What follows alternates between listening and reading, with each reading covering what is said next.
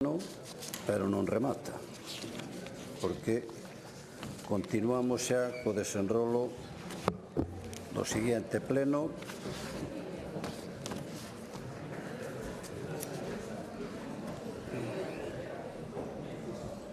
Un momento, mientras salen ou non salen, a ver.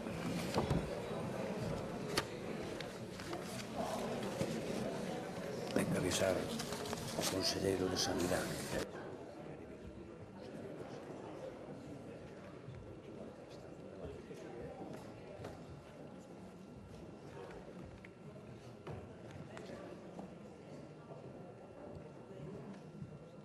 Bueno, pois abre esa sesión. A orde do día está publicada no boletín oficial do Parlamento, polo que non procedemos á súa lectura e comenzamos co punto primeiro, texto legislativo. Neste caso, debate e votación do ditame emitido pola Comisión Quinta, Sanidade, Política Social e Emprego sobre o proxecto de lei de protección da saúde das persoas menores e prevención das condutas adictivas.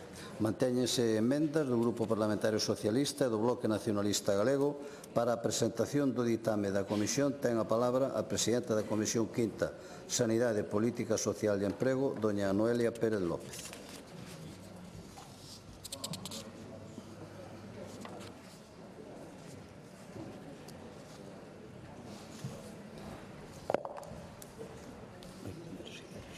Bueno, boa tarde, grazas, presidente. O proxecto de lei de protección da saúde das persoas menores e prevención das condutas adictivas tivo entrada no rexistro do Parlamento de Galicia con data 12 de setembro de 2025, con número de asento 33.820. E a súa admisión a trámite efectivizouse pola Mesa do Parlamento na reunión do 16 de setembro, procedendo á apertura no prazo de presentación de emendas que rematou os días que foi dos días 4 ao 22 de outubro para as emendas á totalidade e ao articulado, cuarta prórroga respectivamente. Así mesmo, o IDA Xunta de Portavoces acordou a súa tramitación pola Comisión Quinta, Sanidade, Política Social e Emprego.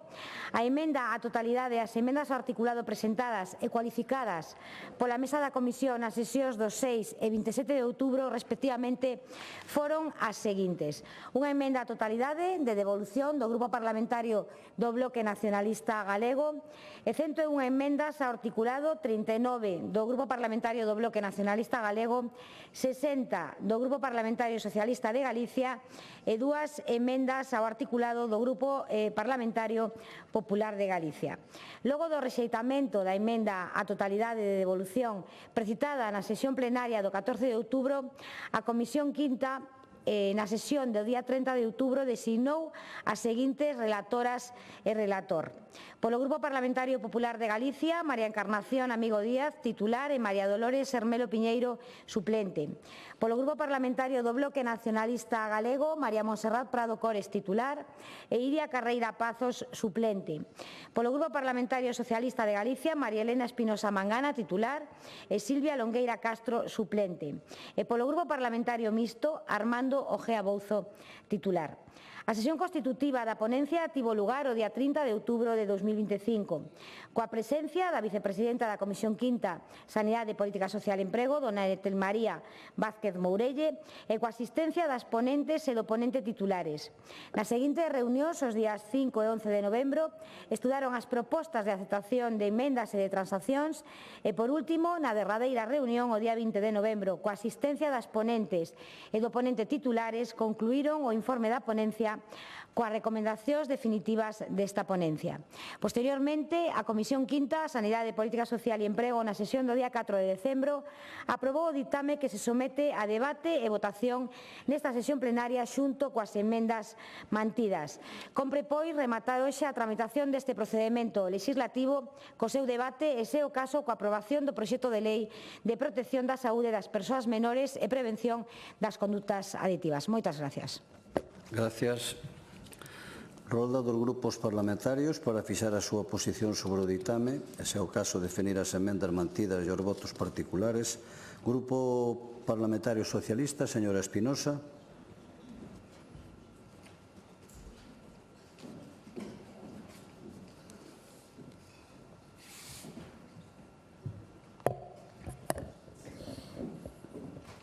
Boa Boa tarde a todos e a todas, boa tarde, conselleiro. Antes de entrar no ámbito da lei, que hoxe con toda seguridade aprobarase, vou tratar de transmitir para contextualizar titulares de varios medios de comunicación galegos desde o pasado mes de outubro. Un de cada 5 novos de entre 16 e 25 anos son asiduos ao botellón. Un estudio do Sergas constata a presencia de menores de idade só entre 16 e 17 anos, uns 7.200 son habituais. O 11% dos rapaces danse atracóns con frecuencia. Onte mesmo coñecíamos que Galicia é a segunda autonomía con maior taxa de defuncións relacionadas co alcohol, aínda que é un dato global e non está desagregado por grupos de idade. Pediatras avalan o veto de bebidas enerxéticas por unha cuestión de saúde pública. Empecei a tomar bebidas enerxéticas polo sabor e agora estou enganchada. Ou 25 sociedades médico-científicas negan que exista un consumo responsable do alcohol. E quen ten responsabilidade política, señor conselleiro, ten que tratar de dar a volta a estes titulares, e non por os titulares en sí, sino pola realidade que transmiten.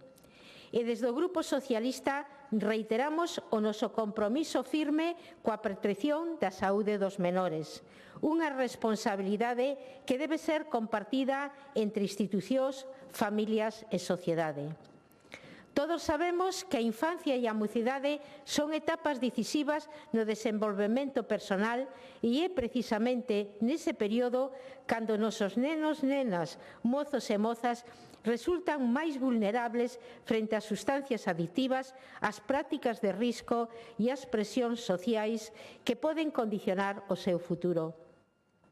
Por outra parte, a expansión de novos produtos aditivos, incluídos os dispositivos electrónicos de inhalación, os consumos prematuros de alcohol e outras sustancias, así como as adiccións, como poden ser o xogo patolóxico ou determinadas prácticas digitales, exixen unha resposta pública seria, baseada na evidencia científica e afastada de cualquier interese comercial. Os e as socialistas compartimos o principio da protección da infancia, que constitúe un piar fundamental para construir unha sociedade saudable, equitativa e con oportunidades para o desenvolvemento integral das persoas. E o decíamos en algunha outra ocasión, é necesario potenciar unha educación social orientada á saúde da infancia, á adolescencia e ao largo de toda a vida. É necesario promover unha educación sanitaria, o fomento de estilo de vida saudables e a adecuada utilización do tempo libre. Pero para os e as socialistas, a defensa da sanidade da mocidade non é só unha prioridade política, é un compromiso ético. E por se alguén aínda lles pudera quedar dúbidas, debemos lembrar que a protección da infancia e a saúde atópase consagrada na Constitución española. En concreto, no artigo 39, imponse aos poderes públicos a obrigación de asegurar a protección da infancia e da mocedade. E no artigo 43 establece que corresponde aos poderes públicos organizar e tutelar a saúde pública mediante medidas preventivas e as prestacións e servicios necesarios. Pero tamén na Lei Orgánica 1/96 de Protección Xurídica do Menor recolle a protección integral á infancia e adolescencia frente á violencia e contempla expresamente como indicador de risco o consumo habitual de drogas tóxicas ou bebidas alcohólicas polas persoas menores de idade. Unha lei aprobada por un goberno socialista.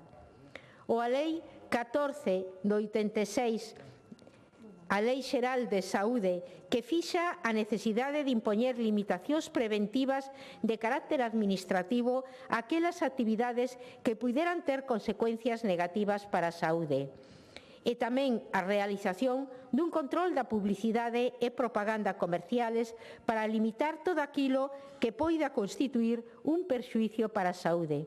Falamos do ano 86 e tamén falamos dun goberno socialista. Ou a lei conocida como antitabaco de José Luis Rodríguez Zapatero do ano 2005. E a nivel nacional contamos que a Estratexia Estatal de Direitos da Infancia e da Adolescencia de maio do ano 23, que establece entre as súas metas a redución do consumo de alcohol co fin de garantir o direito ao desenvolvemento dos nenos, nenas e adolescentes nunha contorna saudable, tamén baixo un goberno socialista. E Galicia non podía, baixo ningún concepto, desentenderse dunha realidade que xa está afectando de maneira directa a saúde, ao benestar e ao futuro da nosa infancia e da nosa mocidade. Porque máis alá dos titulares que antes leín, o alcohol sigue sendo a sustancia máis consumida polos menores, con idades de inicio cada vez máis temperás. Temos un repunte preocupante no uso de produtos de tabaco e vapeo, presentados falsamente como inofensivos ou o concepto erróneo de que o cannabis é inocuo. Os estudios recentes nos indican que entre os mozos e mozas de 14 a 18 anos en Galicia, en concreto o 24,3% recoñece ter apostado diñeiro nalgunha das modalidades de xogo ao azar. Creo que son argumentos suficientes para defender a necesidade de unha lei. Pero do proxecto de lei que chegou a este Parlamento xa deramos a nosa opinión inicial. E tamén xa transmitimos que había que enriquecela para que cumprise os seus obxectivos. E co fin de enriquecela e salvar as eivas, traballamos nas nosas enmendas. Enmendas que tiñan como obxectivo mellorar o texto, enriquecelo e facelo máis útil para a defensa da infancia e da adolescencia en Galicia. Realizamos unha labor responsable, rigurosa e construtiva. As nosas enmendas estaban orientadas a reforzar os principios que antes sinalamos, a protección efectiva da infancia e da adolescencia, o fortalecemento dos mecanismos de prevención e a garantía de que as políticas públicas respondan sempre ao interés xeral e non a intereses conxunturais ou partidarios. Foi este compromiso o que nos levou a presentar un total de 60 enmendas, todas elas formuladas con vocación de consenso de país. Porén, non atopamos a mesma disposición no grupo que sustenta o Goberno da Xunta de Galicia, que decidiu pechar a porta a unha parte importante do debate. A nosa pretensión non era, inda que podría selo, que nos aceptasen as 60 enmendas. O que buscábamos era un debate sereo e serio sobre aquelas propostas que realmente fortalecesen o texto e que permitisen avanzar cara aos obxectivos que a Xunta de Galicia di perseguir. Señorías, lamentamos dicilo, o texto do proxecto de lei que hoxe temos diante é insuficiente e é prácticamente o mismo que o que chegou aquí inicialmente. Pero vai a ser unha lei floxa, pobre, con valeiros legais importantes que a farán ineficaz para protexer a ciudadanía e, en especial, os nosos nenos e nenas a quen pretende servir. É lamentable que un texto desta natureza se presente como resposta seria a un problema complexo e urxente. A súa formulación actual deixa fora compromisos de mecanismos claves de protección, carece de medidas concretas de prevención e non garante a aplicación efectiva dos direitos que declara. Alguén pode entender que deixe fora o contexto socioeconómico cando todos sabemos e todas sabemos perfectamente que é determinante das condicións de saúde e está demostrado por numerosos estudios? Alguén pode entender que pese moito máis neste proxecto de lei as prohibicións, as sancións e as multas que a prevención, a formación, a educación ou a información? Os e as socialistas defendemos que as adiccións deben ser tratadas como unha cuestión de saúde pública e non como un delito. Alguén pode entender que de novo recaian máis responsabilidades sobre os concellos cando son competencias impropias tanto as sanitarias como as educativas? Alguén pode entender que non se doten novos recursos para a posta en marcha desta lei? Como Grupo Socialista, non podemos conformarnos con textos simbólicos que só cumpran a función de existir no papel, que só pretendan converter a Galicia na primeira comunidade en regular este ámbito, pero sin impacto real sobre a realidade que afecta. Porque falamos de unha lei que promete pero non garante, que define obxectivos pero non establece ferramentas nin recursos para os cumplir. Esta lei non sae dun consenso dos grupos políticos, porque hoxe pediríalle e agradeceríalle á portavoz do Partido Popular que na súa intervención indíquenos cales das nosas enmendas tocaban os principios da lei, que enmendas contradecían a lei, que enmendas a nivel xeral non a enriquecían. E se o Partido Popular non responde, estarános dando a razón. A realidade é evidente. A intención do Partido Popular con este proxecto de protección da lei das persoas, de saúde das persoas menores e de prevención de condutas adictivas non é mellorar o texto de forma consensuada, senón impor o seu criterio sin escoitar a oposición. Non se trata de que unha emenda sexa boa ou mala. O que está en cuestión é que no seu criterio político, no criterio do Partido Popular e da Xunta de Galicia, o consenso non ten cabida. Preténdese aprobar un texto sin aproveitar a oportunidade de enriquecer a lei, de reforzar mecanismos de protección e de garantir que as políticas públicas respondan ao interés xeral e non a unha visión partidista. A saúde e o benestar das nosas nenas, dos nenos, dos mozos e das mozas non debe estar suxeta a intereses dun partido. Non podemos agochar a nosa preocupación. A Lei de Protección de Saúde das Persoas Menores que hoxe se pretende aprobar corre o risco de convertirse en simple propaganda. Debemos reiterar que na súa forma actual carece de efectividade e non garantirá o cumprimento dos seus obxectivos. Señorías, a pesar das limitacións que vimos neste proxecto de lei, o Grupo Socialista non vai a votar en contra. Creemos nos seus principios e seguimos a confiar en que no desenvolvemento regulamentario se poida mellorar e cubrir os valeiros que deixa ler neste contexto. E xa que está presente, señor conselleiro, lle pido, por favor, que se implique personalmente nesta lei por o futuro dos nosos nenos, das nosas nenas, dos nosos mozos e das nosas mozas. Lamentamos, eso sí, que o Partido Popular non quixese garantir esas melloras no propio proxecto de lei. Pero seguimos mantendo a esperanza de que a protección da saúde das persoas menores se fortalezca realmente nun futuro. Os e as socialistas sempre nos encontrarán na protección e na prevención da saúde e das condutas adictivas de calquer idade. Hoxe estamos falando de maiores, pero mañán podemos estar falando de outra idade. E, por suposto, moito máis desas persoas menores de edad que sabemos que son máis vulnerables. E sempre encontrarán a este partido defendendo estes principios sin fisuras. Nada máis e moitas gracias. Gracias.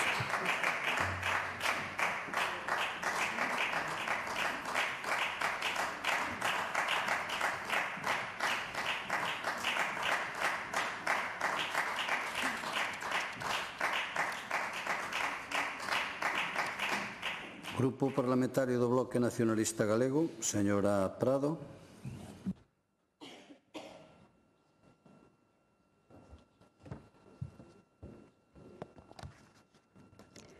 Grazas, presidente. Moi boa tarde.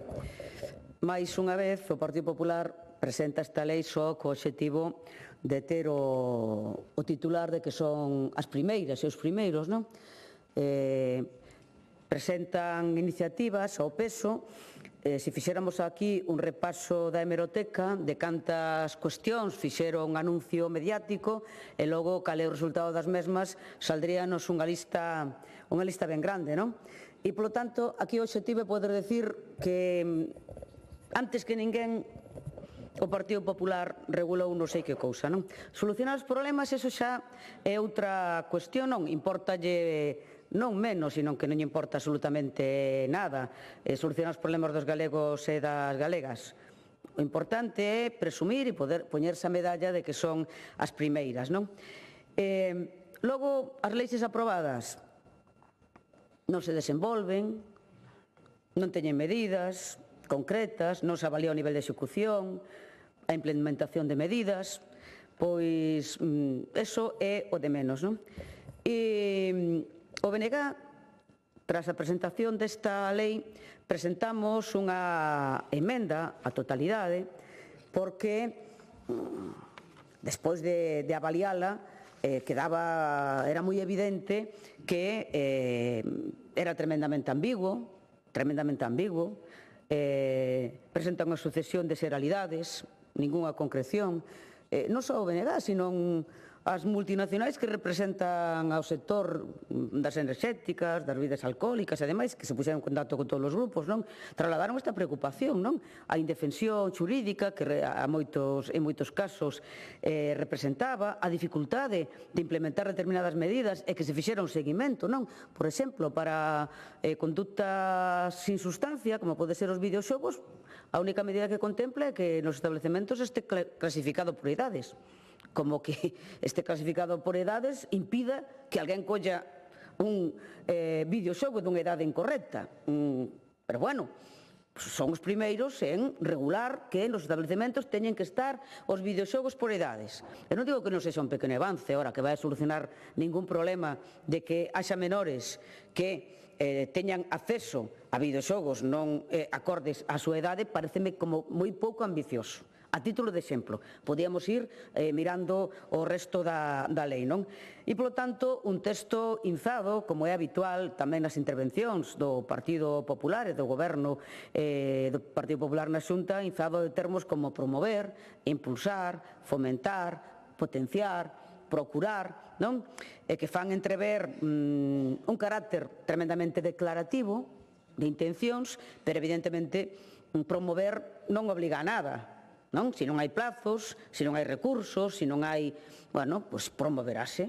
Ben, un día facer unha rolda de prensa e decir que se vai a promover, pois pode entenderse que xa se está cumplindo a lei, pero evidentemente medidas sin que se estableza o ámbito no que se van a aplicar, nin os colectivos destinados ás mesmas, bueno, pois evidentemente non é unha lei que satisfaga, non?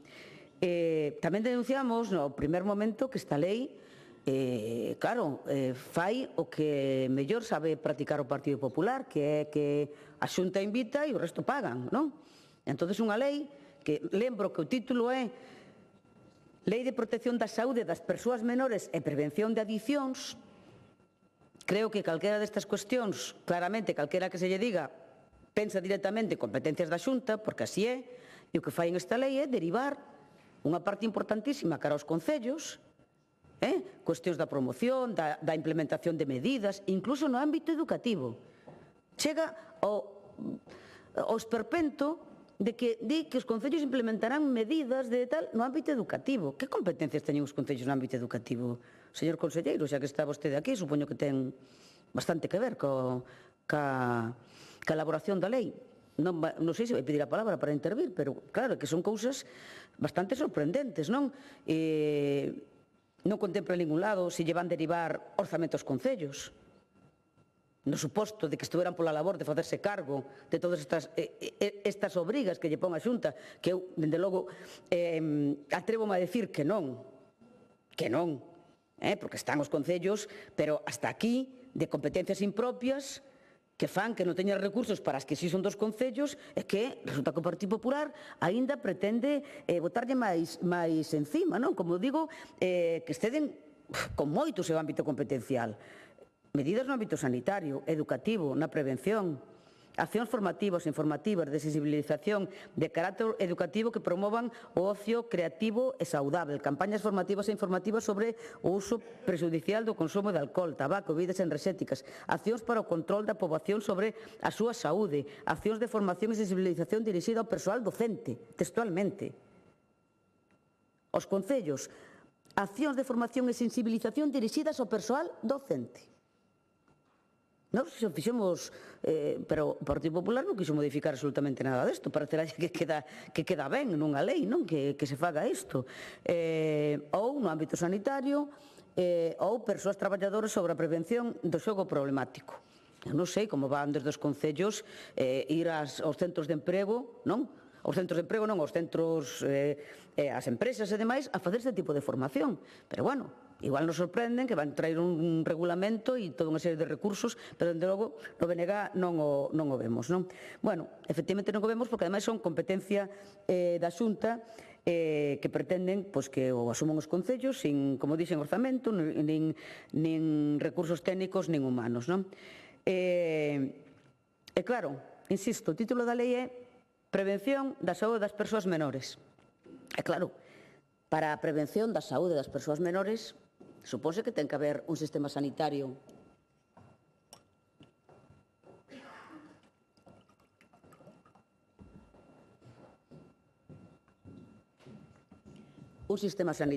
dotado, con recursos suficientes, perfectamente dimensionado, para facer esa labor, non? Primeiro de prevención, de educación, de seguimento, non? Para poder facer esa... E cal é a situación do sistema sanitario público do noso país? Bueno, empezamos porque os pediatras é unha especie en extinción. Estánse convertindo nun raras avis desta, non? Estánse convertindo, entonces, claro, nesta lei non se contempla absolutamente nada.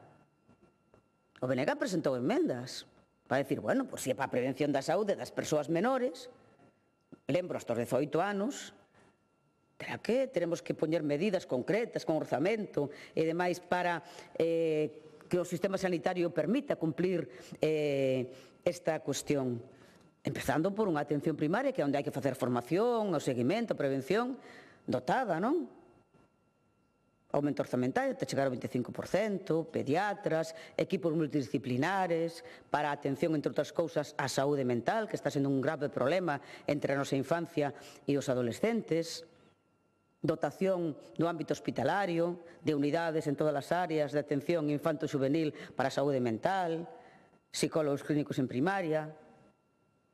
Sería lóxico, non? Non, pero o Partido Popular non aceptou absolutamente ninguna das emendas do BNG que pedían estas cousas. Non sei se agora, antes de chegar aquí, lles dou un golpe na cabeza e resulta que van a aceptalas, porque dixeron, claro, unha lei farémola para que se cumpla, non? Non para papel mollado. Teño dende logo, pouca esperanza en que iso tivera acontecido. Bueno, o que si esta lei está tremendamente volcada na prohibición e na sanción.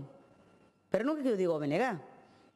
O Consello Económico e Social, no informe que emiteu, que non foi aceptado prácticamente nada, señor conselleiro, as recomendacións feitas no informe do CES, prácticamente non aceptaron ninguna das súas emendas, sacando algunhas que era, bueno, así un poquito de redacción. E unha das cousas é que aí no informe, nun apartado bastante extenso, que fai referencia é a súa preocupación por si unha lei destas características dirixida a persoas menores deixa todo na ambigüedade e nun desideratum, e o que si deixa con un nivel de concreción absoluto é a parte sancionadora.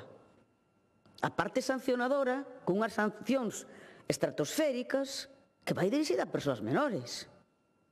E de verdade creen que sin a primeira pata, que é a prevención, a concienciación, a sensibilización, tanto dos menores como das súas familias, como do entorno educativo, con máis profesorado, que tamén presentamos emendas, o BNG e o Partido Popular non as aceptou, Como queren que nos centros educativos fagan esa labor? E incluso que detecten problemas como condutas suicidas e demais se non teñen profesorado, se non hai personal nin personal de apoio. Non? Dígame como queren que o fagan. Pois tamén votan en contra. Ahora sí, na parte punitiva queiman as naves. Na parte punitiva queiman as naves. E dese xeito atopámonos con, teño que decirlo con toda a franqueza, non? Unha persoa menor. A persoa menor é de 0 a 18 anos. Que transporte, teña ou consuma unha bebida alcohólica, poñamos por caso unha cervexa, un pitillo, é dicir, tabaco, teña, transporte ou consuma. Digo porque son as tres cuestións. Ou unha bebida enerxética pode ser sancionada até con 15.000 euros. Porque se é reincidente no plazo dun ano, despois de ser sancionado, pasa a ser falta grave. Non? Porque tipifícase como leve. Ata 3.000 euros que xa lle chega. Pero se é unha persoa reincidente no plazo dun ano, que 15.000 euros. Realmente cree que sancionando a unha persoa menor con 15.000 euros, con 10.000, co que sexa, solucionan absolutamente ningún problema? Solucionan algún problema? No BNG creemos que non. Igual que o tema do botellón, que é o uso de espazos públicos pois para actividades lúdicas nas que se pode consumir alcohol. Claro, resulta que non hai ningún problema en que, porque isto non é solamente para os menores, é para o público en xeral, que se poidan reunir na terraza dun bar, e incluso esa terraza, por botar un pouco por fora, poida estar na vía pública, que poden consumir alcohol. Sempre que o compren, o merquen no establecemento comercial. Se queren facer unha actividade nunha praza, resulta que eso directamente está prohibido e penado con ata 600.000 euros. Ata 600.000 euros, señor conselleiro. Nos pedimos que se regule, porque creemos que o espacio público hai que regulalo en todas as súas facetas, incluso en como se usa para o lecer, hai que regulalo. Pero non, vostedes non optan por ninguna regulación. A única alternativa é prohibir e sancionar, insisto, ata 600.000 euros. Como lle dixen xa na comisión aos diputados que estaban na comisión e a diputada que defendeu a posición do Partido Popular, non me veñan a decir que bueno, eso non se va a aplicar, non, eso queda na lei. E a lei non son papeles mollados. Non é pintar como querer. Queda aí e pode aplicarse. Ninguén quita, pois que alguén que se teña que ocupar dun expediente lle dé unha volta á cabeza e lle arruína a vida a calquera. Entón, nós queremos que esas cosas hai que regulalas. Pero non pola vía de criminalizar a mocedade, poñerlle sancións totalmente desproporcionadas. Ou, incluso unha cuestión que a mí me parece a verdade. Se non fora polo grave que eu conto, sería de risa, non? O día seguinte, non mes de febreiro, que entre en vigor esta lei, é dicir, para o ano que ven,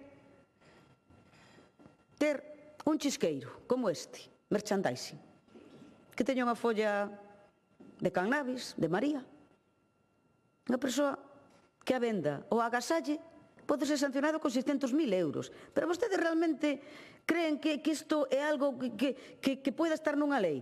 Ata 600.000 euros alguén que venda ou agasalle algo que teña unha folla de marihuana. A mí pareceme unha auténtica barbaridade. Pero que o pon na lei.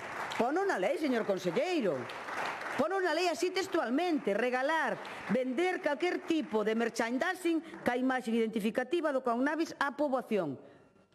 Xa non é só a poboación menor, é a poboación. Eu teño visto pola rúa mozos ou tal que levan un suadoiro con unha folla que ademais é unha folla moi bonita. Creen que loitar contra o consumo de cannabis é que alguén non poida levar un suadoiro, ter unha libreta ou ter un chisqueiro con unha folla de cannabis e se poida sancionar ata con 600.000 euros, que iso entra na cabeza dun regulador mínimamente racional? Nós creemos que é un auténtico chiste. Parecenos un auténtico chiste, unha brincadeira, pero claro, o grave é que está contemplada na lei. E, polo tanto, o BNG fixo toda unha serie de emendas destinadas a cambiar esta cuestión. a cambiar, que se poña o acento na primeira parte, na prevención, na sensibilización, na educación, ter recursos para que eso sexa unha realidade, para que non recae nos concellos cuestións que vostedes poñen, corresponde aos concellos, e nós poñemos a Xunta coa colaboración dos concellos, e xa nos parece moito. Non, pero hasta iso lle parece moito ao Partido Popular, que non aceptou ningunha emenda. Responsabilidade dos concellos, cuestións como que lle digo, formación de docentes ou de persoal sanitario. Pero onde teñen a cabeza vostedes?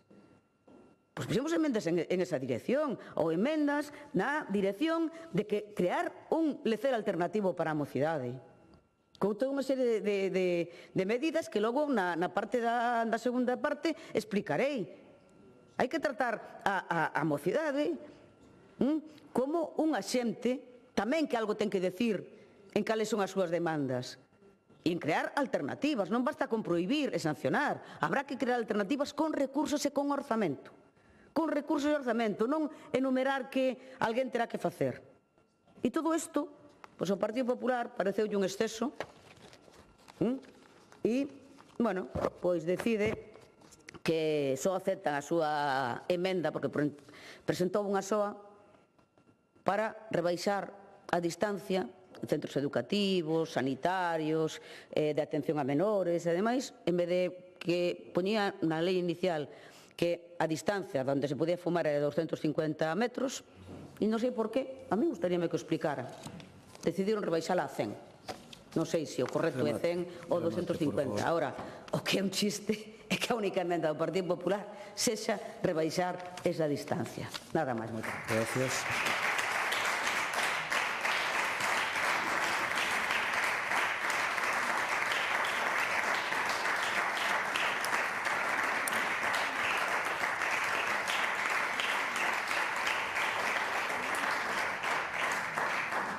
Grupo Parlamentario Popular, señora Amigo.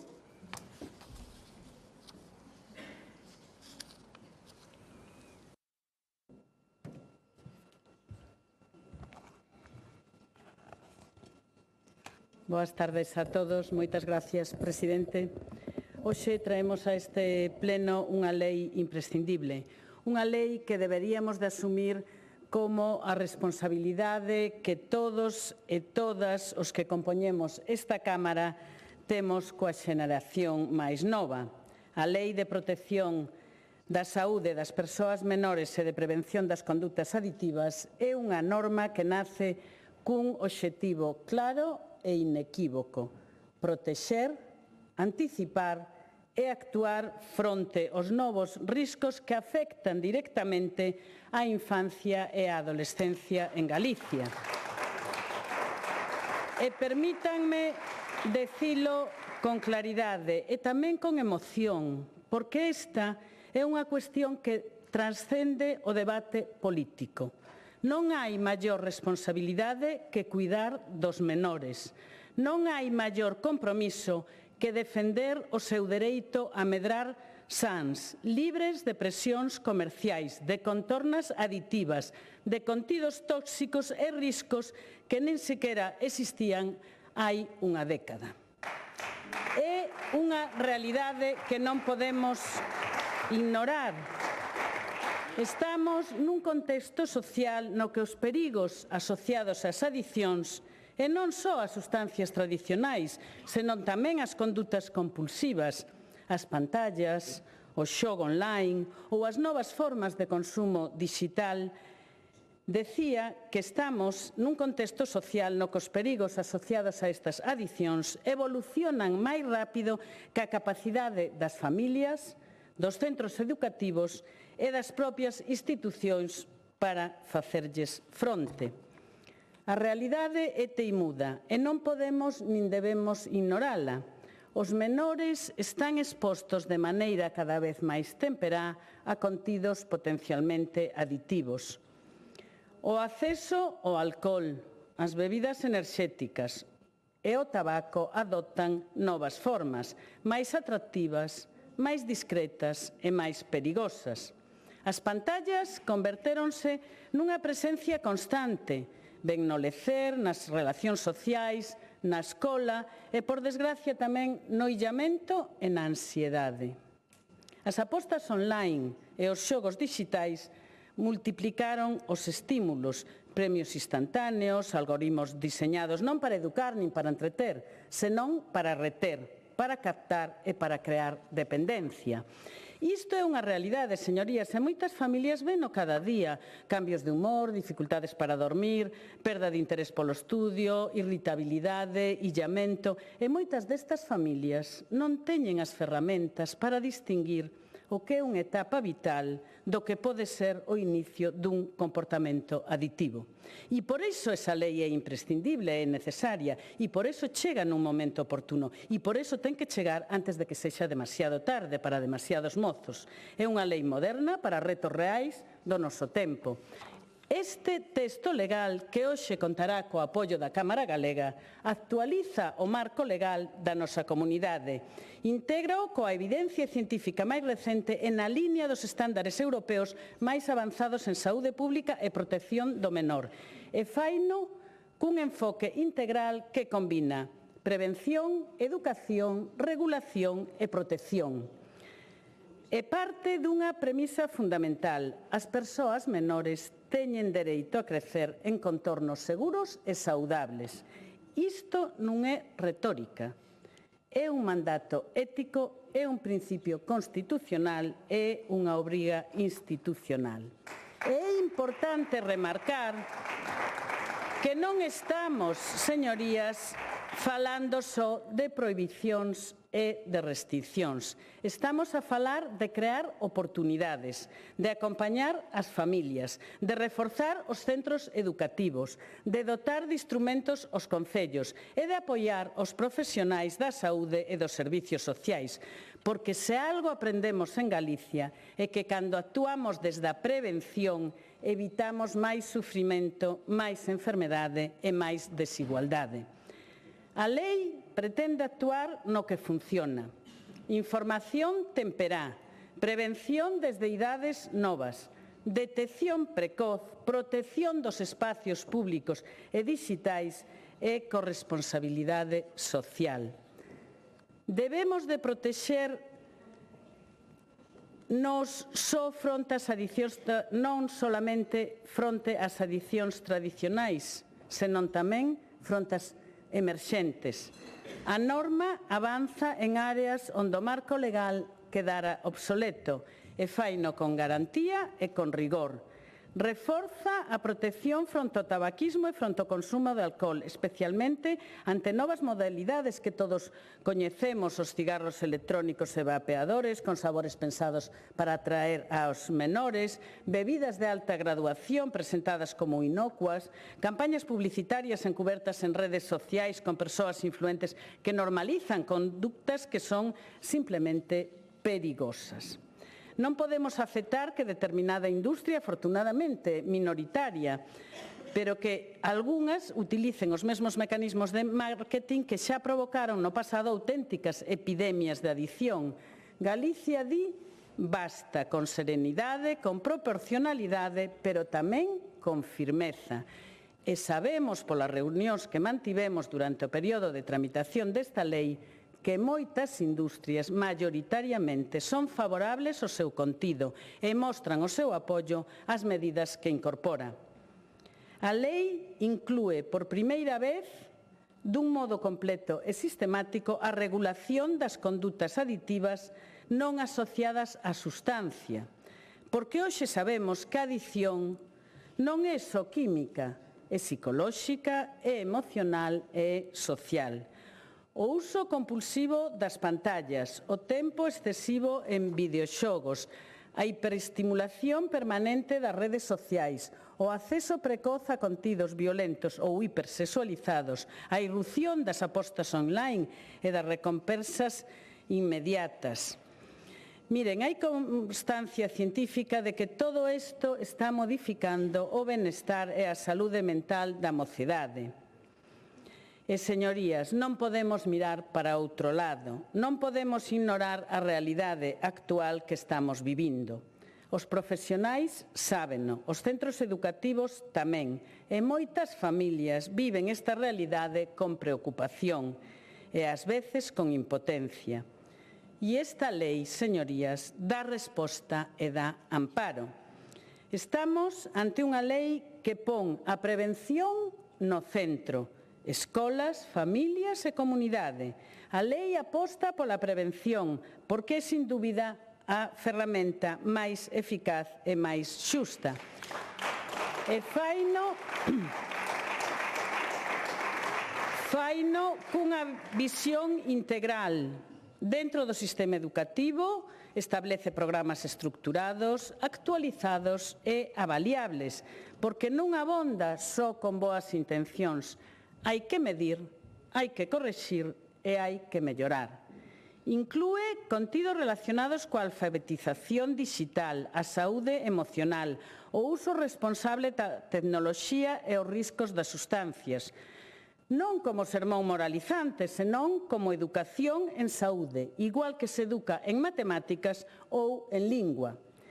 Señorías, as familias son a primeira contorna da protección e a lei garante para elas formación, asesoramento e acompañamento. Porque sabemos que non é doado, porque sabemos que moitas nais e moitos pais sinten que chegan tarde ao problema e porque sabemos que necesitan recursos, guías e apoio profesional.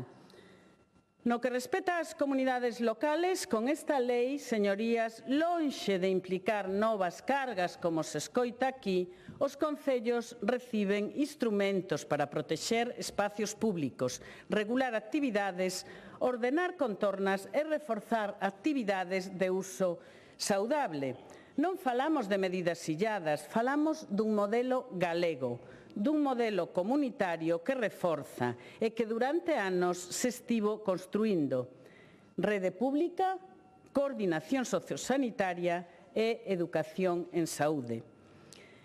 E chegados aquí, eu quería facer unha mención expresa aos plans locales de saúde que continúan medrando e a día de hoxe están implantados en 121 servicios de atención primaria, tras os 26 implantados neste mismo ano e dos que xa se benefician máis de 2,2 millóns de cidadáns galegos. A lei, señorías, ven a traer máis seguridade, máis control, máis garantías.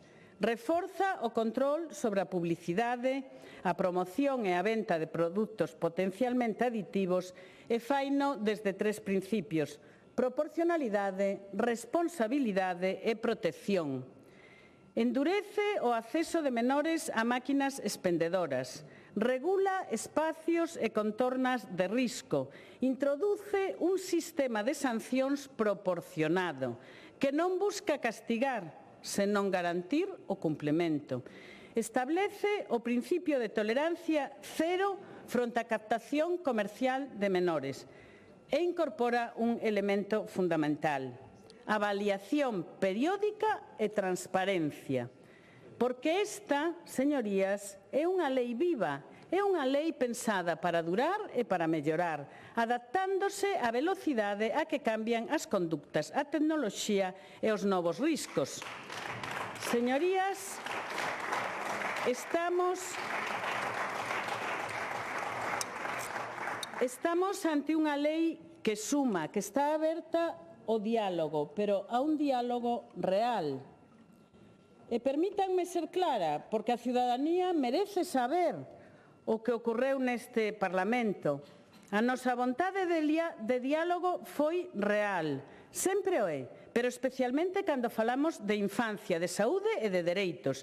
Chegaron enmendas, é verdad, estudiáronse con rigor, analizáronse unha a unha, pero tamén é certo, e corresponde dicilo aquí, que nin o Partido Socialista Galego nin o Bloque Nacionalista Galego quixeron transaccionar ningunha, ni unha sola enmenda.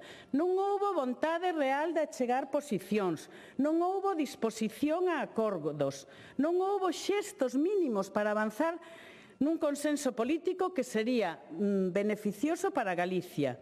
E sabemos que é lexítimo discrepar, O que non é lexítimo é reclamar consenso nos medios de comunicación e negalo nas mesas de traballo.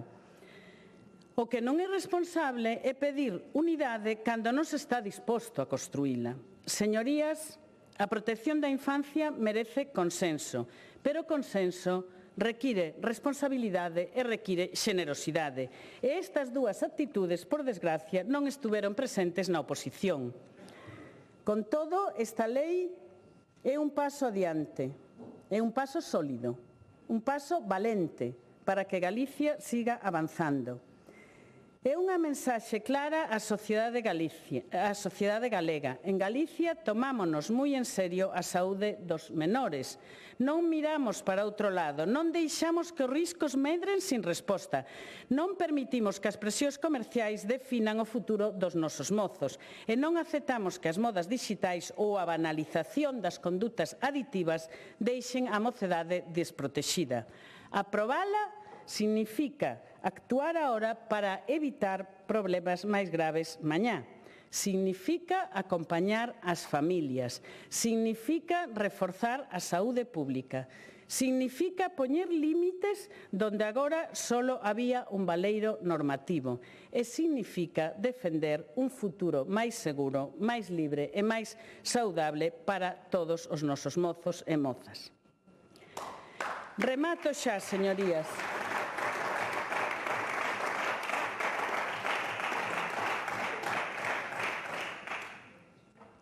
Esta lei é unha necesidade social, é unha obriga ética, é un acto de responsabilidade colectiva e, sobre todo, é un compromiso cunha Galicia que protexe, que acompaña, que coida, que educa e que prevén. As persoas menores non teñen voz neste pleno, pero hoxe nós actuamos por elas, coas evidencias na mau e ca convicción no corazón.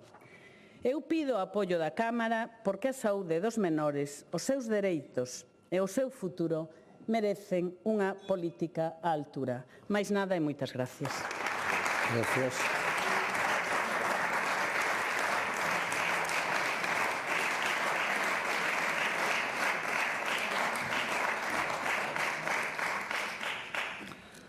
Rolda dos grupos parlamentarios para definirse sobre as emendas. Grupo Parlamentario Socialista, señora Espinosa.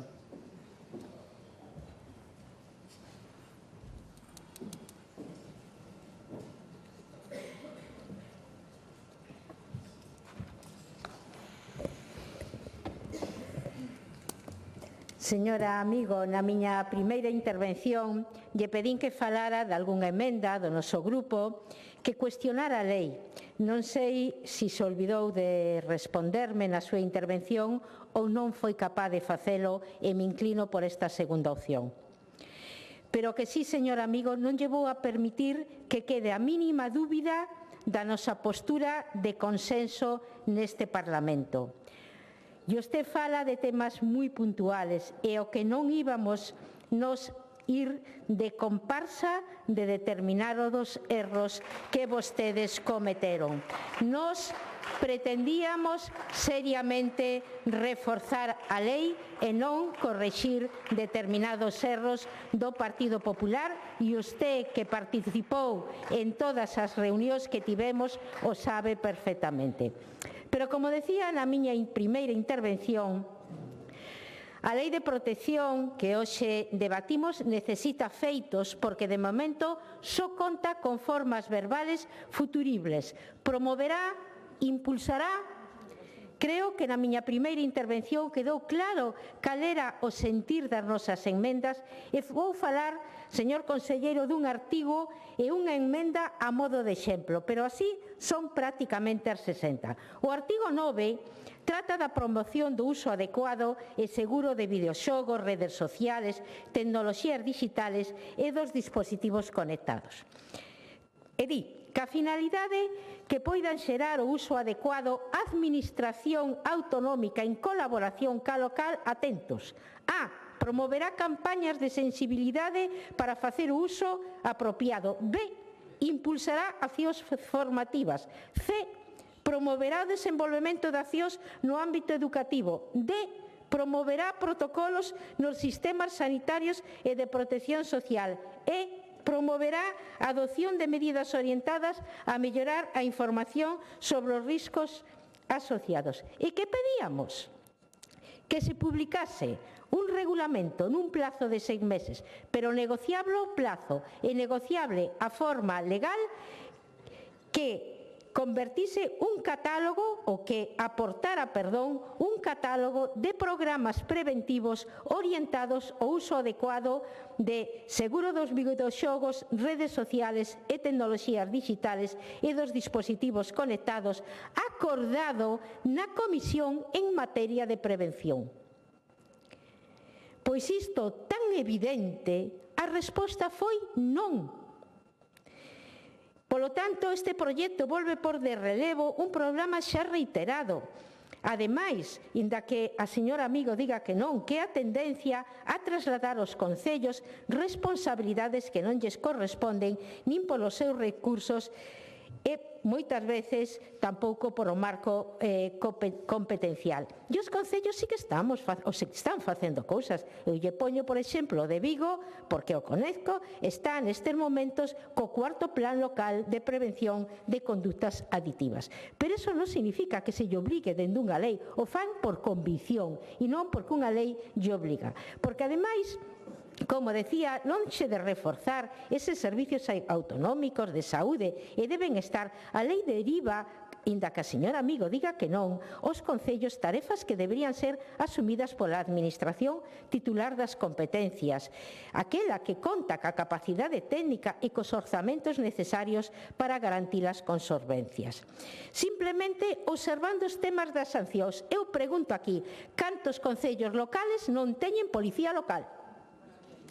Pois nada máis ni nada menos que entre 180 e 190 concellos non teñen policía local. Quen vai facer o tema de vixilancia das sancións? Xa sei que a poden delegar a seguridade da Garda Civil ou da Policía Nacional, de novo aparece o Goberno de España, pero o que realmente quero transmitir hoxe aquí é que non van a ter efectividade a lei porque eses concellos non teñen medios para poder pôr en vigor esa lei. Porque, ademais de saturar os concellos, sobre todo os máis pequenos, pon en risco a correcta prestación dun servicio público tan sensible como é a atención dos menores en situación de vulnerabilidade. Os concellos deben colaborar naturalmente, pero non poden continuar asumindo funcións que exceden de maneira evidente do seu ámbito competencial. E o tempo me leva a rematar. En definitiva, desde o Grupo Socialista reiteramos o noso compromiso firme coa protección da saúde das persoas menores e a prevención das conductas aditivas, un obxectivo que consideramos prioritario e irrenunciable. Porén, non podemos apoiar este proxecto de lei mentras non incorpore compromisos claros, dotacións suficientes e mecanismos efectivos que garantan que estas políticas se convertan en realidade e non queden simplemente nun mero exercicio declarativo. Ningunha norma que delega responsabilidades é a que estamos falando hoxe, é unha norma que delega responsabilidades, pero que non asegura a súa viabilidade. E a saúde dos menores merece máis ambición, máis rigor e máis responsabilidade. Gracias. Nada máis e moitas gracias.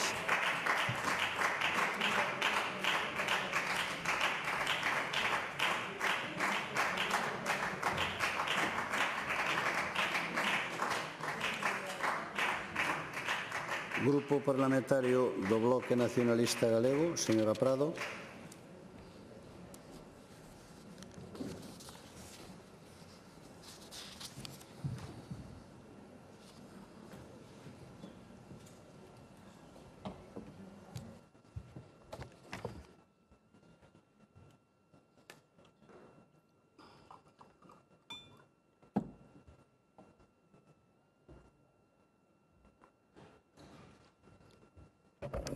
Grazas de novo, presidente. Bueno, hai aquilo que di que o papel aguanta todo, pero eu engadiría e a tribuna do Parlamento tamén, non? Porque vir aquí e facer un discurso, non? Pois para decir que esta lei protexe, anticípase, está moi ben, non? A cuestión é, eu estuve atendendo a intervención da diputada do Partido Popular, non? E gustaríame que logo na súa quenda me dixeran que artigos concretos desta lei, non? Se lle aporta solucións aos concellos, porque di, aporta ferramentas aos concellos. Gustaríame que dixeran que artigos están esas ferramentas, ese orzamento, eses recursos, non? Gustaríame, porque xa que se di que aportan, o normal é que, bueno, pois igual está en algún artigo que se me pasou nas bastantes veces que lín a lei, pero entón gustaríame ver en que apartados aporta solución aos menores. Gustaríame saber en que apartados se aportan solucións aos menores, porque o único que fai é haberá que, facer que. E claro, cando o BNG presenta unha emenda moi extensa, non?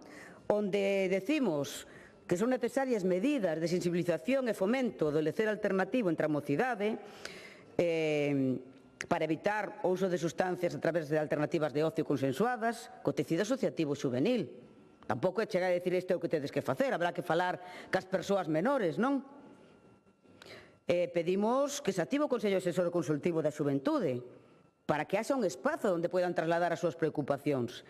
Pedimos fomento e impulso do tecido asociativo xuvenil. Pedimos crear campañas de sensibilización consensuadas co tecido asociativo. Pedimos planificar, consensuar e executar alternativas de lecer para a xuventude, con orzamento suficiente, con cargo a fondos públicos, que deben estar executadas no prazo de 6 meses esas medidas. Pedimos que se cree un bono cultura para a mocidade, con un orzamento inicial de 15 millóns de euros, que se publicará no prazo máximo de 6 meses, de cuestións concretas, para que podamos verificar esas solucións que lle aportan as persoas menores. Pedimos desenvolver un plan de fomento e apoio á creación cultural para a mocidade, non? Pedimos deseñar, no prazo de 3 meses, unha estrategia interdepartamental de fomento de estilos de vida saudables, onde este ensino, onde este sanidade, onde este facilitar locais de ensaio para a mocidade. Iso é ocio alternativo. Non, pedimos deseñar unha estrategia de fomento da saúde afectivo-sexual. E o Partido Popular, que di aquí no discurso que aporta solucións aos menores, non acepta ningunha destas aportacións. Entonces, onde están esas aportacións aos menores? Porque na lei non están. E cando presentamos unha emenda, por exemplo, o BNG, para que se contemplen todas esas cuestións concretas, con prazos e con orzamento, algunhas delas, o Partido Popular nas acepta, co cal, isto é un botafumeiro máis. Non hai absolutamente ningunha vontade de solucionar problemas, absolutamente ningunha vontade, non? Claro, di que aporta solucións, dixo moi elocuentemente que aporta solucións ás familias, ao sistema sanitario e ao educativo. E eu pregunto onde están. Porque o BNG presentou emendas, eu dixen antes, para que se aumente o profesorado. Hoxe, mañá, o profesorado volva a estar en folga, porque os centros educativos non teñen os recursos suficientes para desenvolver, levar a cabo unha atención educativa de calidade, con recursos, con profesionais. E resulta que o Partido Popular vota en contra, non acepta esas emendas. Onde están as alternativas ao sistema educativo? Onde están as alternativas ao sistema sanitario? Onde están eses aumentos de profesionais? Onde está a garantía de pediatras? Onde está a garantía de atención á saúde mental? Onde está a garantía de atención, fomento, educación a programas de atención afectivo-sexual da mocidade dos menores? Onde están? Entón, por que se atreven a decir que aportan alternativas? A mí gustaríame que cando veña aquí me digan que artigos, cantas alternativas, cantos recursos humanos, cantos recursos físicos, canto orzamento. Esas son alternativas. O outro é falar barato. O outro en fala barato, como está acostumbrado a facer en este Parlamento o Partido Popular. Ningunha medida concreta. Absolutamente ningunha medida concreta. Absolutamente ningunha medida concreta. O único que si ten é esas medidas sancionadoras tremendas. E o BNG non emendou que haxa sancións a quen incite o consumo, a quen promova o consumo, a quen proceda á venda a quen permita a entrada en espazos onde se fai... Nós eso non emendamos. Parece normal, falamos de adultos. O que emendamos é que sancionen tan bárbaramente a persoas menores por transportar ou consumir un Red Bull, Monster ou demais. Falo de marcas concretas. De marcas concretas, pero digo para que todos nos entendamos. O que todos entendamos. 15.000 euros, de verdade. De verdade que 15.000 euros. E ademais, sabe que nos trasladaron, e con isto remato, presidente, a patronal das empresas de bebidas enerxéticas. Eles non van ter ningún problema. En vez do 30% de cafeína, non sei que, baixan ao 15%, van seguir vendéndoas. Así de fácil. Así de fácil abordear esta lei. Dito por eles, non. Supoño que se nos trasladaron ao BNG, nos trasladarían con máis ánimo ao Partido Popular. Xa sabemos por qué. Hasta eles o din, mira, es que isto está moi ben para pintar como querer, pero é fácil, baixamos e vamos seguir vendendo. Vamos seguir vendendo igual. Entonces, en resumen, isto non soluciona absolutamente nada aos menores, non aporta ningunha alternativa e o único que vai crear é moitísimos problemas, non se vai poder verificar a maioría destas medidas, nin implementalas. E, polo tanto, eu sería bo que o Partido Popular, na vez de ser o campeón, presentara algo que realmente solucione algo. Moitas gracias.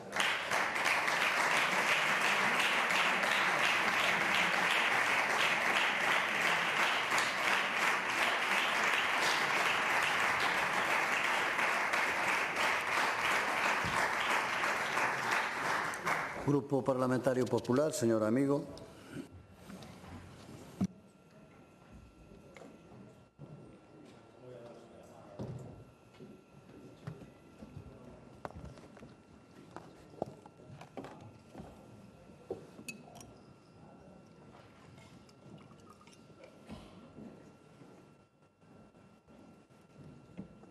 Boas tardes de novo. Moitas gracias, presidente. Miren, escoitando as intervencións da oposición, unha non pode evitar sentir unha fonda decepción, porque hoxe non se está debatindo aquí sobre intereses partidarios, nin sobre competencias, nin sobre estrategias electorais. Hoxe falamos de menores, señorías. Hoxe falamos da súa saúde, falamos do seu futuro.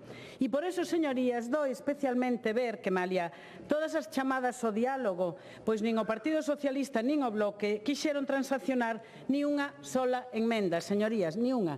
E decían, por que non aceptamos moitas das súas enmendas? Pois mire, moitas delas porque desnaturalizaban o espírito preventivo e protector da lei, porque moitas delas poñían en risco unha resposta eficaz, coherente e centrada na protección real dos menores. Isto foi o motivo. Mire, señora Prado, eu invito a ler a lei e a interpretala. Xa sei que non me está facendo caso, pero mire, sabe o que me queda a min?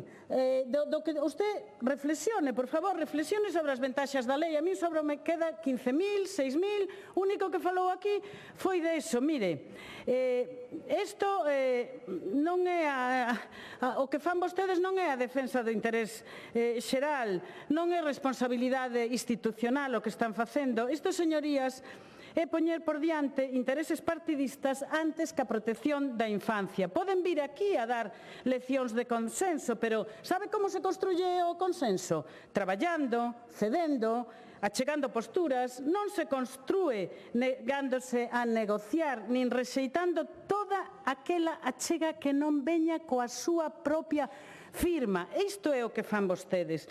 Ese non é o nivel que Galicia merece, e menos aínda unha nova lei que se trata de protexer as xeracións máis novas fronte aos riscos reais e crecentes.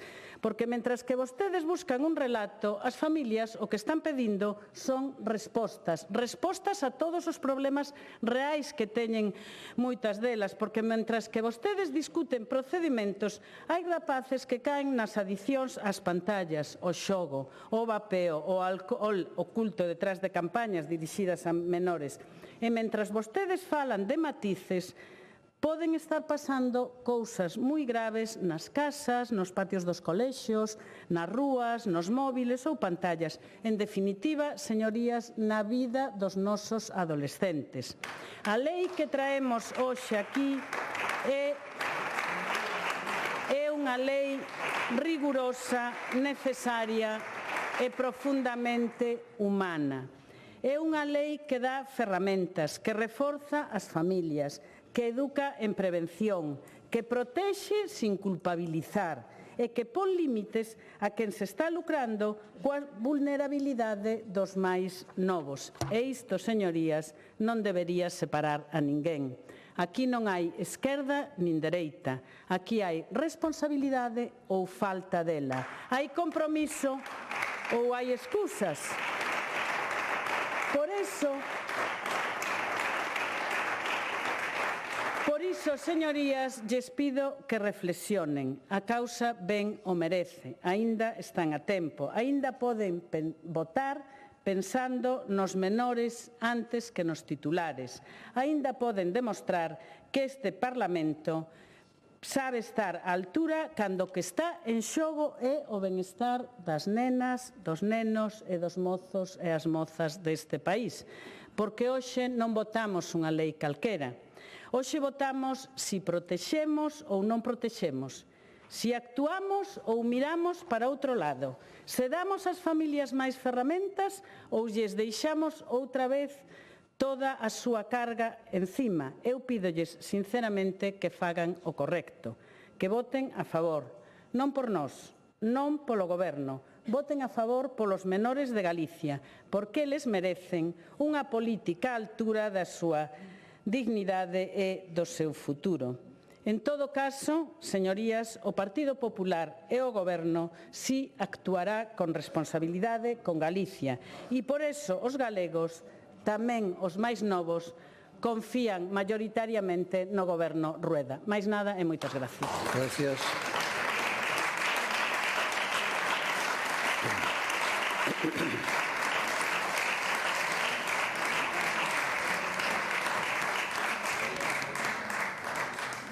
A procede a intervención do conselleiro, ten a palabra o conselleiro de Sanidade. Denlle voz ao escano do conselleiro de Sanidade, por favor.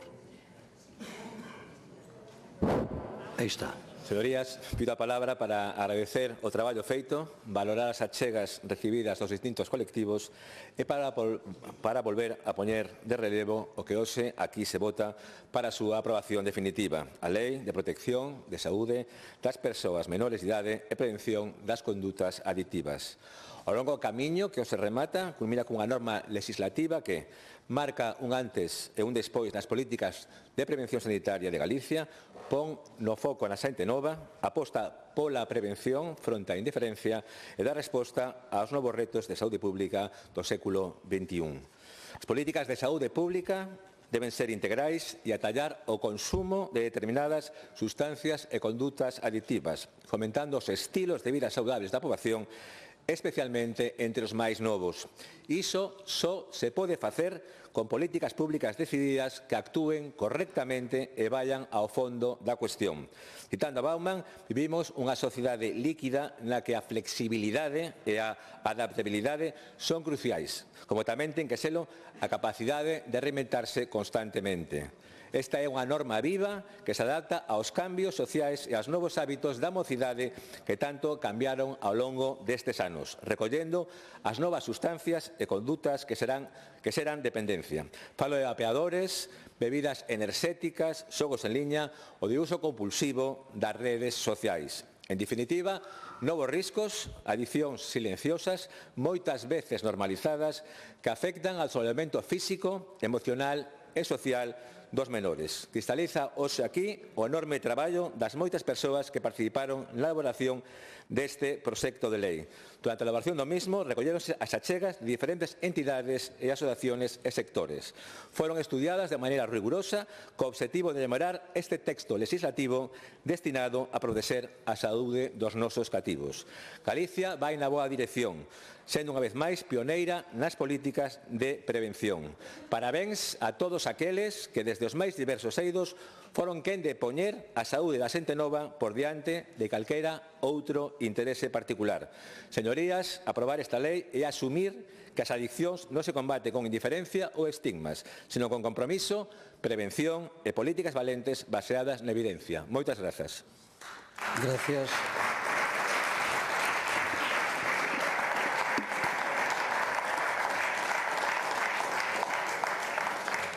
Procedemos a votación e a votación das emendas mantidas e do ditame emitido pola Comisión Quinta, Sanidade, Política Social e Emprego sobre o proxecto de Lei de Protección da Saúde das Persoas Menores e Prevención das Condutas Aditivas.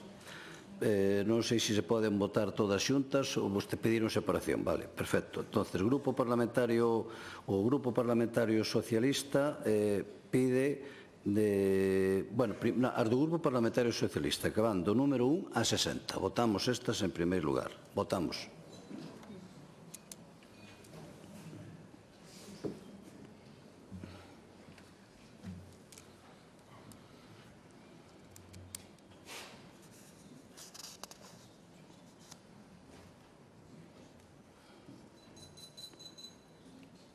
Presentes 70, afirmativamente 33, en contra 37, polo tanto quedan rexeitadas.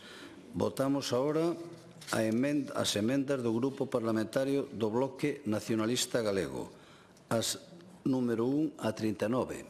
Pero vostede pediu a separación, aquí, por o que vexo, de 27 e 30, por un lado, e 1, 2, 4 e 26, 28, 29 e 31 e 39. O resto todo. Bueno, entón, pero vámoslo facer ben. Entón, votamos primeiro as números 3, 27 e 30. Votamos.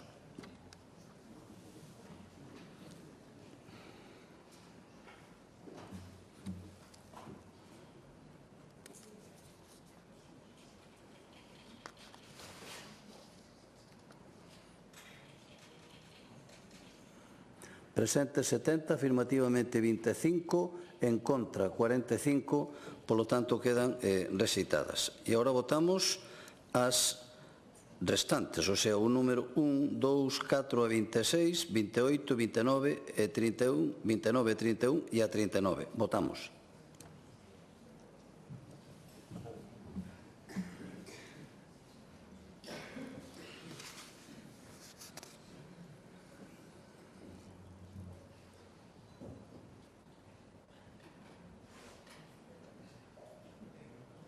Presentes 70, afirmativamente 33, en contra 37, polo tanto quedan tamén rexeitadas. E por último votamos o ditame da Comisión coas emendas incorporadas. Votamos.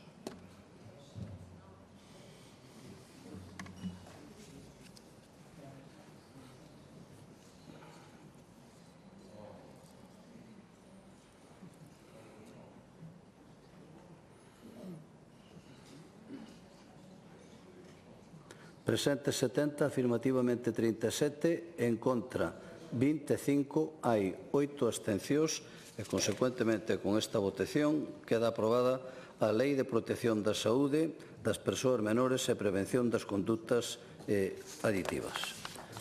Continuamos coa orden do día, pasamos ao punto segundo, que é o de mocións, neste caso do Grupo Parlamentario do Bloque Nacionalista Galego, iniciativa de don Óscar Insua, sobre os obxectivos do Goberno galego no que concirne a actualización da normativa en relación coa administración local e co modelo de financiamento dos concellos. Non se presentaron emendas. Para formular a moción ten a palabra o señor Insua.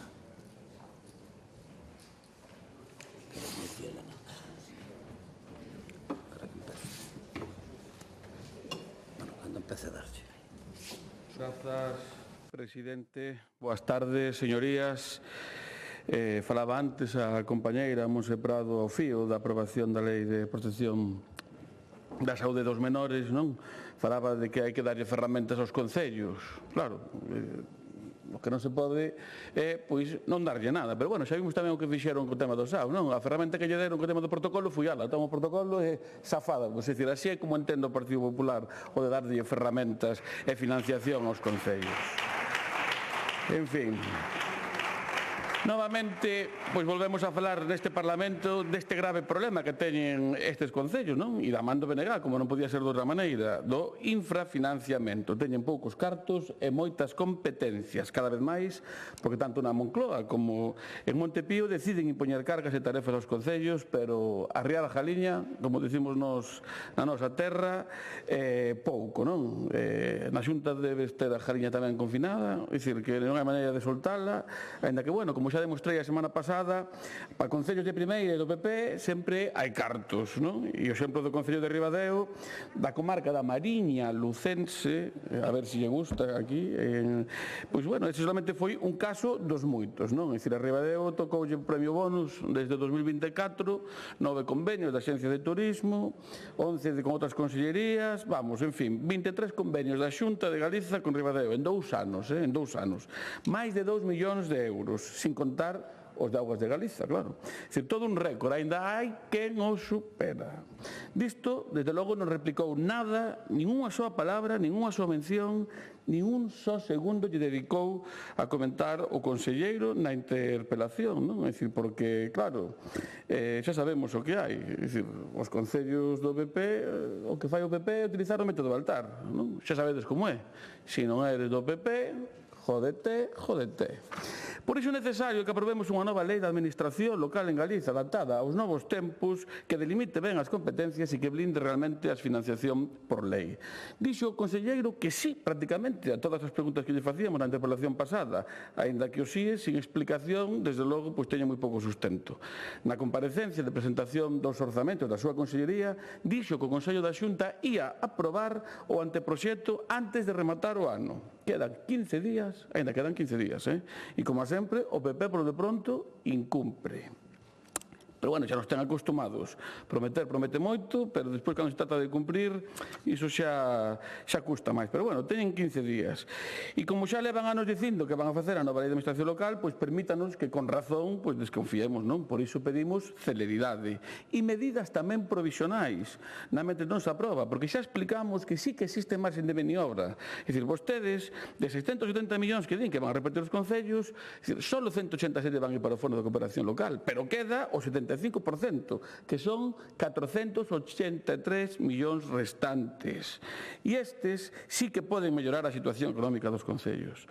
Pero claro, o PP non quere, normal, é dicir, están máis cómodos repartindo a jaliña esta sin obedecer máis criterio que o criterio Baltar. Capóns para os concellos de primeira do PP, uns bos jalos, é dicir, para os concellos de segunda do PP e 4 patacóns para os concellos de terceira do PP, porque tamén hai concellos do PP que non levan nada, e do resto de partidos políticos. E isto non o digo eu, xa vos dixen que o dixo o señor Julio Llebra, alcalde de Carballedo. Hai concellos de primeira, segunda e terceira, e os rurais téñenos na última.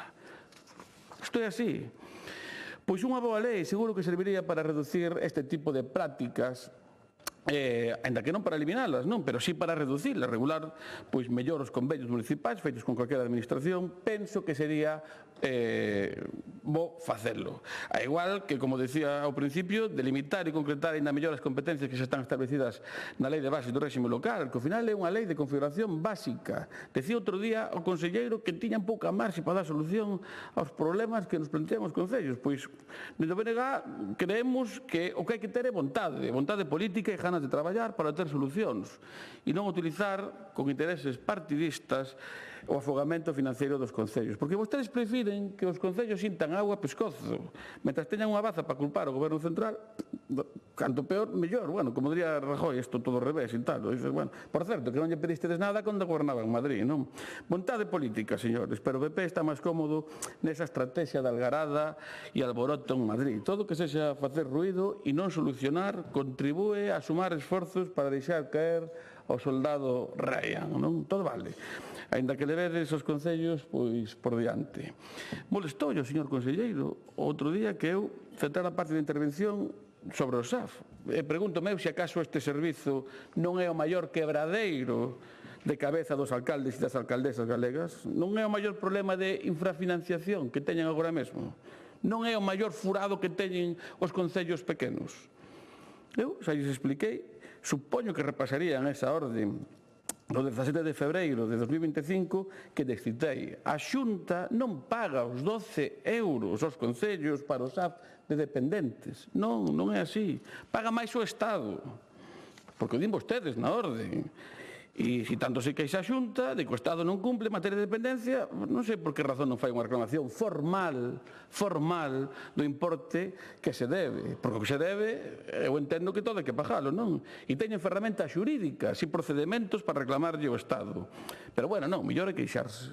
Non vai a ser que volvan a gobernar algún día, esperemos que non, pero despois teñan que cumplir con Galiza, non? Mellor queixarse, como fixo outro día tamén o conselleira, dicindo que en Euskadi que se conseguira o 50% de financiación da dependencia e que nós que estábamos caladiños. Caladiños estades vos, do PP, que en vez de defender a Galiza e reclamar e loitar para que contemos, entendes, cas mesmas condicións que Euskadi, cun financiamento propio, cun cupo como teñen eles, pois vostedes calan.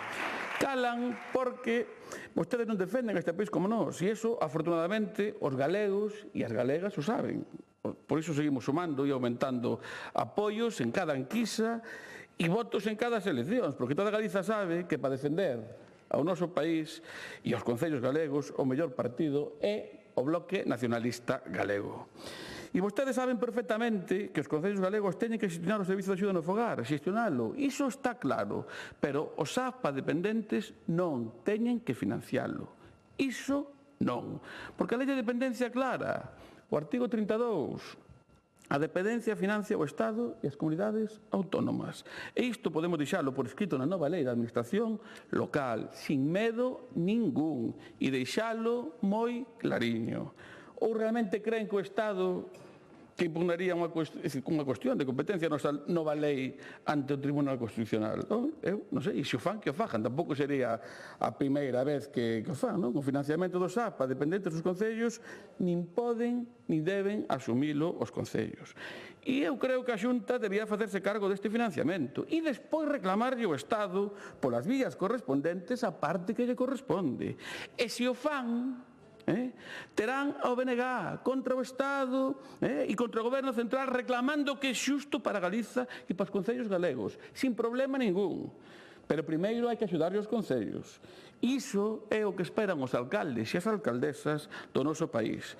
Pero non podemos deixar que os concellos se sigan afogando cun servizo no que gastan máis do 50%. E cada día siguen subindo os custes porque a Xunta nin sai a rescatalos nin a axudalos, ao contrario. Fai unha proposta do máis indecente que se viu nunca. Subirlle un euriño para o ano. É dicir, que vostedes o que teñen é pouca vergoña. Porque non é contra os concellos do BNG, é con todos os concellos. Que hasta os concellos do Partido Popular rexeitan esta proposta da Consellería. Vostedes o que non queren é un sistema de financiamento propio galego, porque España se rompe. Vou rematando. Pero vostedes creen realmente que os alcaldes... Realmente creen que os alcaldes que lle importa, decir, despois da mezquita, si somos capaces de conseguir máis cartos para Galiza, vostedes... que, en fin, eu creo que nos podemos lograr, decir, porque xa o BNG foi capaz de conseguir nun acordo co Goberno Central a quita da parte da veda en Galiza e vostedes non a queren. Teñen envexa de outras nacións e territorios que traballan máis que vostedes, que dan apoios a cambio de votos e a vostedes, o PP de Madrid, de Ayuso, pois vos teñen atados de pés e mans. Os políticos galegos do Partido Popular estades atados de pés e mans, non vos deixan respirar, estades afogados. Porque non podedes facer ningún acordo que sirva para mellorar os intereses políticos do noso país. Isto é o ruedismo. Xa vos expliquei a semana pasada. A técnica política, é dicir, que vai ir detrás da roda dos demais. E neste caso, ides detrás, xa remato, da roda do PP máis rancio madrileño que existe. Xa digo, apoien esta moción, porque eu creo que é o mellor que lles podería pasar aos concellos galegos para o vindeiro ano. Moitas grazas. Moitas gracias.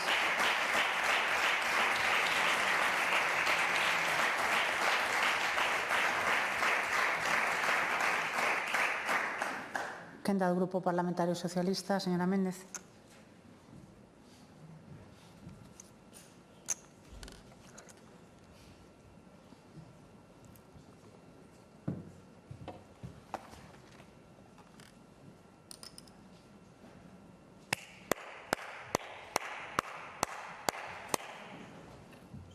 Saben o que é isto? A despedida do exconselleiro con un volve pronto. Eso, cunha denuncia admitida a trámite. O Partido Socialista, cando houbo unha denuncia nun canle interno do noso partido con unha denuncia anónima, actuou. Porque o primeiro, para o Partido Socialista, son as víctimas, independentemente quen caiga. Primeiro, as víctimas. O Partido Popular cala, oculta e aplaude. E o Partido Socialista, como digo, actúa. Sabe onde está o presidente da Diputación de Lugo? Pois está fora do Partido Socialista. Sabe onde está? Está fora do Partido Socialista. Sabe onde está o presidente da Diputación de Ourense? Sentado nun escano do Senado, con unha denuncia tamén. Eso sí, con unha denuncia tamén, con unha denuncia. Eso sí, chegou moi rápido, a máis de 200 km por hora, chegou ao Senado desde Galicia. E que fai o Partido Popular? En boca e palabra do conselleiro, pois amenaza con quitarlle a protección ás víctimas. Señorías do Partido Popular, leccións en este tema, ningunha, Ningunha. Leccións en este tema, ningunha. Señora Prado, pode estar vostede tranquila, porque xa onte iniciei accións xudiciales. Onte. Claro, puiden haber feito antes. E como son unha simple enxeneira, ademais do rural, non sabía que sábado e domingo non se podía presentar denuncia. Vostede, ao mellor, sí, na súa condición de xurista. Pero eu quixena facer xa, pero non me deixaron ni sábado nin domingo. Entonces foi onte, no día de lunes. Iniciadas accións legais. Iniciadas accións legais. E reiterolle, leccións ao Partido Socialista na defensa das víctimas, ningunha. Indo xa ao tema, estamos no último pleno do período de sesións e no último do ano. E nada sabemos da nova lei. Nada sabemos da Lei da Administración Local de Galicia, que no mes de outubro xa traíamos desde o Grupo Parlamentario Socialista unha iniciativa, unha PLL, para que se trouxera o máis rápido posible, para que se trouxera a este Parlamento o anteproxecto de lei. Pois nada sabemos desta lei. Incluso o señor Calvo decía, esperemos que nesta legislatura saia adiante e prolongou os plazos. Porque no ano 24 o señor Calvo decía que neste 2025 íase traer a este Parlamento. Pois o 2025 xa podemos decir que alo vai.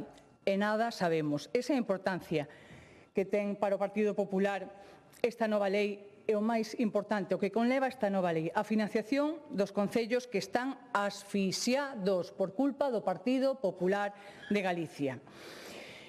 E agora, como digo, pois xa alargou que, a ver se nesta legislatura se presenta. Eu, perdóneme que faiga aquí incluso algo de pitonisa, xa me aventuro a decilo que o vexo máis como promesa de campaña do ano 28 que no trámite parlamentario en esta legislatura. E tamén decía o señor Calvo na interpelación do pleno pasado, e vou a ler literalmente, decía, o autogoberno local e a democracia participativa, sí, de acordo. Que delimita as competencias municipais, sí, de acordo. Que establezca un renovado sistema de financiación local xusto e suficiente, xa dixo, aquí sí, se establecerá un novo sistema de financiamento dentro do que nós poidamos facer. Eso sí, despois chegou ao Estado e xa valós fora e toda a culpa do Estado. Porque non creen no financiamento e na autonomía dos concellos. Porque consideran os concellos como feudos, donde os vasallos, que serían os alcaldes e as alcaldesas, teñen que guardar fidelidade ao amo e ser tutelados, porque aí é onde están vostedes cómodos, no tutelamento que lle fan continuamente aos concellos, quitándolles autonomía, cargándos de responsabilidades e de actuacións que teñen que facer e sin ningún fondo adicional, porque o fondo local base leva conxelado dende fai 17 anos. Está conxelado con 118 millóns de euros dende fai 17 anos. Incrementan, iso sí, o fondo adicional, chegando co fondo base a eses 168 millóns. Pero despois se lle enche a boca dicindo que aos concellos se lle vai a destinar 641 millóns de euros. E que fan con eses 473 millóns de euros restantes? Aí utilizan o método do dedo. A ti sí, a ti sí, a ti no, a ti no. A ti sí, a ti no, a ti sí, a ti no. Esta é a forma de traballar do Partido Popular. Co dedo, a base de dedazos. Eso é como traballa o Partido Popular. Porque son 473 millóns que, por certo, nin todos se reparten, porque o último informe do Consello Económico Social decía que quedaran sin repartir máis do 30%. Pois estes 473 millóns non van nin tan sequera para os concellos, nin tan sequera nin para os concellos do Partido Popular. Preferen deixalos ali na ouchiña para cando cheguen as eleccións, entonces sí, firmar convenios a destajo tamén. Con quen? Cos concellos do Partido Popular.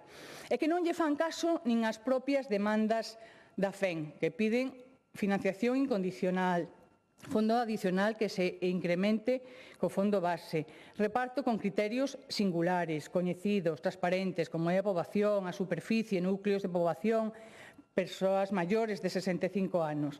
En absoluto.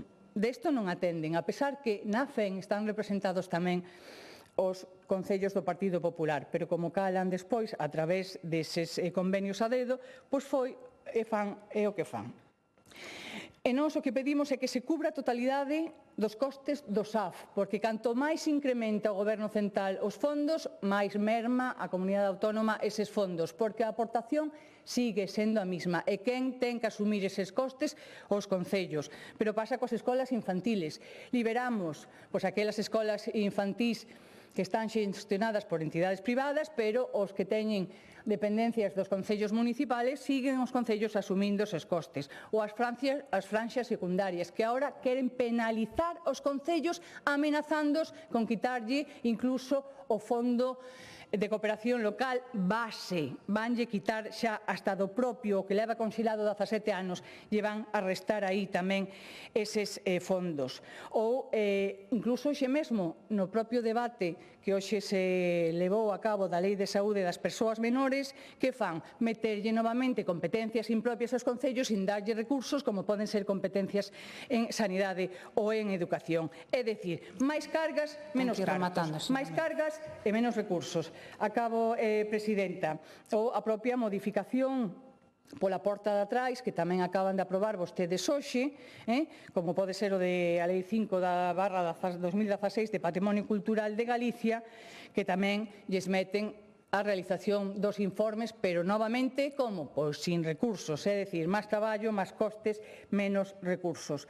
Incluso, o decía a miña compañeira Patricia Iglesias, a propia Deputación da Coruña lle dá máis aos 93 concellos. Hombre, señor Comesaña, que me veña a comparar o orzamento da Diputación co orzamento da Xunta de Galicia e que se lle enche o peito dicindo que solo en sanidade xa é máis que o propio orzamento da Diputación da Coruña. Estou falando do que destinan aos concellos, finalizo, Presidenta, estou falando do que destinan aos concellos. E a Diputación da Coruña lle dá máis a 93 concellos que lle dá a Xunta, o Partido Popular da Xunta de Galicia aos 313 concellos. Eso é como fan política vostedes. Os seus a base de convenios e os resto a repartir miseria. Moitas gracias.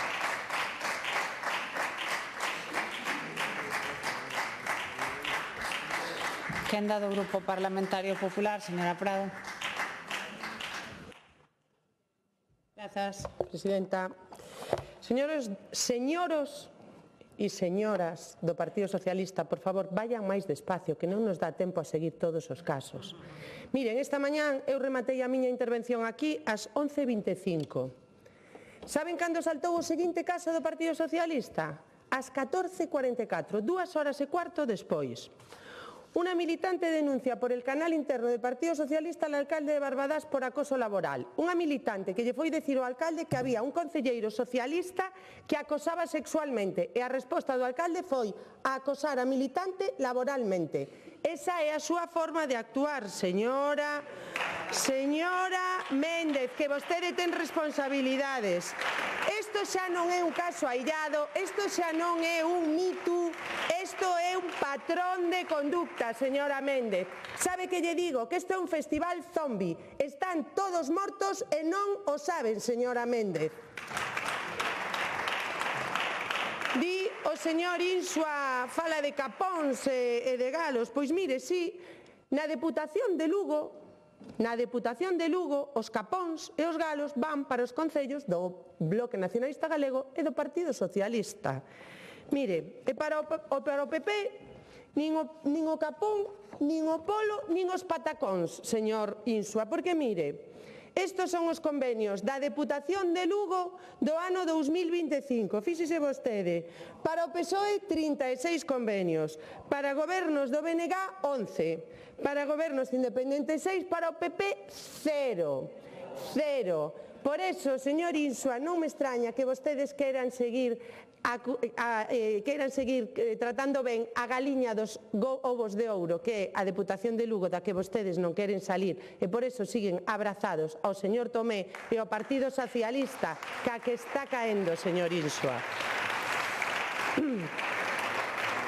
E falaba vostede de que vostedes lle retorcen o brazo ao Partido Socialista e ao Goberno de España, pero mire, señor Insua, se vostedes cando fixeron o primeiro pacto co Goberno de España para facer presidente a Pedro Sánchez, porque si, vostedes tamén co seu voto fixeron presidente a Pedro Sánchez, poñían naquele acordo que se cumplira o pacto da dependencia, os cartos que se lle debedaban a Galicia. Eso sí, en toda a legislatura. Pasou a legislatura, non cumpliron con Galicia. Volveron a segunda legislatura do señor Sánchez. Volveron a apoiar ao señor Sánchez. Eso sí, neste caso, deixaron a un lado ese punto do pacto e do acordo e xa non puseron no acordo o de que lle pague a Galicia o que lle debeda na lei de dependencia. Que, por si non o saben, son 3.000 millóns de euros, señorías, 3.000 millóns de euros. Piden a Xunta máis financiamento para os concellos e cando a Xunta aumenta ese financiamento, seguen criticándoa. Piden a Xunta unha nova lei de administración local, que si, señora Méndez, a lei de administración local, a larga, vai vir a este Parlamento. Nós seguro que a vemos, vostede non o sei. Miren, insisto, para vostedes calquera resposta sempre equivocada. Pero bueno, xa que estamos nas datas de Nadal, eu non vou a perder a esperanza e vou a intentar a facerlles entender a vostedes e ao conxunto dos galegos cal é a realidade. A realidade é que o financiamento dos concellos dende o ano 2011 en Galicia fomos pioneiros para blindalo e garantilo por lei. A aportación da Xunta aos concellos nunca deixou de medrar ata chegar este ano hasta 700 millóns de euros. Miren, señorías, pasamos do ano 2021 con 127,1 hasta o ano 2026 187,3 millóns de euros. Donde baixou o financiamento aos concellos, señorías? Explíquenmelo. Despois veñen vostedes cando se lles dou a oportunidade de participar no proceso de elaboración e facer aportacións aos seus representantes, nin ian ás reunións, nin aparecían por ali, pero con ou sen a súa contribución, señoría, os concellos galegos contarán esta legislatura cunha nova normativa local pioneira na que se clarifiquen as competencias dos concellos, na que se actualice o sistema de financiamento e se atenda a problemática da dispersión, do despoboamento e do envellecemento na prestación de servicios. E iso vostedes non o din nunca, e de pouco servirá esa actualización da normativa autonómica se non se actualiza tamén a normativa estatal, porque eu xa voulles enseñar esta foto que é do ano 2017, onde estaba o anterior presidente da FEGAM, o socialista Alfredo García, co presidente da Xunta, o entón Alberto Núñez Feijóo, e o conselleiro do ramo, que era o actual presidente, o señor Rueda. En aquel momento se chegou ao acordo de que o financiamento local se empezaría a debatir e se empezaría a artellar unha vez que se tivera artellado o financiamento autonómico. Pero como a nivel estatal todavía, isto yo explicamos xa esta mañán, non se ten avanzado no financiamento autonómico, dificilmente podemos avanzar no financiamento local. Ahora, como temos un presidente de Afegán máis sanchista que socialista, pois claro, ahora arremete contra a Xunta e utiliza a Afegán como arma arrojadiza contra a Xunta absolutamente con todo. Eso de pactar os concellos ca Xunta, eso desapareceu, señorías. Pois vostedes sigan así. É claro que os concellos asumen competencias que non son propias, pero vostede non fala nada das competencias que lle impón o Goberno de España, señor Insua. Non as conoce? Non coñece a retirada do amianto? Non coñece as derivadas da Lei de Benestar Animal? Sí, coñece, pero desas non fala. E do tasazo do lixo tampouco fala. Iso lle botan a culpa a nosa compañeira de Cangas, que é a culpable de que os veciños se lle boten en riba cando vostedes poñen un tasazo en Cangas absolutamente irracional. É culpa do PP, non do señor Pedro Sánchez. E como non, hai concellos que gastan os cartos en cousas que non sabemos moi ben. Mire, voulle poñer un exemplo dun concello do BNG. Por exemplo, Concello de Muras. 600 habitantes ten o Concello de Muras. Eso sí, en 8 anos gastou 250.000 euros en pagos a 2 empresas por asesorar ao Concello en asuntos que podía emitir informe. A secretaria ou outros funcionarios. Coñece vostede ese caso, señor Insua? Pois o invito a que o estudie. O invito a que o estudie porque é moi interesante. É moi interesante. Pois estudie vostede, señora Rodil, como membro da dirección do partido, estaría moi ben que estudiara ese caso. O igual, señorías, que cando din vostedes que cos cartos da condonación da débeda se poden pagar os gastos. Pois mire, é que Hacienda se admitiu que non é posible, pero eu lles recomendo tamén, e vostede xurista, señor Insua, que lea o artigo 12 da Lei Orgánica de Estabilidade Presupuestaria e Sostenibilidade Financiera, que impide que eses cartos vayan a gasto. Nin para un gasto, nin para outro, tampouco para o SAF. E vostede veu aquí falar de SAF e de externalización do SAF. Mire, estes son os datos dos concellos de diferente cor política como teñen externalizado o SAF. Mire, o 69% dos concellos do Partido Socialista gobernados polo Partido Socialista teñen externalizado o SAF. O 66% non miran para arriba, están todos mirando para baixo, non queren ver a verdade. O 66% dos concellos gobernados polo Bloque Nacionalista Galego, incluído o de Pontevedra e o de Santiago, se inclúe Pontevedra para que non pensen que teño unha teima con Santiago. O de Pontevedra e o de Santiago, o 66% dos concellos gobernados polo Bloque Nacionalista Galego teñen externalizado o SAF. É que curioso, xusto os que menos teñen externalizado o SAF son os gobernados polo Partido Popular, o 58%. Home, igual terían que facer algunha formación interna para explicarlle aos seus mandos que isto de externalizar non é o que pide a UPG, non é o que pide a CIGA, non é a ideoloxía do BNG, señorías. Fagan vostedes, por favor, unha formación interna ideolóxica para explicarlle isto da externalización que parece ser que está moi, moi mal. Pois miren, señorías, nos... Ten que ir rematando, señora Paula. Sí, remato, señora presidenta. Mesmo a última que vimos foi na Deputación de Lugo tamén, por certo, que falan doutras, pero non falan da que está máis da actualidade, e tamén está da actualidade porque na última xunta de goberno levaron a privatización, a externalización, chámenlle como queiran, de todas as residencias de persoas da terceira idade da provincia de Lugo. A mesma empresa que xestiona as residencias de Ribadeo, Pol, Pedrafita do Cebreiro, a mesma privatización que nas residencias de Trabada, Rivas de Sil, Navia de Suarna, Meira, a Fonsagrada. Toda a rede de residencias da Deputación de Lugo está privatizada polo Partido Socialista e polo Bloque Nacionalista Galego. Señor Insua, suba aquí e diga que isto non é verdade. Mire, nós non podemos apoiar esta moción porque o Goberno da Xunta de Galicia, liderado polo presidente Rueda, polo Partido Popular de Galicia, é o que máis financiamento ten garantido os concellos de Galicia. E concellos gobernados por vostedes están gastando os cartos no que non deben. Máis nada e moitas gracias.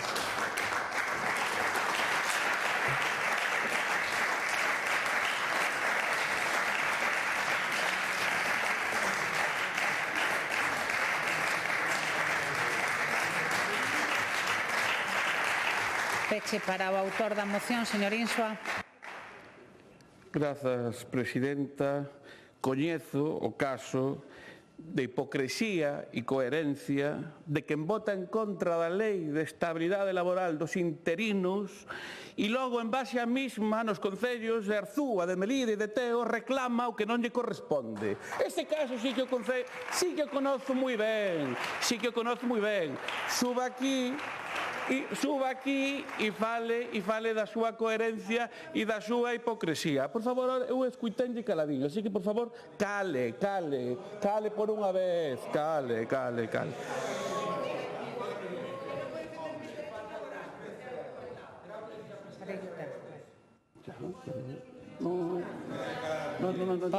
Parei o tempo a ver se nos tranquilizamos un pouquiño. Silencio, por favor. Hasta que garden silencio non vou a reanudar o tempo. Creo que o pleno vai intenso, vostedes mesmos. Rogo que lle deixen ao señor Insua intervir. Faltoulle traer aquí tamén os concellos do Partido Popular que contrataban tamén a esas empresas que vostede di, é dicir, fale vostede. Mira, falou vostede aquí das deputacións. Mira, na Deputación da Coruña, é dicir, teñen un plan único que xa lle gustaría, é dicir, que fora copiado por a Xunta, é dicir, que ten todo o apoio, é dicir, que apoian os concellos. Creo que xa se explicou aquí. E menos mal que tamén hai nominativas, porque é a única maneira de compensar mínimamente e escasamente o sistema de reparto valtariano do Partido Popular. Porque vostedes din que teñen 158 concellos, sí, pero eso non se corresponde con toda a poboación. Vostedes gobernan solamente no 28% da poboación galega, o 28% da poboación galega, que non é a metade dos concellos. Están nerviosos. Escuiten, home, tranquilidade. Entón, bueno, é normal, pero que a Deputación da Coruña, por exemplo, tamén lle dá nominativas, a Trazo, a Touro, a Oroso, a Alpica, a Cesures, a Mañón, a Vilasantar, a Begondo, a Ferrol, e o BNG onde goberna non é sectario como vostedes, non é sectario como o Partido Popular, porque ainda somos capaces de diferenciarnos de vos cando gobernamos. Se as contas están aí, traiga aquí, bueno, é que vostede non é ecuánime, porque é que están dando as podres, é imposible concentrarse. A min parece moi ben que defenda os dereitos, pero non se meta ca presidencia, que non se meta ca presidencia. Respete a todo o mundo. Eu pido que todo o mundo garde silencio, unhas veces fannos caso e outras veces non. Unhas veces fannos caso pola dereita e outras pola esquerda. Vamos intentar rematar, non crepe, se fai o favor. Fáleme con respeto, como lle falo a vostede. Ten agora o turno e remate. Parei o tempo 2 veces e ten vostede o seu turno, que ninguén lle pisou. Pero que non me está respetando, señora presidenta, porque non está sendo neutral. Non está sendo neutral. Eso non é certo porque lle parei o tempo hasta que a xente se tranquilice. Está vendo vostede. Pero non me teño que tranquilizar. Non se meta coa presidencia. Vostede non lle chama atención. Vostede non lle chama atención. Quere rematar a súa intervención? Si me deixan. Ou quere entrar nun debate coa presidencia? Non, é como vostede non ten nada que debatir. Reanudamos. Ben, pois o que dicía, menos mal que se compensan, porque claro, eu falaba tamén do Concello de Ribadeo, pero do Ribadeo foron 23 convenios, pero voulle a falar de outros concellos máis. Concello de Monterrey, 31 convenios nos últimos anos, 1.666.000 euros. Concello de Cercedo-Cotevade, 34 convenios nos últimos 6 anos, con casi 3 millóns de euros. E isto que tamén están cobrando 1,8 millóns de euros do fondo adicional, por ser concellos dos que se fusionan. A parte destes. E bueno, e se non chega, outro concello máis. O Concello de Mos. Este sí que supera o de Ribadeo. É dicir, 44 convenios coa Xunta de Galiza nos últimos 6 anos. 6 6,6 millóns de euros. 6,6 millóns de euros. E vostedes aínda din que a Diputación que anda repartindo. O que non teñen vostedes é vergoña, vergoña.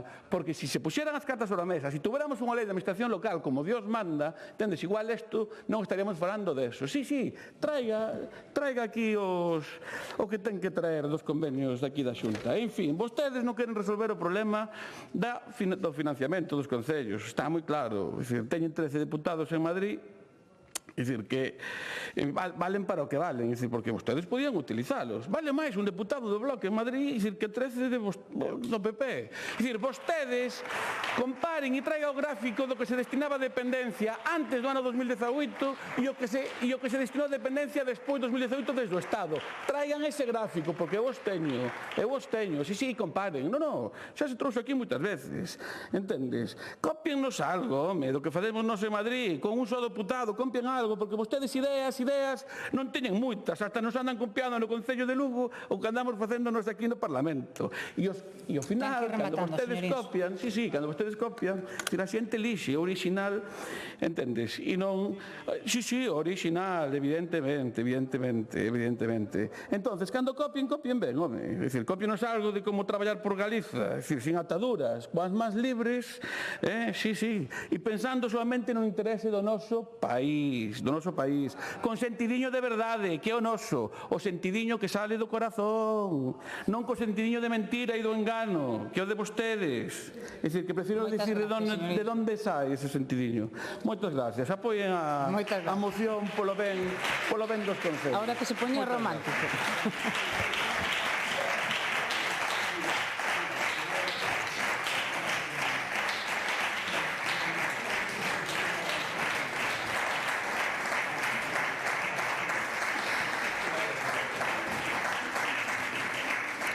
Continuamos coa seguinte moción do Bloque Nacionalista Galego por iniciativa de don Xosé Luís Vara Torres sobre as valoracións e declaracións que está a facer o Goberno galego verbo das resolucións do Tribunal Superior de Xustiza de Galicia relacionadas co sector eólico. A esta moción non se presentaron emendas e para a súa defensa ten a palabra o señor Vara.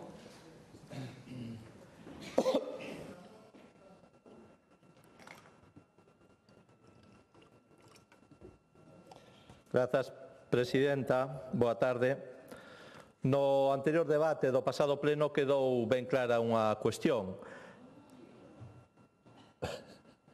Existe unha campaña de acoso, de intimidación e de presión por parte do Goberno da Xunta do Partido Popular contra o Tribunal Superior de Xustiza de Galiza. Existe esta campaña evidente. Están ameazando, están coaccionando, están chantaxeando o Tribunal Superior de Xustiza de Galiza. Ademais, é unha campaña dirixida desde a Presidencia da Xunta que está coordinada pola Conselleira de Medio Ambiente e que está executada pola patronal eólica e outros secuaces que teñen vostedes. E isto é unha proba máis, señor Trenor, non se alborote, é unha proba máis dun PP que está botado ao monte, que de moderado non ten nada, un PP que está nervioso, que está alterado, que está enfurruñado. E a verdade é que non nos extraña isto, sobre todo cos últimos inquéritos que se están publicando nestes pasados días, dos que se pode resumir unha cousa, señor Trenor: o PP baixa e o BNG sube. Esa é a realidade que lle preocupa a vostedes nas xerais e nas galegas. Por iso están vostedes tan nerviosos e por iso perden os papéis. Por iso perden os papéis e por iso esta campaña de ataques indiscriminados. Atacan á universidade por poñer unha bandeira palestina. Miren vostedes que delito. Atacan ao Consello da Cultura Galega por poñer unha estrela vermella no logotipo do ano Castelao. Miren vostedes, que escándalo, poñer a estrela vermella de Castelao na programación do ano Castelao. Por iso atacan vostedes o Consello da Cultura Galega, atacan o BNG e atacan as plataformas sociais que se mobilizan, por exemplo, como pasado domingo, fronte a proxectos agresivos como o de Altri. E xa por último atacan ao Tribunal Superior de Xustiza de Galiza presionan a magistradas e magistrados e ameazan, que isto é moi grave, ameazan con tomar medidas, como dixo a Conselleira de Medio Ambiente. Hai que tomar medidas. Isto é realmente grave. E saben como se chama isto? Saben como se chama? Chámase intimidación, chámase coacción e chámase chantaxe.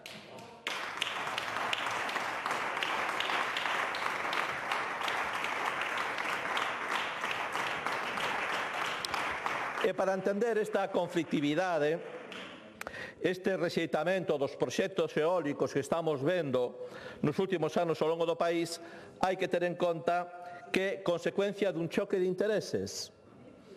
Pódese resumir así. Por un lado, os intereses dos fondos de investimento e das grandes empresas extractivas que están representados por esta bancada do Partido Popular e, por outro, os intereses das comunidades locais e do país que están representados polas plataformas sociais e polo BNG.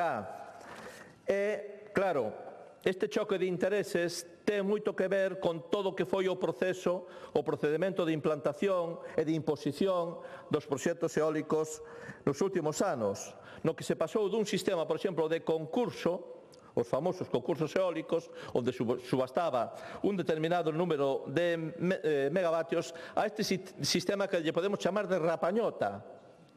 É unha auténtica rapañota cunha avalancha de proxectos tramitados simultaneamente, moito máis grandes nas súas dimensións e, ademais, moito máis próximos ás zonas residenciais. E por iso a xente se rebela.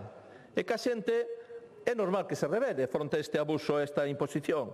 E, ademais, establecerse un sistema de autorización administrativa a perpetuidade fronte ás concesións temporais, por exemplo, que rese no caso da auga. E nós o que defendemos é que o vento sexa un ben de interese público superior, non de interese privado superior, como convertiu o Partido Popular. Ese queremos que sexa o réxime do vento, que sexa unha riqueza para toda a sociedade e para Galiza, non para uns poucos. Estableceron a arbitrariedade absoluta na tramitación e na aprobación de proxectos, como xa dixemos aquí, cos que foron aprobados irregularmente despois tumbados polo Tribunal Supremo e, por último, aprobaron un sinfín de cambios normativos, normalmente a través da Lei de Acompañamento dos Orzamentos, que nos trouxe ata aquí, a esta situación, que é a situación de inseguridade xurídica creada por vostedes. Porque a inseguridade xurídica non ven derivado das resolucións do Tribunal Superior de Xustiza de Galiza, por certo, na inmensa maioría dos casos avaladas pola totalidade dos magistrados e magistradas, sen discrepancia ninguna. A inseguridade xurídica é derivada dos cambios normativos arbitrarios aprobados polo Partido Popular. E o que fixo o Tribunal Superior de Xustiza foi suspender cautelarmente arredor de 90 proxectos por razóns motivadas, por incumprimento ou por prevención, precaución ambiental, por non garantir o respecto aos valores ambientais do territorio, por non facer correctas avaliacións ambientais ou por non respectar a paisaxe. E vostedes presumen de que desenvolveron un sistema eólico ordenado e planificado. Nada, de nada, de nada. Temos un plan sectorial eólico que é do ano 1997. Como se pode presumir dun plan sectorial actualizado que responda ás necesidades actuais? Saben vostedes cantos megavatios se están tramitando actualmente de maneira simultánea en eólica terrestre, en eólica mariña e en centrais de bombeo? Saben cantos? Pois arredor de 25.000 megavatios, que é unha auténtica barbaridade. E despois extrañalle a vostedes que a xente se rebele, que a xente se movilice, que a xente vai aos xulgados, pois é a defensa que teñen para defender os seus intereses. E se non entenden que unha parte desa xente cabreada e a súa propia base social son militantes e simpatizantes do Partido Popular e que non entenderon absolutamente nada, de nada, de nada. E miren, con esta moción facémoslle tres propostas moi concretas, eu creo que moi razonables. A primeira é que cesen nesta campaña de ataques e de acoso ao Tribunal Superior de Xustiza de Galiza, que respecten a separación de poderes. A segunda é que aproben un desenvolvemento ordenado, planificado, garantista e respectuoso co medio e coas persoas do sector eólico. E, en terceiro lugar, que desenvolvan os mecanismos de protección ambiental que están previstos na legislación, fundamentalmente a protección das zonas en bo estado de conservación que deben entrar na Rede Natura, non boicotear a Rede Natura, como levan facendo todos estes anos, que desenvolvan efectivamente as infraestructuras verdes e que protexan a paisaxe. Pero vostedes, a estas propostas, van votar en contra. E saben por que van votar en contra? Pois porque son medidas para defender a xustiza e para defender os intereses deste país. E o Partido Popular non está aquí para defender o país. O Partido Popular está aquí para defender a quen quere aproveitarse do país, dos seus recursos e da súa riqueza. Moitas grazas. Moitas gracias.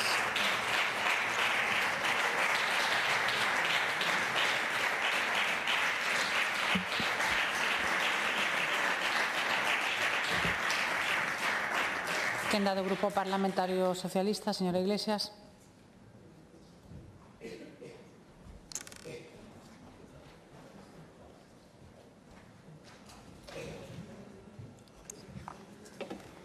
Grazas, presidenta. Boas tardes de novo a todos. O que está a suceder co sector eólico en Galicia ten un responsable político nítido, inequívoco e único, que é o Goberno galego do Partido Popular.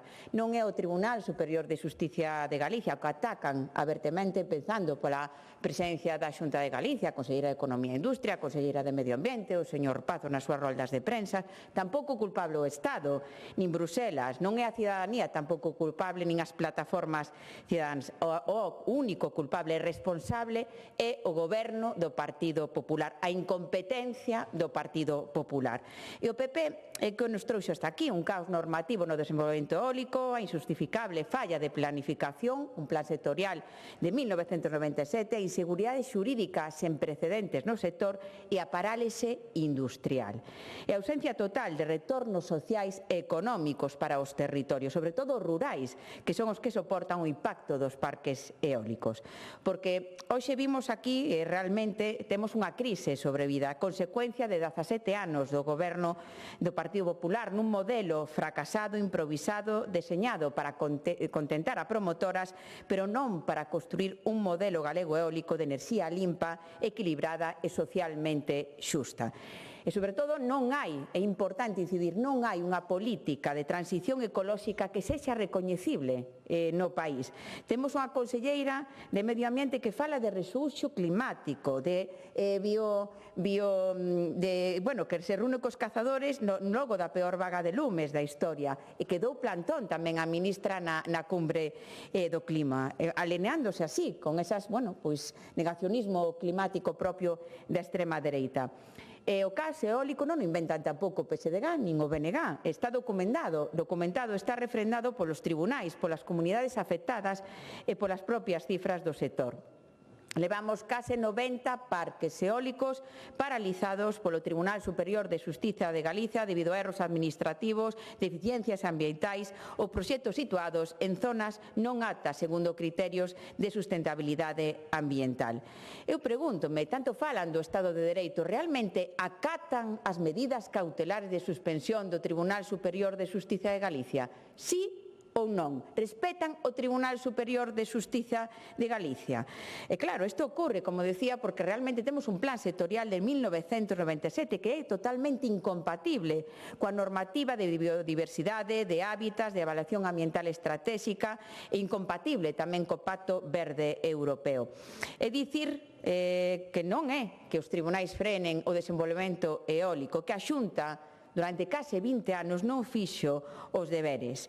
É importante tamén incidir, non hai unha soa sentencia, se me adianto, como dirá o deputado do Partido Popular, non hai unha sola sentencia do Tribunal Supremo, nin unha soa sentencia do Tribunal Supremo que se pronuncie sobre as afeccións ambientais dos autos cautelares do Tribunal Superior de Xustiza de Galicia. Ninguna soa. E o TJUE pronúnciase sobre como ten que ser o procedemento formal de consulta pública.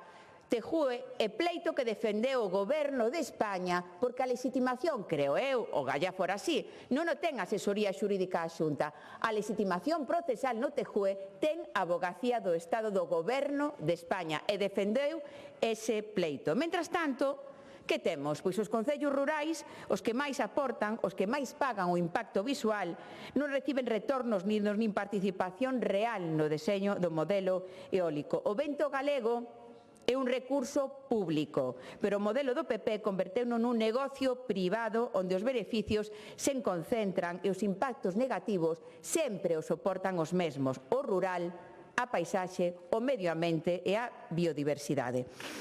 E o PP é responsable do seu propio fracaso. Primeiro dato que temos que ter en conta. En 2009, isto é moi importante, chegou Feijóo á Xunta e que decidiu parar o concurso eólico do bipartito presidido por Emilio Pérez Touriño, sacando 2.325 megavatios e poñendo en risco 5.000 millóns de investimento. E por esa suspensión por motivos partidistas e caprichosos do señor Feijóo, tivemos que pagar máis de 200 millóns de euros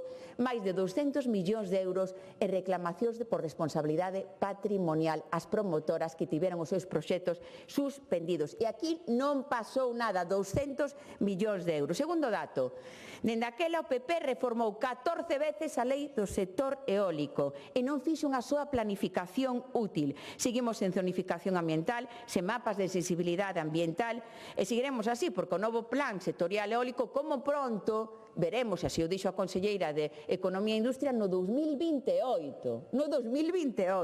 Terceiro dato, as modificacións legislativas introducidas polo PP nestas 14 modificacións, por que perseguiron? Pois flexibilizar, eso que chaman simplificación, flexibilizar procedementos para determinadas promotoras eólicas, sin protección ambiental.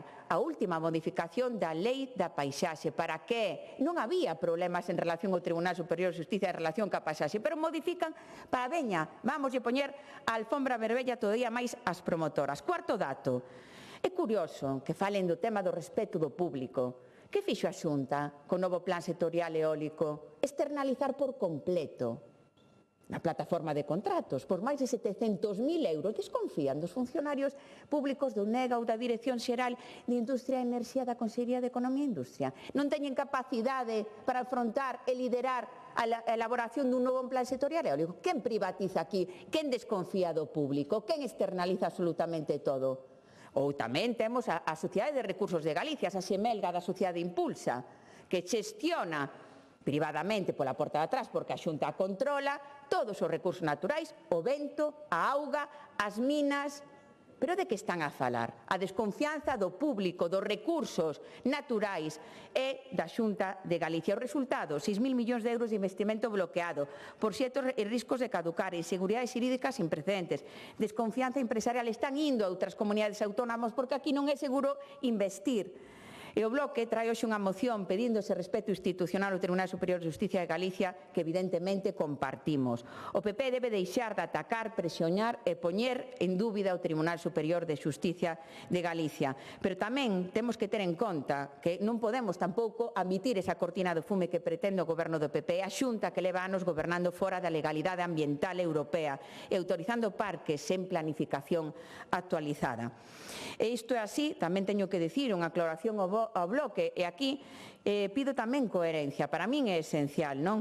Realmente votou o BNG e o PP xuntos no Congreso dos Diputados e non apoiaron o Real Decreto Lei 7/2025 que evitaba a caducidade masiva de proxectos renovables en Galicia, votaron en contra do consumo enerxético, votaron en contra do almacenamento enerxético e de dar oxígeno temporal aos parques eólicos suspendidos xudicialmente.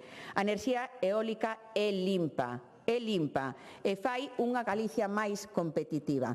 Por tanto, nós defendemos unha planificación seria, nova zonificación, ampliación da rede Natura, participación social e municipal, empresa pública de enerxía, e non queremos sociedades opacas como Recursos de Galicia, controlando e xestionando pola porta de atrás os nosos recursos, e queremos, evidentemente, outra planificación, unha nova etapa no desenvolvemento eólico, participación, planificación e beneficio social no territorio. Un pacto de país queremos e tendemos a man en materia de enerxía e industria en sintonía co Pacto Verde Europeo.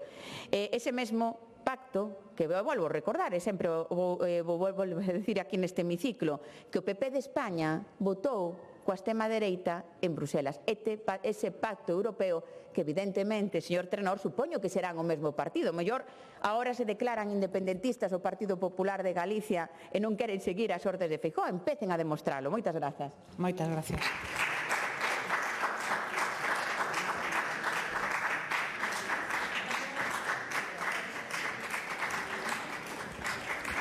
Ten dado o Grupo Parlamentario Popular, señor Trenor.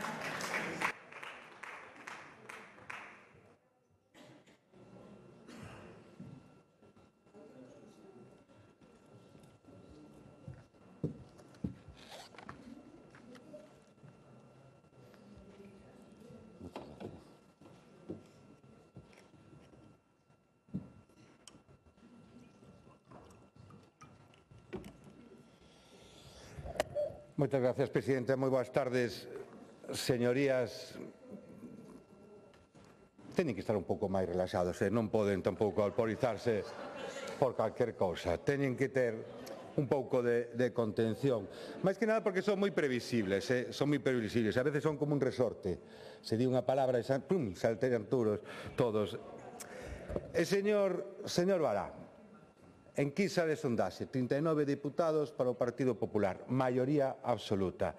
Enquisa de sondaxe, creo que dá bastante menos a vostedes, ademais, pois parece que fagocitando a outro partido da esquerda. Se vostedes están contentos, felices, nós tamén, Digo yo en serio, vostedes seguirán aí e nós seguiremos coa maioría dos galegos.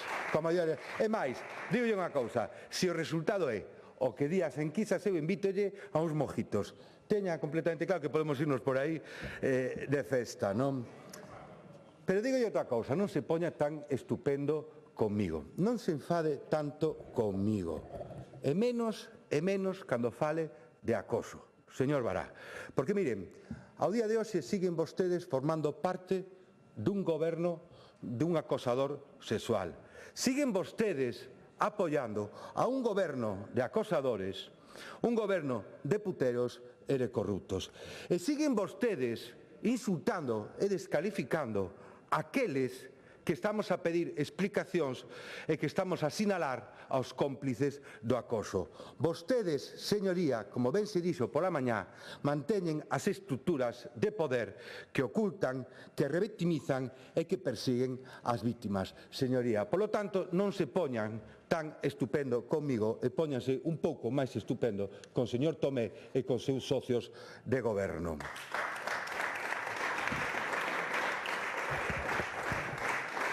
Miren, vostede afirmou na súa intervención que o goberno da Xunta de Galicia e o Partido Popular de Galicia estaban a levar unha campaña organizada de presión, chantaxe e amedretamento ao Tribunal Superior de Xustiza de Galicia. Mira, hoxe falaban pola mañá e falaban de estrategia espello, non de que os deputados a veces proxectaban sobre os outros deputados o que eles mesmos facían. Mire, se hai alguén aquí que acosou algún tribunal foi precisamente a súa organización. O meu partido xamais convocou manifestacións ou algadaras en contra de ningún tribunal. Xamais chamamos a inflamar as rúas para protestar por decisións xudiciais. E xamais acusamos aos xuíces de fango e de defensores dos intereses nin da extrema dereita nin da extrema esquerda. Eso o fixeron vostedes. E mire, e non se pensa que son frases feitas ou que non está sustentado. Señoría, lémbrolle a súa relación coas sentenzas xudiciais. A súa lideresa fala de togas que queren facer políticas e que ademais encima son expertos en dereito penal, porque xa son vostedes falan de o tipo de probas e se hai ou non hai probas cando ni siquiera se coñecía a sentencia, pero a vostedes dáballes absolutamente igual a sentencia. Vostedes atacaban o tribunal simplemente porque non lle gustaba cal era o fallo. Pero non acaba aí, non acaba aí. O BNG tilda a decisión do Constitucional de verdadeiro golpe blando xudicial. O BNG burlase da grotesca instrucción sobre a trama rusa do proceso e lawfare da peor especie. O BNG se suma ao ataque aos xuíces, os que califica de ultras. O BNG, cos herdeiros do terrorismo do País Vasco, tildan de lawfare a actuación dun xuíz. Señor Bará, esta é a relación de vostedes coa xustiza, pero non é de agora. Isto xa ven de atrás. Que lembrarles que cando xulgaron os terroristas que había en Galicia, eses que andaban a poñer bombas, que tan boas relacións tiñan con vostedes, e chamaron, perdone, señora Olalla, perdóneme, cando chamaron a testificar a dos membros do Bloque Nacionalista Galego, o seu voceiro e o seu secretario, o que vostedes dixeron é que era, como decían, era unha xustiza non neutral, era unha estrategia do Partido Popular para acabar con o nacionalismo. Eso foi o que vostedes dixeron cando foi o xuízo de resistencia galega, aqueles, o que era o terrorismo que tiñamos en Galicia. É alucinante, señorías, que sexan vostedes co seu historial o que nos digan que nós non respetamos a xustiza. Pero lembrolles que aquí, quen cuestiona o traballo do Tribunal Superior de Xustiza de Galicia non é o Partido Popular, é o Supremo, con 4 sentencias, e é o Tribunal de Justicia da Unión Europea con outra sentencia. E miren, xa que sai vostede e é tan gracioso sobre as manifestacións, permítame que proporcione un par de datos para entender como son as manifestacións do Bloque Nacionalista Galego. Mire, o Bloque e a CIGA entran a tutelar a gran plataforma de Altri. Noticia deste verán. Noticia do inverno, de setembro. A UPG chama a agitar as rúas. Claro. E despois, uniendo unha noticia con outra, pois entendemos que a plataforma a que agita as rúas, seguindo as instruccións da Unión do Pobo Galego. Claro, por iso lle fan tantas gracias as manifestacións, porque consideran que o resto somos similares a vostedes. E mire, e cos eólicos está a ocorrer algo exactamente parecido. Persoas do partido do Bloque Nacionalista Galego que fixeron negocio cos eólicos agora forman parte das plataformas. Esas plataformas impulsan unha ofensiva xudicial financiada por concellos e por diputacións onde están vostedes. É un despacho de abogados fundado por cargos do BNG é o que elabora e cobra os recursos co que o Tribunal Superior de Xustiza de Galicia paraliza o sector eólico. 90 proxectos industriais paralizados gracias ao traballo coordinado de plataformas da financiación da Administracións do Bloque Nacionalista Galego e os recursos elaborados polo despacho de abogado dun deputado do Bloque Nacionalista Galego. Señorías, esa é a realidade do sector eólico en Galicia. Cartos para algúns e 90 proxectos paralizados. Pero, señorías, mire, máis alá do enriquecemento da xente do Bloque Nacionalista Galego, a parálise do sector eólico ten unhas consecuencias moi graves para Galicia. Por un lado, unhas consecuencias gravísimas na loita contra o cambio climático. Porque, señorías, sen renovables non podemos avanzar cara a descarbonización e a neutralidade climática. Lembren, señorías, que de terse imposto en funcionamento os parques eólicos suspendidas estaríamos deixando de emitir á atmósfera 2,5 millóns de toneladas de CO2 ao ano. Hoxe en Galicia, gracias ao traballo da Xunta de Galicia, lideramos a reducción de emisión de gases de efecto invernadero en España, menos 62%. Menos 62%, pero poderíamos reducirlos noutros 10 puntos se non fora polo traballo dese despacho e dos señores do Bloque Nacionalista Galego. Pero eu quero recordar que o Bloque Nacionalista Galego non está en contra só do eólico, é que está en contra absolutamente de todas as enerxías renovables, de eólica terrestre, de eólica mariña, do biogás, das centrales das hidroeléctricas, tamén das novas centrais de bombeo que se están a plantexar, señores do Bloque Nacionalista Galego. Están vostedes en contra de todas as enerxías renovables e isto ten tamén unhas consecuencias moi graves no desenvolvemento do noso país, porque está a facernos perder grandes investimentos e moitos postos de traballo. Está en xogo moito emprego, moitas inversións e moito futuro de Galicia. Estánse a deixar de crear 2.750 empregos e máis de 6.300 millóns de investimento. E ademais son moitos os proxectos que dependen desa enerxía renovable. Esta semana coñecimos 2 proxectos que xiraban en torno ao hidróxeno verde que non poden levarse a cabo porque non teñen enerxía renovable suficiente. Iso é o que busca a UPG. Señorías, eu non vou opinar sobre as sentencias da sección terceira, pero lembrolles que eu non cuestiono ao señor Villares. O que cuestiona é o Supremo con 4 sentencias e o Tribunal da Xustiza da Unión Europea. Eu non falo dos autos que fai Luís Villares, pero algúns sí que sabemos perfectamente quen é o deputado Luís Villares. Debatemos con el da mesma forma que debato con vostede. Da mesma forma, por iso lembro perfectamente como era o señor Luís Villares. E miren se era sectario, que o votaron os seus compañeiros para o grupo mixto. Miren se era sectario que pasou de líder da oposición ao grupo mixto. Máis nada, moitas gracias. Moitas gracias.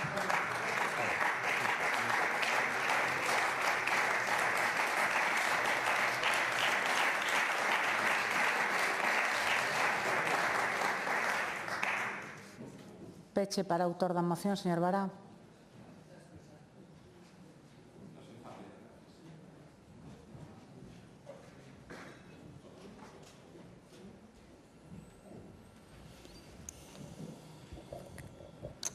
Señor Trenor, o que é alucinante, o que é verdadeiramente alucinante é o nivel de barbaridades que ten que sair vostede a dicir aquí cando non ten ningún argumento. Iso sí que é alucinante.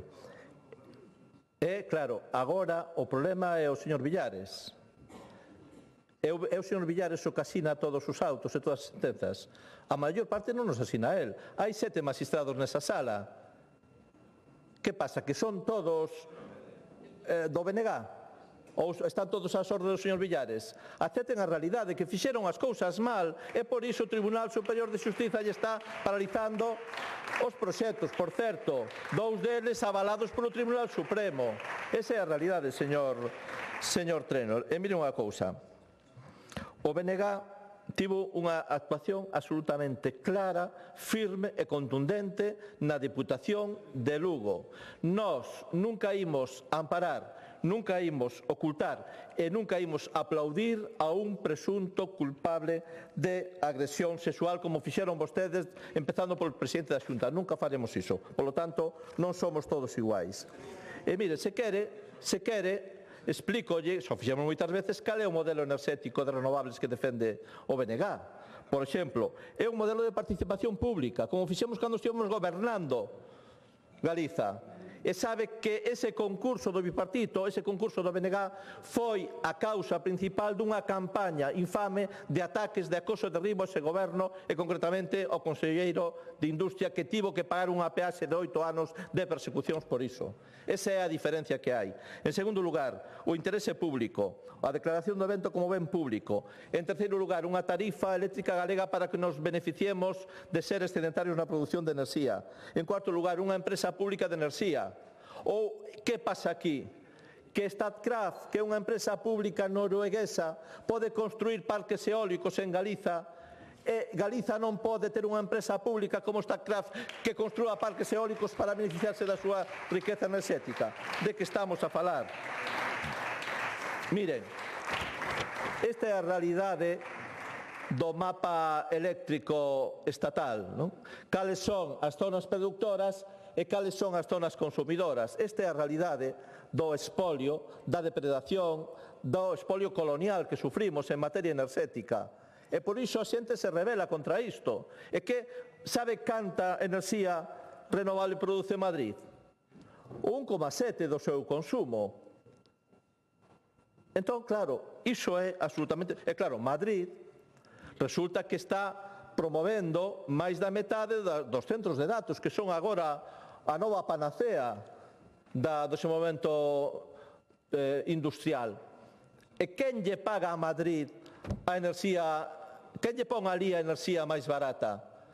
As zonas que somos excedentarias na produción eléctrica renovable, como Galiza. Esa é a realidade da discriminación que estamos a sufrir. Polo tanto, señor Trenor, isto chámase, non se chama, como din vostedes, transición xusta.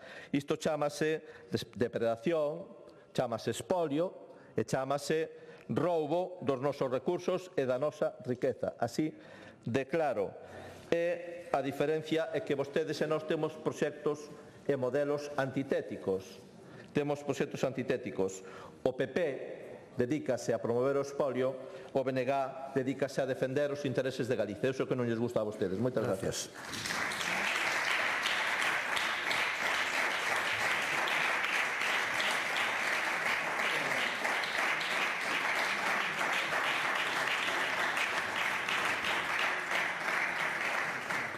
Moción do Grupo Parlamentario Socialista, iniciativa de doña Patricia Iglesias, sobre o rigor da avaliación do impacto medioambiental e socioeconómico na tramitación dos plans industriales estratégicos promovidos polo Goberno galego.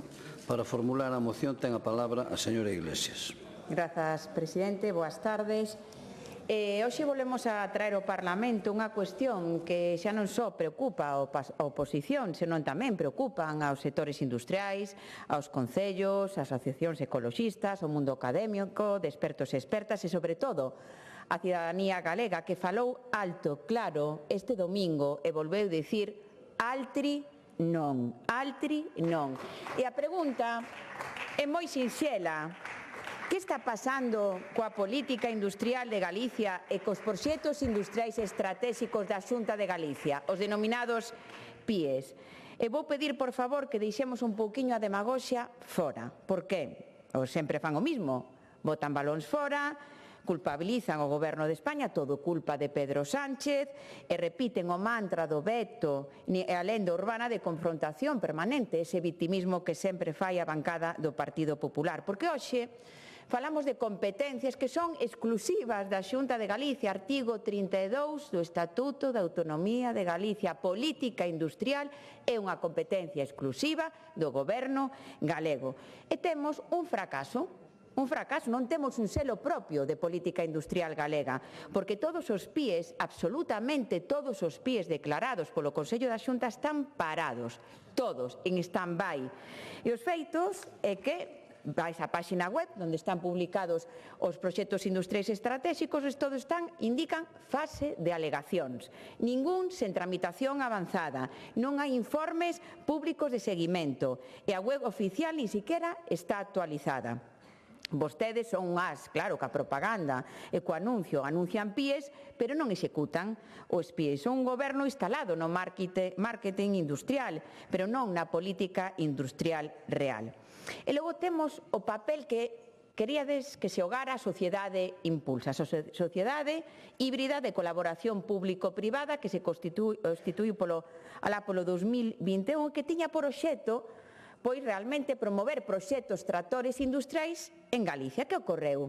Bueno, pois ocorreu que este verán, en agosto, con nocturnidade e alevosía, as agochadas, disolveron a sociedade Impulsa, sin un só proxecto tractor industrial feito, e sen explicarlle á cidadanía por que desaparecía a entidade chamada de dar soporte aos PIEs en Galicia.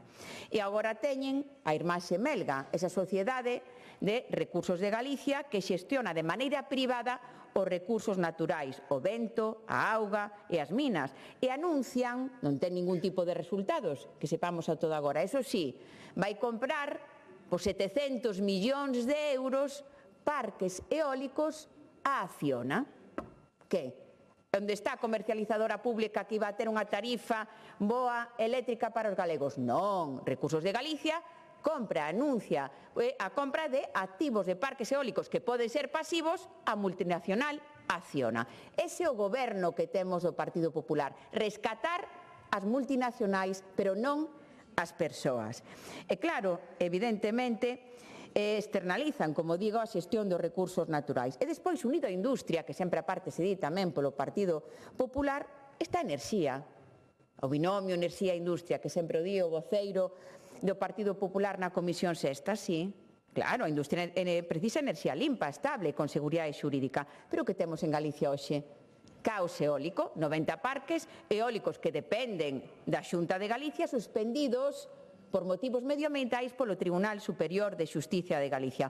Un plan eólico de 1997 e un novo plan que, como moito xa dixen, veremos no 2028. Ampliación da rede Natura metida no caixón e tamén 14 cambios normativos da Lei do sector eólico que implica improvisación, caos, empezar a facer a casa polo tellado en vez de empezar a facer a casa polos cimientos. E o resultado, en seguridade total e parálisis absoluta por responsabilidade exclusiva do Goberno do Partido Popular. E mentras Galicia se paraliza, o Goberno de España impulsa a industria verde, a industria sostible. Temos exemplos e datos, porque vayamos a datos, a rigurosidade. Proxecto de hidróxeno verde nas zonas de transición xusta 30 millóns de euros aportados polo Goberno de España. A fábrica de bioenerxía de Lugo, en Lugo, 27,5 millóns de euros do Goberno de España. Repotenciacións eólicas voluntarias aquí en Galicia por 57,7 millóns de euros.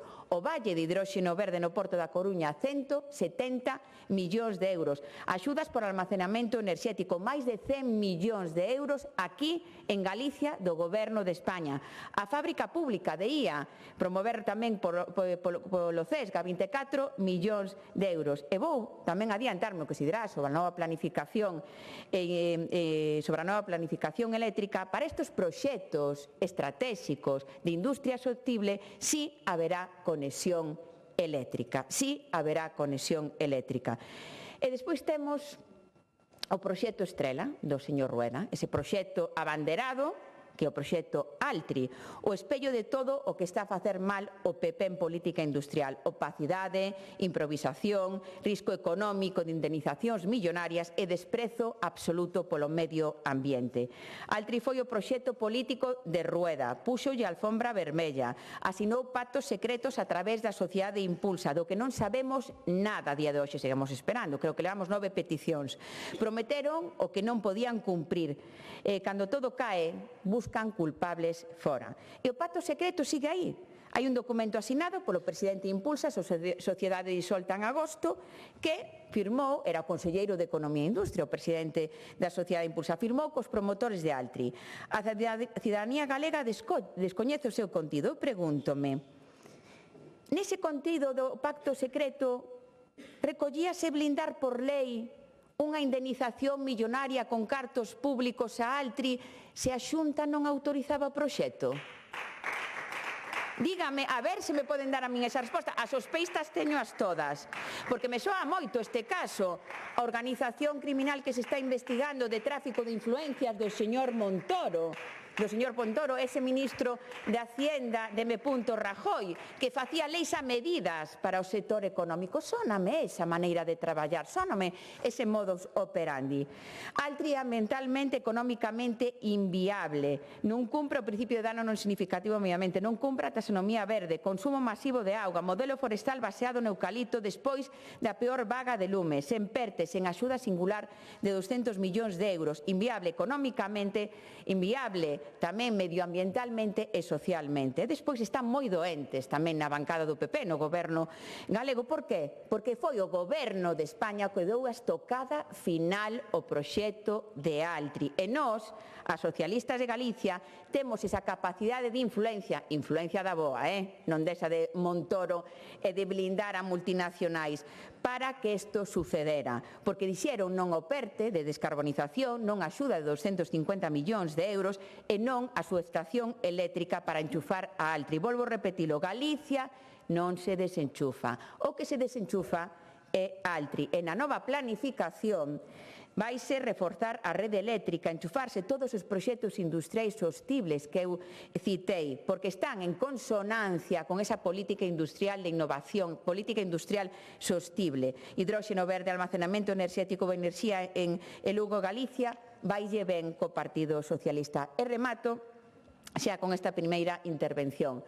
É importante dicir que a pataca quente está no tellado do goberno galego, está no tellado do señor Rueda. Ten que dicir se vai autorizar ou se vai a denegar Altri, pero algo ten que dicir, porque a competencia exclusiva é da Xunta de Galicia. Está pendente a autorización ambiental integrada. Anunciaron en Bran, seguimos esperando. E todo isto, algo moi grave, blindaron por lei na Lei de Medida de 2024 un traxe a medida para Altri, que di o artigo 85.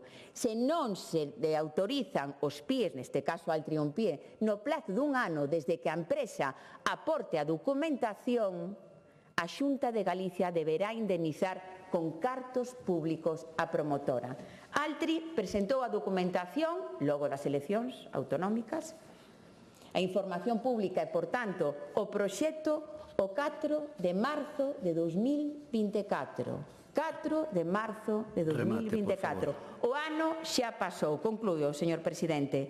Galicia non merece todos os PIEs paralizados pola incompetencia industrial do goberno galego. Non merece o caos eólico, a opacidade, os pactos ocultos, a propaganda sen execución e proxectos inviables como Altri que poden custar millóns de euros de cartos públicos de iniciación facendo unha lei a medida para Altri. De novo, prefiren rescatar as multinacionais que as persoas. Galicia merece certeza, planificación, transparencia e industria real sostible. Hoxe, as que ten o PP, pois evidentemente non ten un selo galego. Moitas gracias.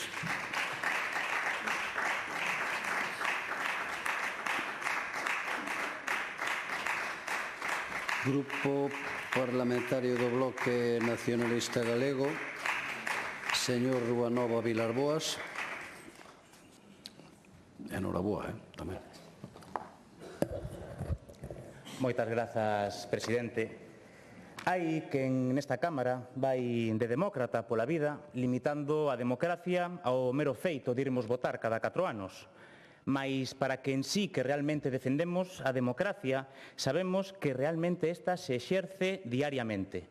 En cada centro de saúde, en cada centro de ensino, en cada conversa e tamén en cada praza. Porque a democracia non comeza nin remata un domingo de eleccións, nin cando diga o Partido Popular. A democracia é algo que existe as 24 horas do día, os 365 días do ano. Por iso é bastante lamentável escoitar o presidente Rueda calificar a quen se mobilizou este domingo contra o macroproxecto de Altri como os de sempre. Os de sempre, señorías do Partido Popular, son quen se mobilizaba contra o noso idioma. Os de sempre son quen non hai moito se manifestaba contra o matrimonio igualitario e contra o aborto. Os de sempre son quen se revolve para que ninguén poida desenterrar dunha cuneta os restos de seu pai. Os de sempre, señorías do Partido Popular, son os que outro día se manifestaban contra unha dictadura imaginaria mentres portaban bandeiras dunha dictadura real. Os de sempre, señorías, son os que levan 17 anos indo contra os dereitos colectivos deste país. O vivido este pasado domingo en Compostela, señorías, foi pobo. Foi outra mostra de dignidade colectiva dun pobo farto dun Partido Popular que lexisla a medida duns intereses que cada vez están máis alonxados dos intereses propios para este país. Isto ven moito a conto porque esta moción que trae aquí o Partido Socialista, alén de falar dos proxectos industriais estratégicos e a súa utilización perversa, pon no centro do debate ese megaproxecto de implantación de Altri no corazón deste país. O BNG levamos expresando o noso rotundo e inquebrantable rexeitamento ao proxecto de Altri en Palas de Reis e, sobre todo, a forma na que o Partido Popular está a converter a legislación galega nunha ferramenta ao servizo das grandes corporacións, ao mesmo tempo que lle nega, novamente a través da lei de acompañamento, lle nega á cidadanía o dereito á verdade, a participación e a defensa do seu territorio. Porque o que temos hoxe en xogo aquí non é un proxecto industrial máis. O que temos hoxe aquí en xogo é un modelo de país, o modelo do Partido Popular baseado en mentiras, en opacidade e en leis feitas á carta. A comezar polas mentiras. De 2021 vendéronnos un centro de fibras téxtiles, unha biofábrica que ia revolucionar a industria con 200.000 toneladas de laiosel, pero a realidade, que só se coñeceu 2 semanas despois das eleccións galegas de 2024, foi bastante distinta. Altri non viu a Galiza construir unha fábrica téxtil, viu construir unha macrocelulosa, nunha superficie equivalente a 600 campos de fútbol de solo rural recualificado ad hoc para este proxecto. E non só iso, tampouco contaron a verdade sobre eses supostos 2.500 empregos directos que ia xerar esta empresa. Acabaron quedando en 500 directos e 2.000 indirectos, que son unha estimación ao chous en base real. De feito, o propio informe do Consello da Cultura Galega no seu apartado do impacto socioeconómico para o proxecto de Altri fala que cos datos que facilitou a propia empresa, cos datos económicos que facilita a propia empresa, só se poderían constituir 281 empregos reais. É dicir, mentiras e fume do Partido Popular. A segunda parte son as leis feitas á carta, porque é certo que o problema non é só Altri. O problema é que o Partido Popular, sabendo que ia chegar este proxecto, reformou a lei antes de que a empresa presentara a súa solicitude. No 2022 introducen o artigo 78 bis que permite declarar como estratégico calqueira proxecto que non cumpla os requisitos orixinais, bastando con que a Xunta de Galiza o estime xustificado. É dicir, a elección a dedo da Xunta, do Consello da Xunta, substitúe os criterios obxectivos para a declaración de PIEs. E no 2024, novamente, coa lei de acompañamento, crean os artigos 85 e 86. Se a Xunta non aproba o proxecto nun ano, a empresa pode demandala e a Xunta ten que indemnizala. Non estamos ante política pública, señorías, estamos ante un contrato de garantías para as multinacionais. E a pregunta que nos facemos dende o BNG e que tamén se fai o conxunto da cidadanía é canto pensa pagarlle o goberno galego a Altri agora que xa non é unha prioridade, según as palabras do propio presidente Rueda. Cantos cartos das galegas e dos galegos pensan pagarlle a Altri se este proxecto, cando este proxecto non saia adiante? Porque isto non é axilidade administrativa, isto é subordinación do interese público ao privado.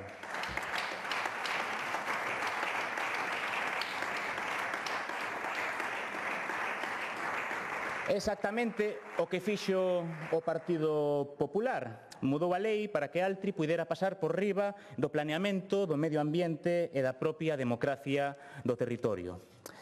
En último lugar, destas tres patas do Partido Popular está a opacidade, porque non se pode esquecer a outra parte deste conto, que a sociedade impulsa. A pesar de que no medio do verán, en agosto, cando a xente e os medios estaban moi atentos á actualidade política, decidiron facer unha sorte de borrado de probas disolvendo unha sociedade que non cumpriu ningún dos obxectivos para os que supostamente foi creada. Decidiron borrala igual se pensaban que o Bloque Nacionalista Galego ia esquecerse de preguntar que acordos secretos tiña esta empresa con Altri, porque no 2021 Altri, a Xunta e a banca asinan un memorando de entendemento a través de Impulsa e ese acordo hoxe en día aínda sigue sendo oculto. Sabemos que nese memorando se condicionaba a declaración definitiva do proxecto a verificación de certas condicións. E o que queremos saber, o que merecemos e temos dereito a saber o conxunto da cidadanía é que condicións eran esas, quen as fixo e se foron cumpridas. Queremos ver ese informe técnico do concurso internacional que dio o Partido Popular o que se someteu a Altri. Porque se houve un concurso internacional, por que só coñecemos o proxecto dunha empresa? Por que non o fan público? Este silencio, señorías, viola o dereito de acceso á información pública e a transparencia xa non só das deputadas desta Cámara, senón do conxunto da cidadanía. Non podemos permitir que a política industrial deste país se asente sobre acordos segredos negociados de costas á cidadanía. En definitiva, e vou rematando xa, presidente, adianto o Partido Socialista que votaremos a favor desta moción, coincidimos nos puntos. É certo que non critica o modelo industrial do Partido Popular, senón algúns dos seus efectos, mas avanzamos que votaremos positivamente esta moción. E ahora si remato, presidente, fronte ao modelo do Partido Popular, como digo, das mentiras, do escurantismo, das leis feitas á carta, o BNG ten outro modelo, un modelo onde a industria non se impón desde arriba, onde non se vende Galiza a cambio de promesas de emprego que nunca dan chegado, porque sí, Queremos unha industria ligada ao noso territorio e ao tecido productivo, que valorice os recursos naturais sen esgotalos, que apoie tamén ao pequeno e ao mediano empresario, que invista en I+D+I feita en Galiza e para Galiza. Queremos economía circular real e non un eufemismo para encubrir unha nova macrocelulosa ao estilo de Ence. En definitiva, señorías, non queremos industria a calqueira prezo. Queremos industria con sentido, con raíces e con futuro. Ese futuro non pasa nin por altri, nin con leis feitas a medida das grandes empresas. Pasa por un novo modelo que o BNG estamos dispostos a construir. Moito obrigado. Gracias.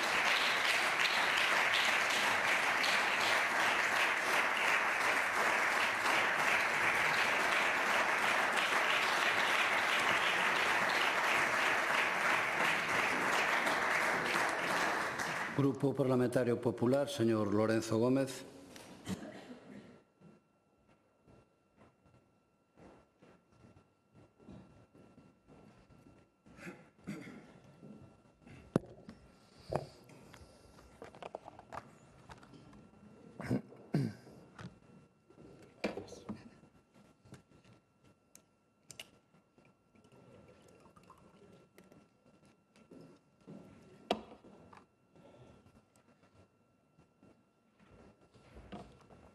Ben, moitas gracias, presidente. Señor Ruanova, temos un novo membro para o equipo de maquillaxe do BNG. Señor Golpe, xa ten vostede axuda para maquillar esa imaxe con ese gran discurso que lle queda moi ben, non, a favor da reindustrialización e das oportunidades. Por certo, parabéns, señor Ruanova, e benvido de novo ao Parlamento. Debatimos hoxe unha moción que, máis alá da súa redacción confusa, pretende por parte de quen a redactou e presentou sementar dúbidas sobre a seriedade e o rigor co que este Parlamento e a Xunta de Galicia tramitan os proxectos industriais estratégicos. Nada novo, señorías. O que si é novo é que utilicen esta moción de parapeto para evitar dar a cara e poñer aos pés dos cabalos a portavoz de Industria e número 1 pola provincia da Coruña onte nunha comparecencia, señora Iglesias, que ninguén quería facer no seu grupo. Hoxe máis que nunca cobra sentido esa frase de menudo papelón. Eu teño que transmitir hoxe neste pleno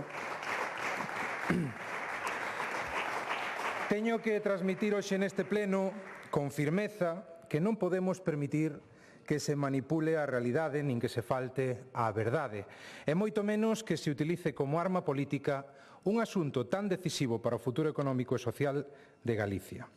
Como comprenderán, estos non son os mellores vimbios para acadar un consenso, señora Iglesias.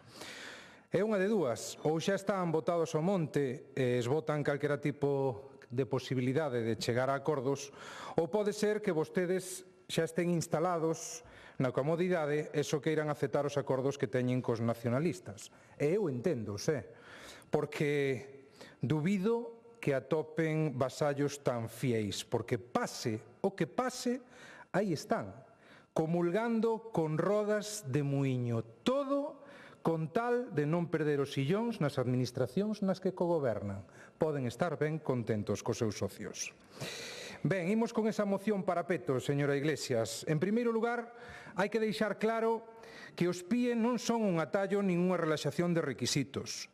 Son un instrumento para axilizar a tramitación administrativa, sí, pero sempre baixo o cumprimento estrito da normativa ambiental, patrimonial, de transparencia e de participación pública. Porque a axilidade non significa ausencia de control. Axilidade significa eficiencia, seguridade xurídica e confianza para quen aposta por investir e crear emprego na nosa terra. Os grupos da oposición afirman unha e outra vez que todos os proxectos industriais estratégicos están paralizados. Eu dígolles, iso é rotundamente falso. Aí están os exemplos de Stolzy Farm en Rianxo, que xa está en construcción. Eu non teño a foto para enseñarlle como temos a oportunidade de enseñarlle a veces a señora Rodil. Ou tamén a planta vexetal de Xeal, tamén en marcha. De feito, o vindeiro día 14, en Dumbría, colocarás a primeira pedra desa planta. Eu pregunto, onde está esa parálise? Pero claro, os proxectos avanzan, pero nós non temos nin os galegos nada que agradecerlles aos grupos da oposición, señorías, porque vostedes prefiren traballar cada día ben duro para espantar a todo aquel empresario que pretenda investir no noso territorio. E, lamentablemente, nalgún caso, xa o están a conseguir. Nós xa sabemos da alerxia que amosan os socialistas á verdade e a súa relación íntima coa mentira últimamente. Pero, señora Iglesias, non pode vir a este Parlamento a dicir que todo está parado cando a realidade amosa o contrario. Porque esa afirmación non é un erro, é unha manipulación consciente que vostede fai dos feitos. E, señora Iglesias, está moi feo mentir en sede parlamentaria, señoría. En segundo lugar, piden que a Xunta dite de forma inmediata unha resolución denegatoria do proxecto de Altri en Palas de Rei. Só lle faltou hoxe traer a camiseta, señora Iglesias, de Altri non, porque xa hoxe o dixo como 4 ou 5 veces, comentou aquí, ese berro que se escoita por aí, por uns cantos. Sabe o que significa o que está pedindo, señora Iglesias? Significa que se nos exixe pola súa parte sustituir a avaliación técnica e administrativa por un xuicio político paralelo. Significa que nos piden prevaricar. E iso, xa llo dixen e llo reitero, este grupo parlamentario non o vai a facer, señora Iglesias. Mire, os proxectos tramítanse con criterios obxectivos, con informes técnicos, con normativa ambiental e sectorial. Non se deciden en función de titulares de prensa nin de intereses partidistas, nin por moitas movilizacións que vostedes promovan unha e outra vez. Señor Ruanova, claro que a democracia tamén é poder manifestarse, pero non é só poder manifestarse a democracia. E vostedes creo que están moi equivocados cando pensan que iso é así. Eu dígolles, para cando a movilización contra os escándalos do goberno sanchista? Para cando unha movilización contra os feitos deleznables que estamos coñecendo día a día? Para cando? Estámolos esperando. Fíxese hasta que punto, señorías, chega a súa fixación por acabar co proxecto de Altri e esa competición particular que teñen por colgarse a medalla que ata foron capaces de sacrificar o futuro na seguinte década de toda unha provincia, desconectándoa da planificación enerxética. E o que é o peor, veñen aquí e gábanse delo. Miren, señorías, non sei o que lles queda aos 2 deputados socialistas nesta Cámara pola provincia de Lugo, pero, dende logo, cando se vayan, iránse sen que a provincia de Lugo teña absolutamente nada que agradecerlles, señoría. Mais ben o contrario, diría eu. Afortunadamente, temos ao Goberno da Xunta que xa tomou medidas para reclamar o que nos corresponde nesa planificación eléctrica e chegaremos ata o final para que se nos dé o que nos corresponde. Pero, señorías, pouco podemos esperar xa deste neosocialismo sanchista, dun goberno salpicado por tantos escándalos que xa perdemos o fío á vista da avalancha de informacións que xa non día a día, senón cada hora nos están abordando para bochorno dos que sí cremos no Estado de Dereito, na separación de poderes e no respeto e lealdade ás nosas institucións. E dirán e tratarán de decirnos que todo isto é a máquina do fango. E tan responsables desta descomposición da nosa democracia son os socialistas como quenes o apoian. Tragan e pretenden facer tragar a todo un país con toda esa podredume. E saben o máis triste? O máis triste é que o seu único argumento é que tragan con todo con tal de que non goberne a dereita, de que non decida a xente quen quere que os goberne, á vista do que estamos a ver día a día. É canto menos curioso que os mesmos que abogan por darlle máis legitimidade a unha parte da cidadanía fronte ás leis, os técnicos e as normativas son aqueles que se negan a darlle a palabra ao pobo e que sexa o pobo o que manifeste se de verdade lles renta ou non lles renta un goberno que está agonizando e acabará por facer agonizar ao noso país. Porque polo que levamos comprobado nestes anos de goberno sanchista, señorías, a Galicia non lle renta o sanchismo, non lle renta en absoluto. E insisto, coa bendición do Partido Socialista de Galicia e coa bendición do BNG. En terceiro lugar, piden derogar os artículos 85 e 86 do texto refundido en materia de política industrial e fano ademais cunha redacción errónea, señora Iglesias.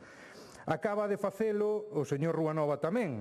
E volven a mentir, e volven a facelo por escrito. E onte volveu a facer na súa comparecencia pantalla, como lles decía antes. Diga a verdade, señora letrada. Diga a verdade. Eses artigos non obrigan a autorizar proxectos nun ano. E acabo de decir tamén o señor Ruanova. Non obrigan a autorizar os proxectos nun ano. O que establece é que o procedimento debe resolverse nun ano, sexa para autorizar, para denegar ou para arquivar. A mí non me fai gracia, porque a que menteu aquí foi vostede, estou no demostrando. Lea o artigo. Lea o artigo. Teñen un ano para autorizar, denegar ou arquivar. E se hai unha demora imputable á Administración, recoñécese unha responsabilidade patrimonial. Exactamente o mesmo que se está a facer en Europa, señora Iglesias. Mire, conclúo, presidente. Para que un proxecto poida ser declarado industrial estratégico debe acreditar unha repercusión económica e social cualificada. O que facemos é garantir que Galicia poida traer proxectos de envergadura que xeren emprego estable e impulsen a competitividade e que reforcen a nosa autonomía estratégica.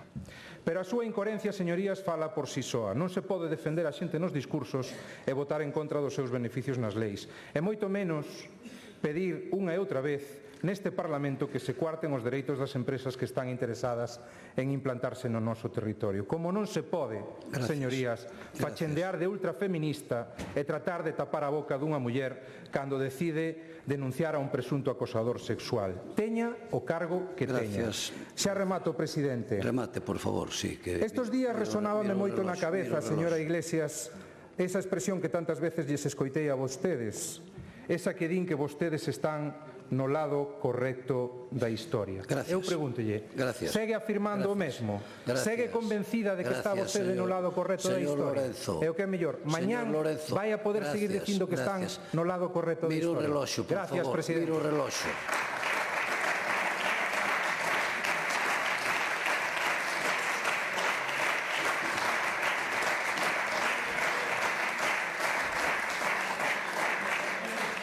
Grupo autor da moción, señora Iglesias. Grazas, presidente. Señor Lorenzo, mira, voulle decir de maneira moi clariña.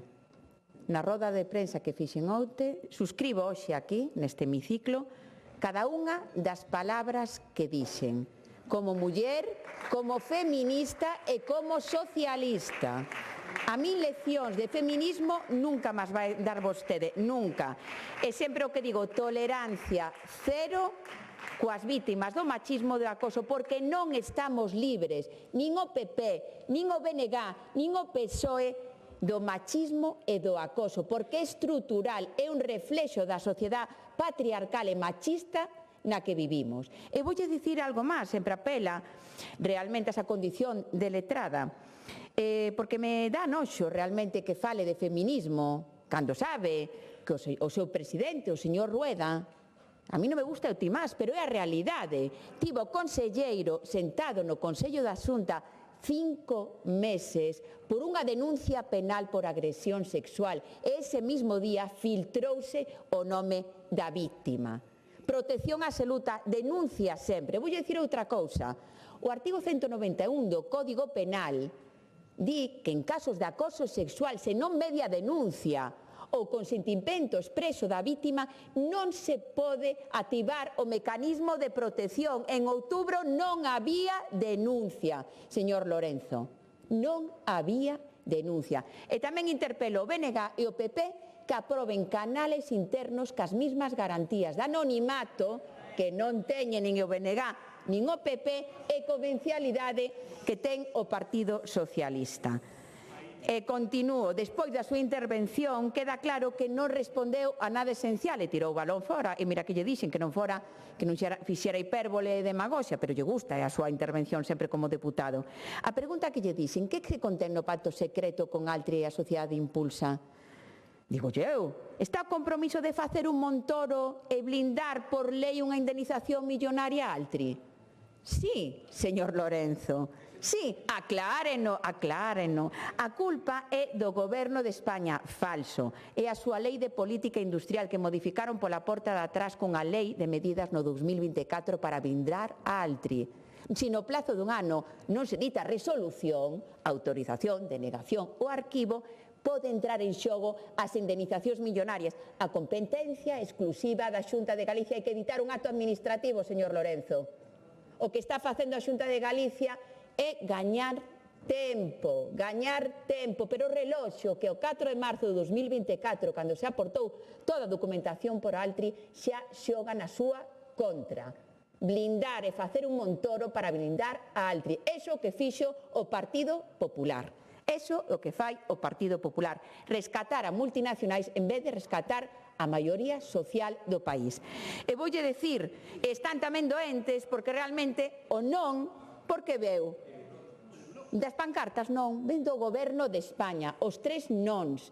Nons o PERTE de descarbonización, non a axuda singular de 250 millóns de euros e non a súa estación eléctrica. E o Partido Socialista de Galicia, con esa influencia da boa, pensou por e para Galicia, porque non queremos macrocelulosas de Altri no corazón de Galicia.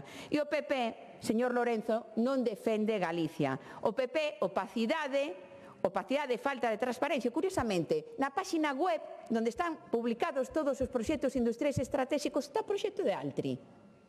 Sabe que di? Documento non encontrado. Borraron todo o proxecto de Altri. Que defende o Partido Socialista? Defendemos industria sostible, hidróxeno verde, innovación, IA pública, transición enerxética ordenada, industria sostible. Por favor, e digo aquí desde este hemiciclo, e seguiremos insistindo o Partido Socialista, que Rueda dé a cara, que dito acto administrativo, que denegue, que autorice ou que arquive, pero que faga algo, porque a competencia exclusiva da Xunta de Galicia, non botes balóns fora, que goberne, que o presidente da Xunta de Galicia. Altri non é un caso aillado, e a proba de que o PP non ten un modelo industrial con selo propio para Galicia. E fixéronlle unha lei a medida, un Montoro para blindar unha indemnización millonaria a Altri, que pode chegar dun mínimo dun % do proxecto ata €500.000, coa posibilidade que se acredita máis danos e perxuizos, teñamos que pagar millóns de euros todos os galegos, igual que a suspensión do concurso eólico de Feijóo. Sóname moito. Sempre as caras non cambian, as caras cambian, digo, pero a política nunca. Por tanto, en canto non hai un modelo só cada isto, parálise, improvisación, risco económico de indemnizacións millonarias e fuxida cara adiante. Den a cara, por favor, den a cara.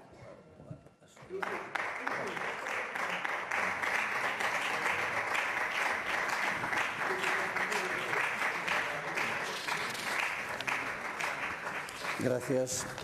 Bueno, pois entonces, agora xa procedemos ás votacións e comenzamos votando a do Grupo Parlamentario do Bloque Nacionalista Galego, iniciativa de don Óscar Insua sobre os obxectivos do Goberno galego no que concirne a actualización da normativa en relación coa administración local e co modelo de financiamento dos concellos. Non se presentaron emendas, votamos.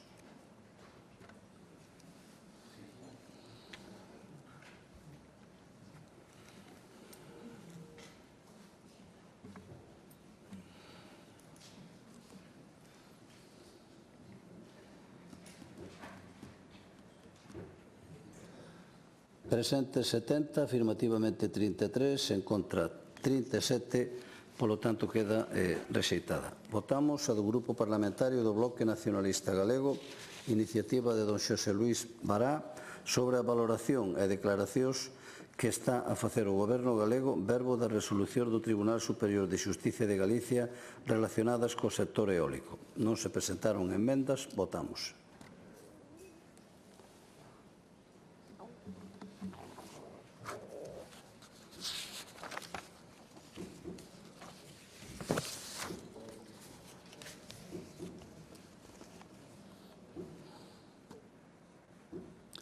Presentes 70, afirmativamente 33, en contra 37, polo tanto queda tamén rexeitada. E por último votamos a do Grupo Parlamentario Socialista, iniciativa de doña Patricia Iglesias, sobre o rigor da avaliación do impacto medioambiental e socioeconómico na tramitación dos plans industriales estratégicos promovidos por o Goberno galego.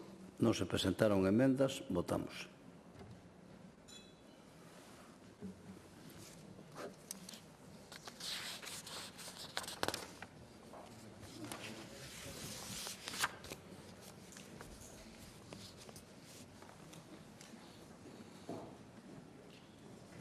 Presente 70, afirmativamente 33, en contra 37, non hai abstencións, polo tanto queda tamén rexeitada.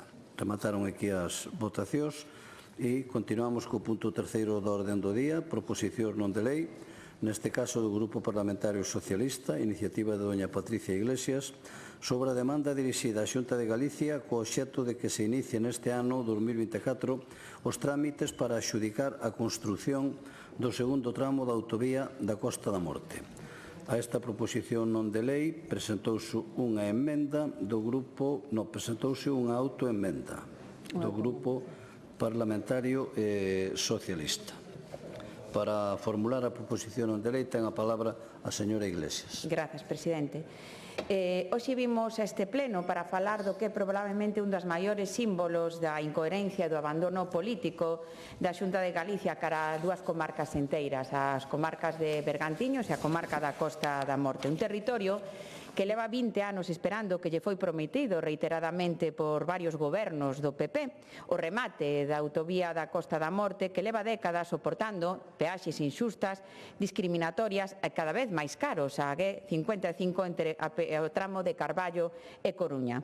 Señorías do PP, hoxe imos falar de promesas incumpridas, de sobrecustos millonarios, de recortes no proxecto inicial e de como mentre recalaman cunha man a transferencia da AP9 que nós apoiamos e votamos favorablemente aquí, manteñen coa outra as peaxes abusivas ás galegas e os galegos dunha autovía que é da súa competencia e que é da Xunta e poderían, por tanto, aplicar mañá mesmo a gratuidade ou a bonificación que aplica o Goberno do Estado para a P9 e para a P53 o 75% para os pasaxeiros recurrentes. Por tanto, entendemos que van a apoiar a nosa proposición de lei. Iso que vimos denunciar con toda claridade hoxe aquí, a falta de coherencia, a falta de congruencia e o agravio comparativo que seguen sufrindo miles de traballadores, familias, estudantes de Bergantiños e de Costa da Morte. Vamos a facer un pouquiño de historia, non? Porque é coñecida, pero, bueno, sobre todo por todos os veciños das bisbarras, pero convén repetila, non? Porque para algúns pretende que a xente o esqueza, é importante tamén facer un pouquiño de memoria. A autovía da Costa da Morte foi prometida por Manuel Fraga tras o Prestige. Hai máis de 20 anos, como unha infraestructura imprescindible para o reequilibrio territorial dun dos territorios máis aillados de Galicia. En 2007, con Emilio Pérez Touriño, licitouse a obra da autovía enteira por 584 millóns de euros. En 2009, chega o PP, ese Feijóo magnífico, en lugar de garantir a continuidade, rescinde o contrato e aquí comeza a auténtica deriva con esta infraestructura básica. Cal foi o resultado? Cal é a fotografía actual? Pois temos que do 42 kilómetros proxectados e licitados polo goberno de Emilio Pérez Touriño, só executaron 27 kilómetros, porque a Xunta, xa con Feijóo, perdoou a empresa xudicataria os últimos 15 kilómetros, incluído precisamente os que conectan con Verdoias. Un recorte do 35% do trazado da autovía da Costa da Morte, pero aforrando só un 17% do custe previsto. É curioso, sempre benefician os mesmos o goberno do PP. Isto non é rigor, isto chámase mala xestión, isto é falta de vontade política e isto converter a Costa da Morte e Bergantiños en comarcas de segundas. E todo isto sería grave de seu, pero o máis escandaloso é o que pasou despois. 8 anos, 2 legislaturas enteiras do PP sen construir ningún só metro novo de autovía. Os últimos 27 kilómetros abríronse en 2016. Dende entón, anuncios, propaganda, proxectos redactados, partidas ridículas que incluían todos os anos nos orzamentos, pero que logo non se executaba, e, mentres tanto, miles de traballadores, de estudantes, teñen que usar cada día a G55 entre Carballo e Coruña, pagando peaxes cada vez máis caras, que ademais subiron no 2025. Mentres, hai que facer a comparativa, porque é bo facela. Ao final podemos políticamente facer esa comparativa. E digo tamén que a Galicia sentalle ben o goberno progresista de Pedro Sánchez, porque mentres o goberno de España, mentres isto fai a Xunta con unha autovía de titularidade da Xunta de Galicia, que fixo o goberno de España? Vende a aprobar onte mesmo pois o bono único transporte nacional cunha tarifa plana de 60 euros ao mes para trenes e autobuses estatales. Por tanto, podemos ver esa comparativa polas infraestructuras, pola mobilidade sostible dun goberno galego do PP e dun goberno progresista no Estado central. Eu pregunto aos deputados do PP, como poden ver aquí tamén a falar de AP9 e da súa transferencia, cando nas autoestradas que xestionan vostedes non aplican nin a gratuidade, nin tampouco aplican as bonificacións que aplica o Goberno de España para a P9 ou para a P53. En Galicia, nas autoestradas da Xunta, que aplica? Nada, cero. Peaxes cheas e subidas cada ano. E isto chámase discriminación territorial. Por tanto, o que pedimos é algo moi sinxelo nesta proposición, que entendo que van a apoiar o Partido Popular. É coherencia, é congruencia, é igualdade de dereitos para os galegos e as galegas. Se o PP reclama a transferencia da AP9 e sacar as peaxes, que dean exemplo, sacando esas peaxes do tramo da autovía da Costa da Morte de Carballo a Coruña. O que non pode ser é pedir por riba, negar por abaixo e queixarse o Estado e cobrar peaxes abusivas na súa propia autoestrada. Porque iso veselle as patas como un mentiroso, esa incoherencia do Partido Popular. Non se pode ter un discurso en Madrid e o discurso contrario en Galicia. E iso non é gobernar, iso é enganar as galegas e os galegos. E ao mesmo tempo deben cumplir dunha vez por todas ca Costa da Morte e rematar a autovía hasta o final como proxecto orixinario que licitou o goberno socialista de Emilio Pérez Touriño. Xa remato con esta primeira intervención. A Costa da Morte non pide privilexios, non pedimos nada de privilexios, pedimos algo básico, ser tratada con respeto, con xustiza e con igualdade. Non pode ser unha comarca que leve 20 anos esperando unha infraestructura básica de comunicación prometida e 8 anos sen un metro novo construído. Non pode ser que miles de persoas que cada día se despracen a traballar ou a estudiar a Coruña teñan que pagar peaxes discriminatorias porque a Xunta podería bonificar ou incluso o camiño hacia a gratuidade nesas peaxes no tramo de Carballo a Coruña. Por iso digo con claridade, rematen a autovía da Costa da Morte, ese anuncio que se fixo, creo non sei cantos anuncios leva xa, a conselleira de Infraestructuras e Vivenda compareceu creo que hasta 3 ocasións neste pleno, non ese novo tramo de 5,5 kilómetros de Vimianzo ata Santa Irena por 36 millóns de euros, curiosamente hubo un incremento importante nese tramo de 5,5 kilómetros, pero que rematen, non nos quedemos con esos 5,5 kilómetros, rematen a autovía como proxecto orixinario de Emilio Pérez Touriño. Eliminen ou bonifiquen as peaxes no tramo de Carballo e Coruña. E dean por fin a esta comarca o trato digno que leva 20 anos reclamando. Moitas grazas. Gracias.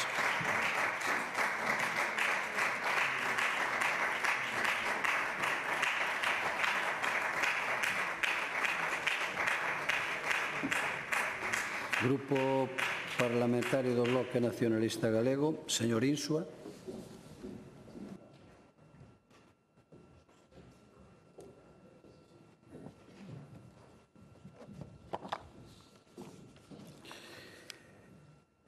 Grazas, presidente. Os que se fan ricos son os da concesionaria da autovía Carballo a Coruña coa complicidade do Partido Popular na Xunta, mantendo as peaxes nunha autovía que está máis que amortizada. Debe ser a terceira ou cuarta vez que escuto aquí a xente falar de deputados que se fan ricos cando están as declaracións de bens e do patrimonio aí publicadas, non? Pero, bueno, eu penso que o que aspire a ser rico ten dúas vías, non pode ter dúas vías, hai máis. Unha, traballar ben, non? aforrar e, sobre todo, bueno, tamén non ter vicios caros, claro. E a segunda, que a vía indigna, é pois a dedicarse a enganar aos cidadáns, non? Como fixo tamén algún deputado, é dicir, cando vendendo preferentes e subordinadas, cando traballaba na banca privada do Banco Pastor. Ese sí, seguramente que se fixeron ricos. En fin, bueno, volvendo a falar aquí novamente da non autovía, non? Na miña comarca, Costa da Morte, da AG55. E hai que falar da non autovía porque o Partido Popular decidiu de forma unilateral roubarlle esta promesa feita por eles mesmos a Costa da Morte. Promesas roubadas, isto non é unha longametraxe, isto é unha serie. A mocidade deste país, de cara ao futuro, é dicir, debe saber e ter moi claro cales e como son as políticas do Partido Popular cando son responsables dunha catástrofe. Non? Para sair do paso prometen investimentos e moitos cartos para comprar vontades e calar as protestas, claro, pero logo pasan os anos e as promesas se poñen nun caixón. Pasou co Prestige e por iso despois de 20 anos seguimos cas promesas do propio Partido Popular incumpridas. E pasará tamén coa catástrofe dos incendios en Ourense e o tempo pon e quita razóns, pero a xente ten que saber como as gasta o Partido Popular. Unha estrategia que lles funciona ben, claro, porque a TLPP, pois a verdade que fai moi ben o seu traballo gebeliano, non? Pero a realidade é a que o PP promete e logo incumpre. E o mellor exemplo é a esta non autovía.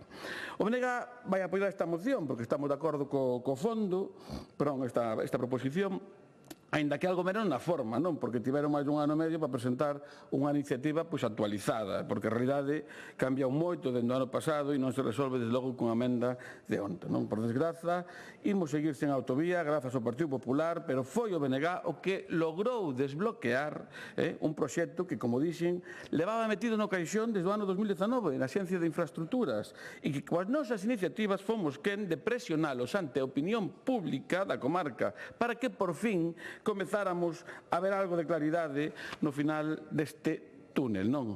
O BNG presentou varias iniciativas, unhas cuantas, dende que se registrou esta proposición que hoxe debatimos, e de feito na última iniciativa sobre a autovía foi unha pregunta na Comisión 2, non? A nova directora da Xencia, a señora María Deza, que serviu precisamente para forzar ao Consello da Xunta a que axilizara este pseudoproxecto e aprobara xusto o día anterior, non? O 11 de novembro deste mesmo ano, pois o acordo polo que se aprobaba o trámite xa definitivo de información pública e o informe das administracións afectadas, non? E, xa actualizaban tamén o prezo en 36 millóns de euros. Por certo, antes costaba 28 e agora 36. E isto foi pola nefasta xestión do Partido Popular, porque no 2019 eran 28 millóns de euros e agora 36. E agora son 8 millóns máis que costa por culpa da deixadez do Partido Popular.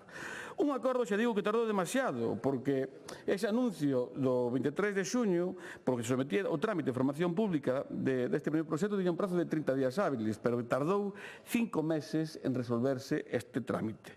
Lembro que na comisión de hai un mes a directora, a señora Deza, dixo que ia licitarse este mesmo ano. Non sei, vostedes mesmo tiñan unha partida nos orzamentos, 8 millóns de euros, mas o proxecto custa 36, xa vos dixe. Supoño que licitarán como expediente anticipado de gasto, pero polo de pronto quedan 15 días e segue sin licitarse. Teñen aínda algún tempiño para cumprir un pouco a súa palabra, non? Porque se algo temos claro na Costa da Morte é que a vostedes a comarca importalles moi pouco. Teño dito, repetirei, que os da Costa da Morte somos os últimos de Filipinas para o Partido Popular, os últimos para facer investimentos, os últimos tamén para eliminar peaxes, porque a de Carballo de Coruña, xa dixen antes, o PP non a quixo rescatar. Non? Por que? Pois porque é un negocio redondo para a empresa, unha autovía que está máis que amortizada, non?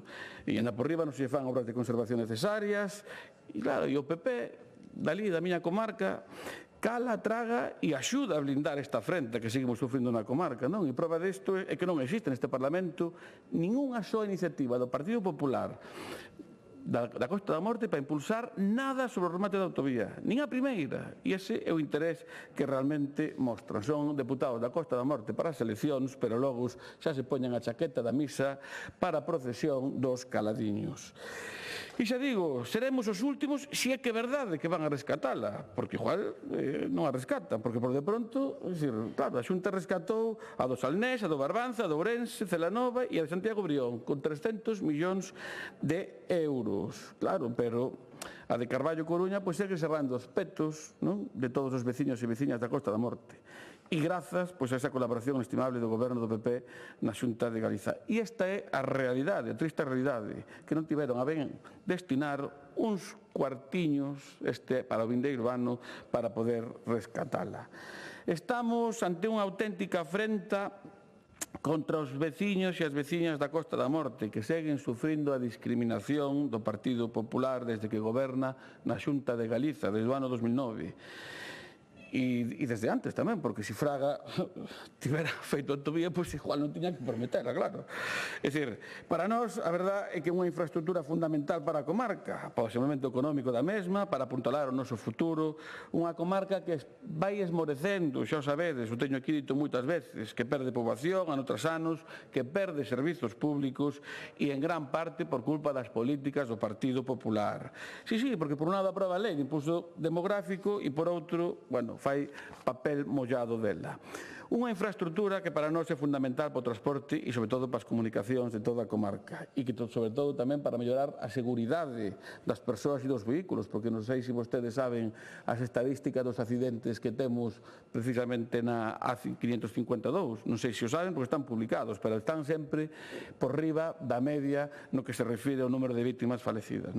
Levan prometendo, mentindo e enganando ano tras ano a toda a Costa da Morte, incluídos os conselleiros do Partido Popular, que cada vez lles costa máis sacar unha foto cos cargos da Xunta de Galiza, non? Porque os que ten que aguantar o chaparrón son eles, non son os cargos van ali a sacar fotos, sobre todo cando hai mariscada e eso e tal, pero despois que teñen que dar a cara son eles.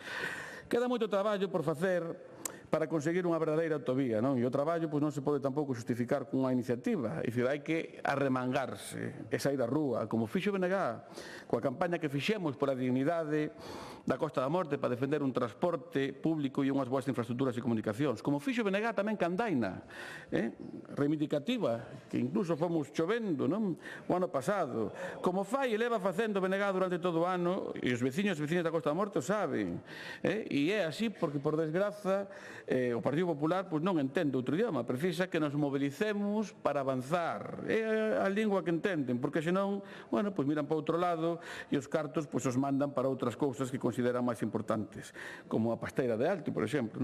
Por desgracia non queda outra, porque os investimentos da Xunta do PP na comarca en infraestructura son inexistentes, rebacheos, lonchas de asfalto, cando as estradas están intransitables, repintan cada 5 anos, pode intuir que se debe a estes desleixos, non? Supoño que será porque sacan moi pouquiños votos nas eleccións municipais. Sin embargo, nós pagamos os mesmos impostos que o resto. Entón, non sei esa teima que teñen vostedes con nós, non? Dicir, como non vai mirar a xente para a Suíza e para a Alemania? Vimianzo perdiu 2.500 habitantes nos últimos 10 anos, que se di moi pronto, 2.500 a 6.000, remato, presidente. Dicir, como non van a ir se cada vez temos menos servicios públicos por culpa deste goberno do Partido Popular? Home, recapaciten, señorías, traballen por cumprir as súas propias promesas, porque hai que rematar a autovía Tacé. A autovía con 4 carrís, e non cun corredor que non foi o que se permitiu, e eliminar as peaxes da autovía canto antes, e están nas súas mans, porque poden aforrar os cartos dos intereses que pagarían da débeda pública se aceptaran a condonación, por exemplo, que conseguiu o BNG en Madrid cun só deputado. Hai que cumplir máis e prometer menos. Gracias. Moitas grazas. Muy bien.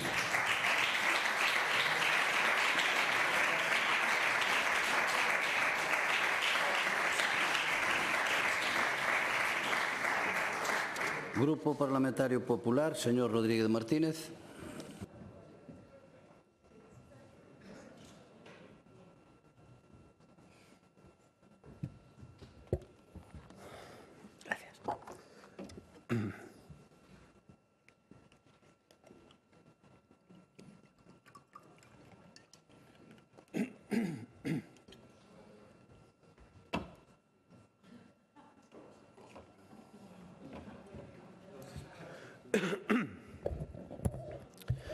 Boa tarde a todos. Quero, en primeiro lugar, agradecer ao Grupo propoñente a súa autoemenda, porque no Grupo Popular gostamos de analizar todas as iniciativas que se resistan neste Parlamento, sexan máis ou menos razoables.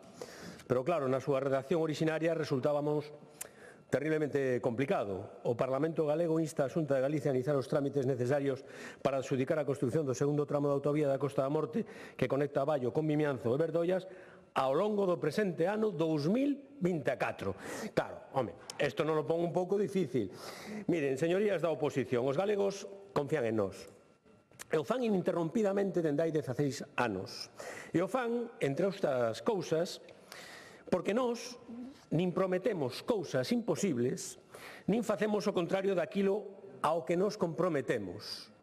Non lles prometemos a gratuidade da P9 para que logo, ano tras ano, paguen máis ca nunca pola autoestrada máis cara de España e de Europa. E no 2026 volverá a ser igual, un 5% de suba a partir do 1 de xaneiro. Non lles prometemos asaltar os ceos para logo asaltar únicamente as institucións. Ou porque non lles prometemos tolerancia cero contra a corrupción ou contra o acoso ás mulleres para logo ser o goberno e o partido máis corrupto e máis acosador das mulleres da historia da democracia. E todo co apoio increbrantable do Bloque Nacionalista Galego. O Bloque Negacionista Galego, que din a todo que non, menos a corrupción e o acoso do Partido Socialista, que a estas horas sega a gobernar co seu apoio nun cento de concellos e tamén na Deputación de Lugo, señorías. Xa está ben de golpes no peito, xa está ben de tanto falso acto de contrición, xa está ben de tanto manifesto, xa está ben de tanta rolda de prensa baleira. Actúen e plantelle cara aos estertores deste tardosanchismo que só trae corrupción e acoso ás mulleres. Tan valentes para denunciar voceiros da oposición na Coruña e tan cobardes para denunciar aos acosadores socialistas.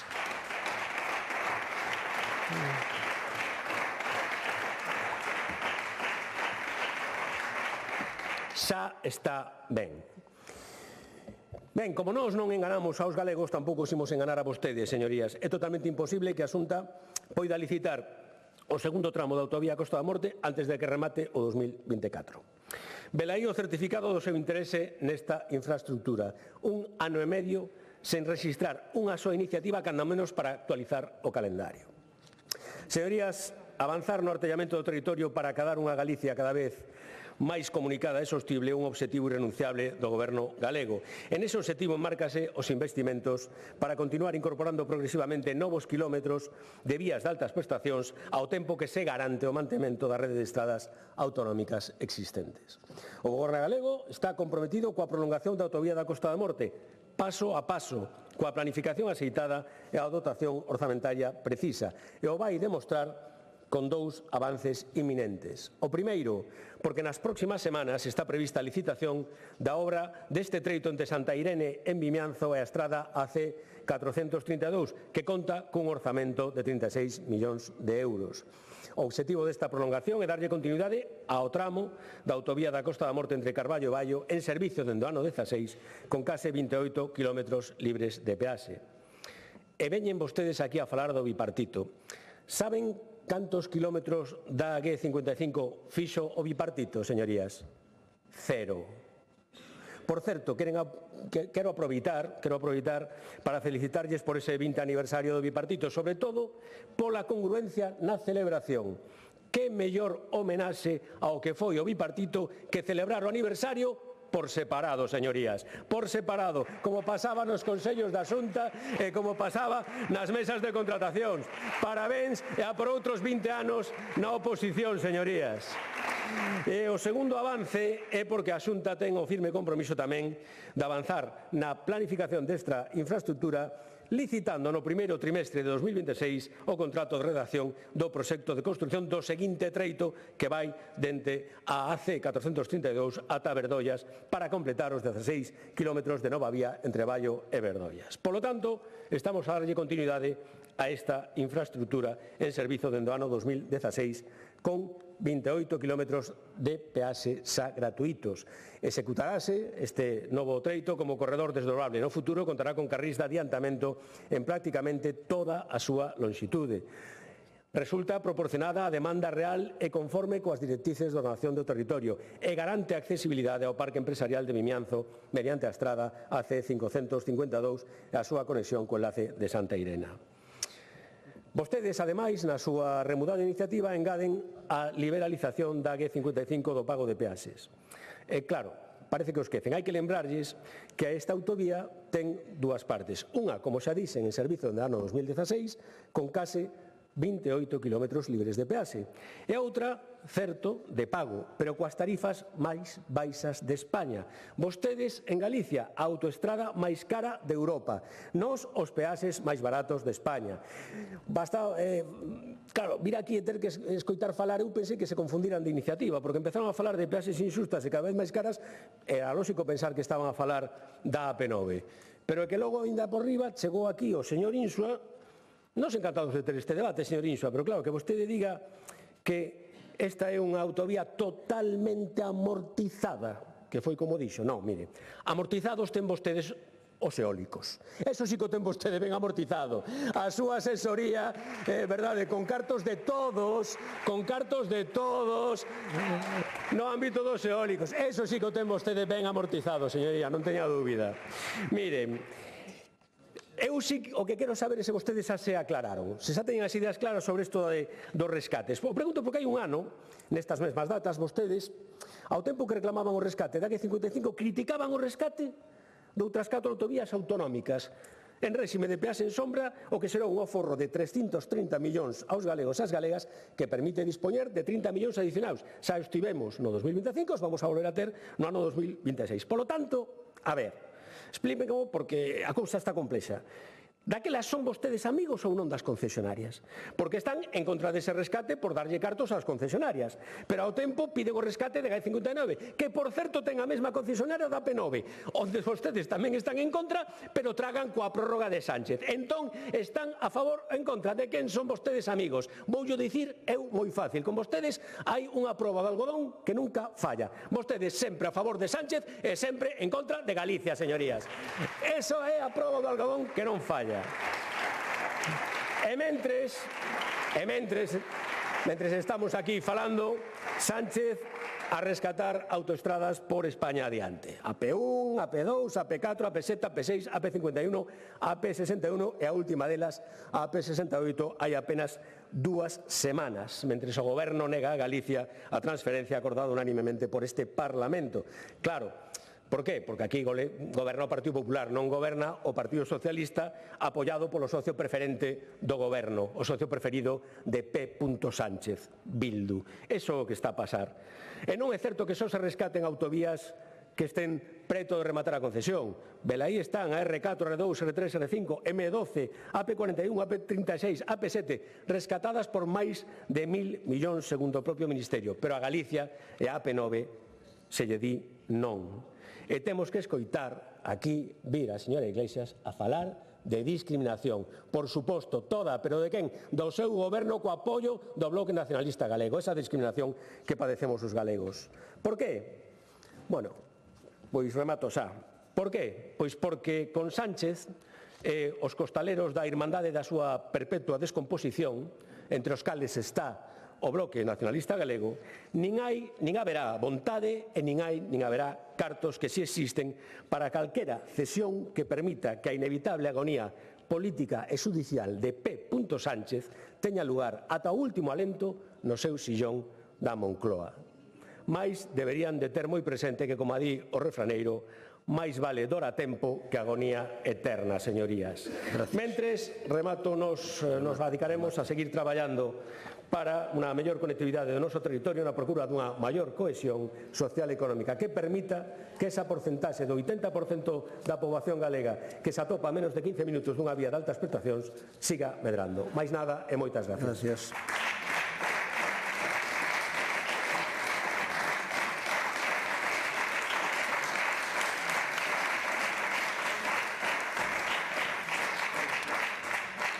Grupo autor da proposición non de lei, señora Iglesias.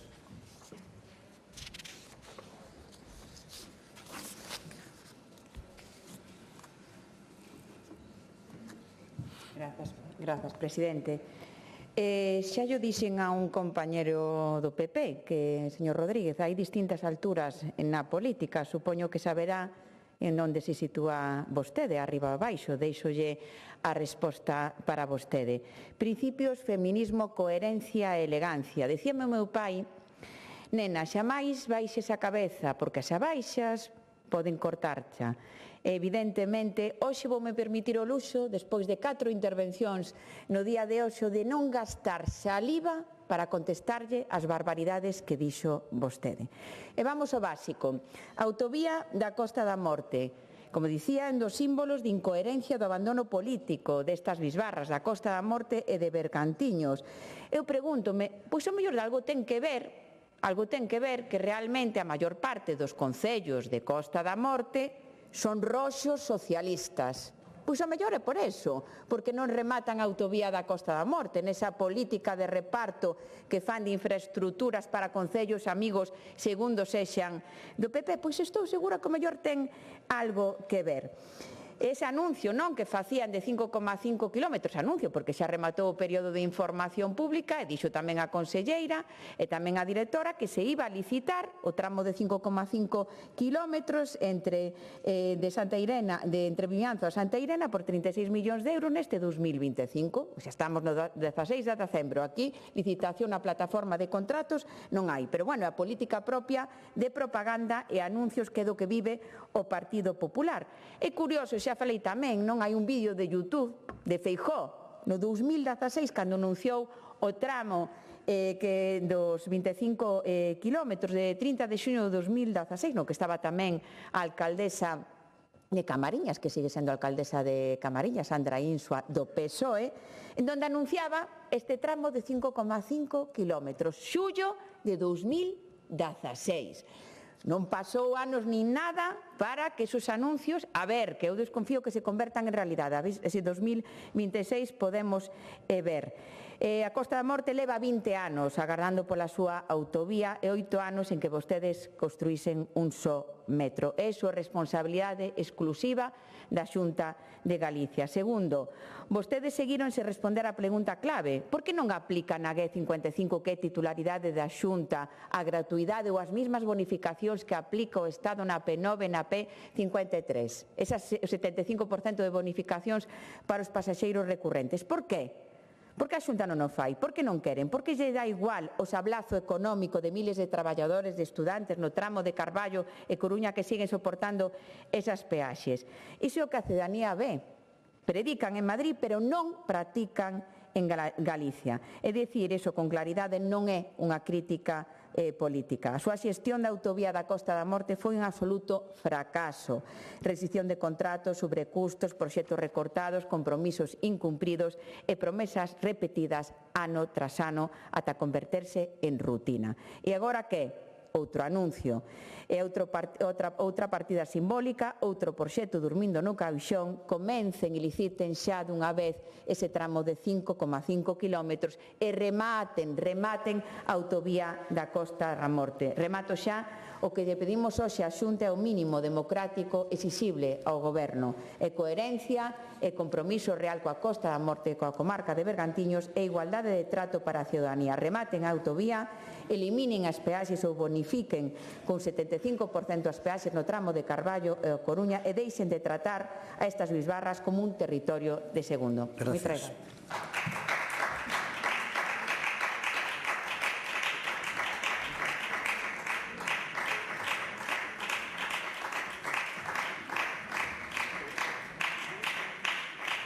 Proposición non de lei do Grupo Parlamentario Socialista, iniciativa de doña Lara Méndez, sobre as medidas que debe adoptar o Goberno galego para darlle impulso ao Museo da Romanización de Galicia de Lugo. Presentouse unha autoemenda do Grupo Socialista e tamén hai unha emenda do Grupo Parlamentario do Bloque Nacionalista Galego e Grupo Parlamentario Popular. Para formular a proposición non de lei ten a palabra a señora Méndez. Grazas, presidente. Vamos facer un pouco de cronoloxía, un paso polo tempo, para poder contextualizar de que estamos a falar. No ano 97 hai un acordo plenario donde o Concello adquire unhos terrenos para despois cedelo ao Ministerio de Defensa en aquel momento coa intención de reconverter o cuartel de San Fernando nun equipamento cultural. Hai un convenio posterior no ano 2003 coa propio Ministerio e o Concello para poñer despois a disposición ese edificio da Consellería. No ano 2008 asínase un protocolo entre a Consellería de Política Territorial, en aquel momento Consellería de Cultura e Vivenda e Solo, e o Instituto Galego de Vivenda e Solo, xunto co Concello de Lugo, para facer 3 actuacións: auditorio, Museo da Romanización e vivendas protexidas. Aquí solo está finalizado o propio museo, non si un largo periplo, que aparte nos dará moitos capítulos posteriores pola mala execución desas obras sin o control debido da Xunta de Galicia. Das vivendas protexidas tamén daría para outro capítulo aparte, porque en 17 anos de goberno do Partido Popular continuadas en esta última fase non hai ningunha destas vivendas construídas. Seguimos. No ano 2008 realízanse cartas arqueolóxicas no contexto da rehabilitación xa do inmoble que se iniciaron polo propio Servicio de Arqueoloxía do Concello de Lugo e que ademais despois se daba continuidade a estas cartas. No ano 2009 o cuartel de San Fernando é declarado ben de interés cultural, está declarado como BIC por parte da Xunta de Galicia na categoría de monumento. No ano 2010, a Xunta de Galicia abre o concurso de ideas para o anteproxecto de Centro de Interpretación e Museo da Romanización de Galicia no cuartel de San Fernando. En ese mesmo ano 2010, o director xeral de Patrimonio en aquel momento adica un orzamento de máis de 200.000 euros no 2010 para os protocolos de colaboración, estudios, probas e reforzos. No ano 2011, a Xunta anuncia un investimento de 10 millóns de euros na reforma de San Fernando que comezaría ese mesmo ano. Isto no ano 2010. Fai 14 anos desto. E aí, como decía, 14 anos desto. No ano 2012 se publica no DOGA o contrato para o proxecto básico con un investimento que ascendía tamén a máis de 200.000 euros. E no ano 2013 a Xunta paraliza o proxecto. No ano 14, o alcalde en aquel momento, o señor López Orozco, pois lle pide ao conselleiro de Cultura que asuma a titularidade do edificio. No ano 2015, eu mesma xa como alcaldesa, en aquel momento co presidente da Xunta, o señor Feijóo, lle pido que reactive o proxecto do Museo da Romanización no cuartel de San Fernando.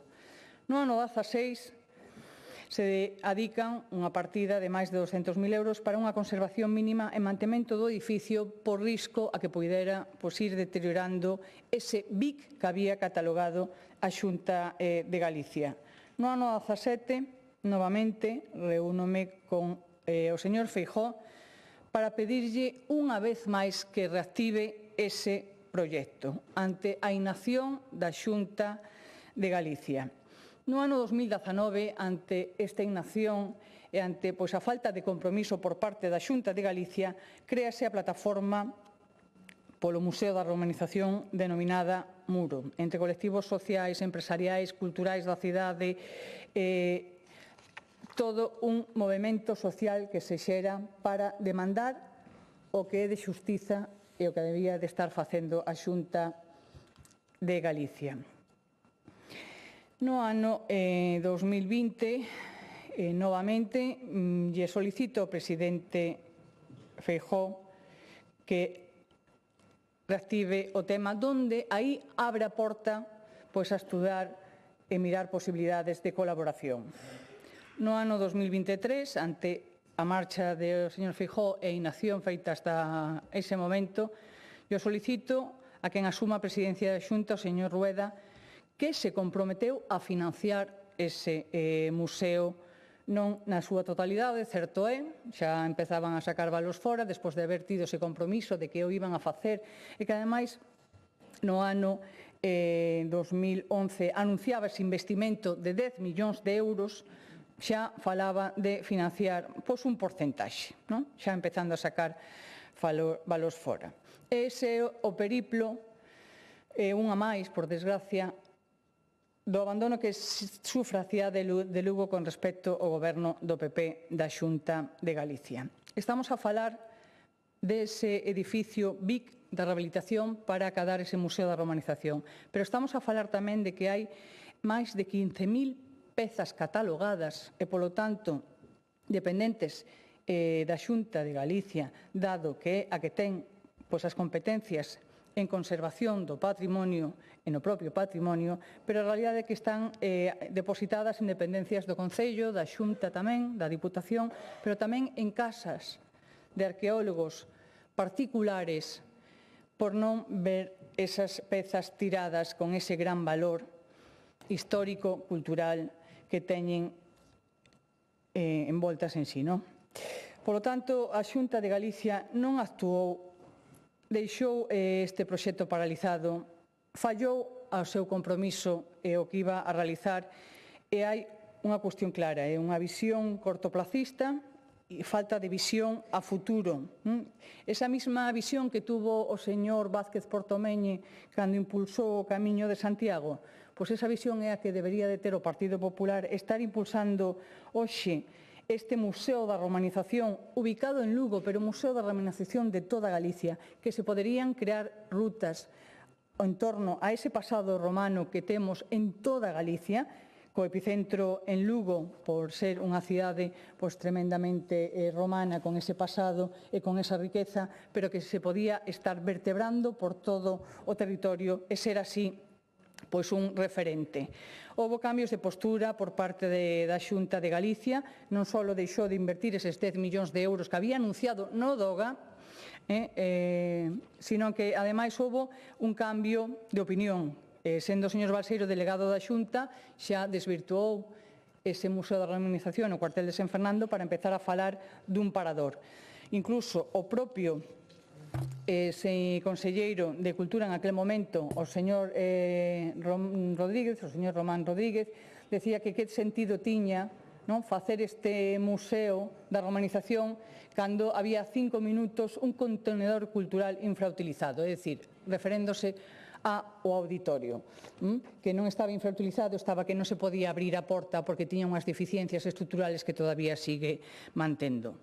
Recentemente celebrouse en Lugo o 25 aniversario da muralla, donde en ese acto, esa gala que se celebrou no auditorio, houbo un clamor social, empezando polo propio arqueólogo municipal que demandaba ese Museo da Romanización e que se lle foron sumando distintas voces, entre elas as dos alcaldes ali presentes. A señora Candia, fai recentemente pouco, o 6 deste mes, anunciaba que se iban a aportar outros 500.000 euros para este fin, pero que resulta que os aportados o ano pasado a través desa emenda transaccionada, porque en principio non lle poñían nada do orzamento e por vergonza acabaronlle poñendo 500.000 euros, pero para que? Para non executalos, para dedicarlle a mitad dese orzamento ao bono aluguer. E agora nos dice que van outros 500.000, para que? Vanos executar. É unha partida irrisoria, é unha partida testimonial, é unha partida para non poñerse colorado, é unha partida para poder salir públicamente dicindo que hai un compromiso por parte da Xunta en aportar estes fondos. Pero a realidade é ben distinta. E podemos poñerlle un exemplo, como no caso do Plan Paradai. Remate, por favor. O Plan Paradai, perdón, presidente, remato, sí. O Plan Paradai se facemos o cálculo dos 500.000 euros que foron poñendo ano tras ano nos orzamentos en executar, a Xunta de Galicia solo en este plan lle debe máis de 10 millóns de euros á cidade de Lugo. E nos tememos e moito que vai a pasar o mesmo co cuartel de San Fernando. Exixímoslle ao Partido Popular que lle dé resposta a un clamor social e a un proxecto que non só afectaría a Lugo, sino a toda Galicia. Moitas grazas. Gracias.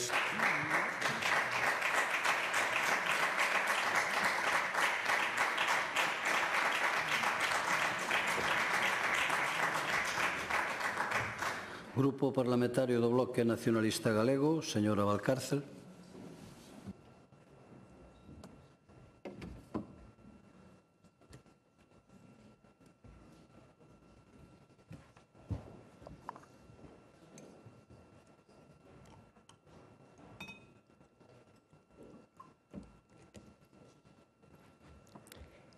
Señorías, falo hoxe como deputada do BNG por Lugo, pero tamén como quen foi vicerreitora do campus de Lugo e tivo baixo a súa responsabilidade a Domus do Mitreo, un museo universitario que é xa unha peza central para entender a cidade romana. Desde esa experiencia hai algo que se ve con moita claridade. Lugo ten patrimonio, ten universidade, ten tecido cultural para ser epicentro da romanización no noroeste. O que non tivo nestes anos é unha xunta á altura dese potencial. E antes de entrar no fondo do Museo da Romanización, como muller do BNG quero deixar claro algo que hoxe pesa moito en Lugo e en Galicia. Fronte ás denuncias de acoso sexual, o BNG ten tolerancia cero, veñan de quen veñan. O que pasou co presidente da Diputación de Lugo é gravísimo, como tamén o foi no caso do conselleiro Alfonso Villares, onde o presidente Rueda, coñecendo a denuncia durante meses, non deu explicacións nin o cesou de inmediato, ou que o PP protexese políticamente casos como o de Baltar en Ourense. A mensaxe do BNG é moi simple: nin silencio cómplice, nin dobre vara de medir, nin espectáculo coa dor allea, e menos cando se vulneran dereitos das mulleres. E falamos hoxe do Museo da Romanización e da dignidade que Lugo merece. O BNG comparte o obxectivo desta proposición, que Lugo conte por fin cun museo da romanización digno, estable, ben financiado no cuartel de San Fernando. Mais non nos conformamos cun texto declarativo, nin queremos que este proxecto siga a mercé de calendarios electorais. Por iso presentamos unha emenda que reforza a iniciativa, poñendo o foco na responsabilidade exclusiva da Xunta, garantindo financiamento plurianual, creando unha comisión de seguimento coa presenza da Universidade e da sociedade lucense e impedindo que as partidas acaben desviadas a outros fins. E voulles facer un resumen da cronoloxía porque é moi clara. 2008, protocolo Xunta-Concello para crear o Museo da Romanización en Lugo. Proxectos diseñados, proxecto básico adxudicado, investimento alrededor de 10 millóns de euros en riba da mesa. 2013, coa Xunta en mans do PP, parálise total do proxecto. E así continúa máis dunha década. E chegamos ao 2019, en lugar de retomar a idea do museo, pois a Xunta propón converter o cuartel nun parador nacional. E ten que ser a sociedade lucense quen se movilice para defender o uso cultural e patrimonial do edificio. E, mentres tanto, quen si cumpre é o Concello de Lugo. Compra o cuartel ao Ministerio de Defensa por 2,5 millóns de euros, asume gastos de conservación e, sobre todo, custodia máis de 15.000 pezas arqueolóxicas de titularidade da Xunta, dispersas en diferentes espazos, que precisan dun museo de referencia para seren estudadas e exhibidas. Non estamos, entón, diante dunha simple reclamación local. É un déficit obxectivo na xestión dun patrimonio que é competencia da Xunta. A Lei 5/2016 do Patrimonio Cultural de Galiza é clarísima. A Xunta ten competencia exclusiva en materia de patrimonio cultural e arqueolóxico e o traspaso de funcións do Estado leva décadas vixente. Así que non se pode seguir dicindo que o Museo da Romanización depende de acordos co Concello ou co Estado. É responsabilidade da Xunta. Esa é a porta que desde esta Cámara se ten que abrir. E no plano orzamentario tampouco hai excusa. Falouse dunha partida de 500.000 euros, pero o custe real estimado está entre 12 a 15 millóns de euros. E parte desa dotación, como decíamos, foi desviada a outros programas culturais. Ao mesmo tempo, a Xunta inviste máis de 17 millóns de euros noutras actuacións patrimoniais noutros territorios, como é o caso do Pazo de Lourizán en Pontevedra, deixando que o esforzo para Lugo sea unha porcentaxe puramente simbólica. A nosa emenda fala tamén de programación plurianual ata o 2029, de desagregar partidas de obra, musealización e posta en funcionamento tamén de prohibir o desvío deses fondos, como decíamos, a outros fins. E tamén é importante que non nos chega co diñeiro, fai falta gobernanza. Propoñemos unha comisión de seguimento na que estean a Xunta, o Concello, a Deputación, o Campus de Lugo e as entidades sociais e profesionais vinculadas ao patrimonio, para que sea un proxecto de cidade e de país. E aquí entra con forza o fío Lugo Universidade Museo, porque a Domus do Mitreo é a proba de que, cando se aposta polo patrimonio de Lugo con rigor, funciona. Combina restos singulares, é unha casa romana, un mitreo privado, un tramo da muralla, cun discurso que explica a evolución urbana de Lugo dende a época romana até hoxe, e cun programa de investigación, de docencia e divulgación que conecta con escolares, co estudantado, coa veciñanza. O Museo da Romanización debe dialogar con esa experiencia e amplificala, ser o nodo central dunha rede de patrimonio romano en Lugo, na que participen universidade, museos, xacementos e tecido social. En este contexto, entra tamén o Circuito Romano de Galicia, impulsado polo Eixo Atlántico, que sitúa a Lugo como eixo natural dunha ruta cultural sobre o pasado romano da Gallaecia. Non é lóxico que a cidade chamada a ser punto de partida e de chegada desa ruta siga sen un museo de referencia. Por iso dicimos que esta non pode ser unha PNL máis para agardar nun caixón. A nosa emenda fala de calendario claro, de plan director, de comisión de seguimento e de informes anuais ao Parlamento sobre a execución orzamentaria e física das obras. Non queremos volver dentro de 5 anos co mesmo debate, coas mesmas fotos e coas mesmas promesas. E permítanme rematar falando directamente da xente de Lugo. Quen vivimos e traballamos en Lugo sabemos que esta cidade sempre cumpre.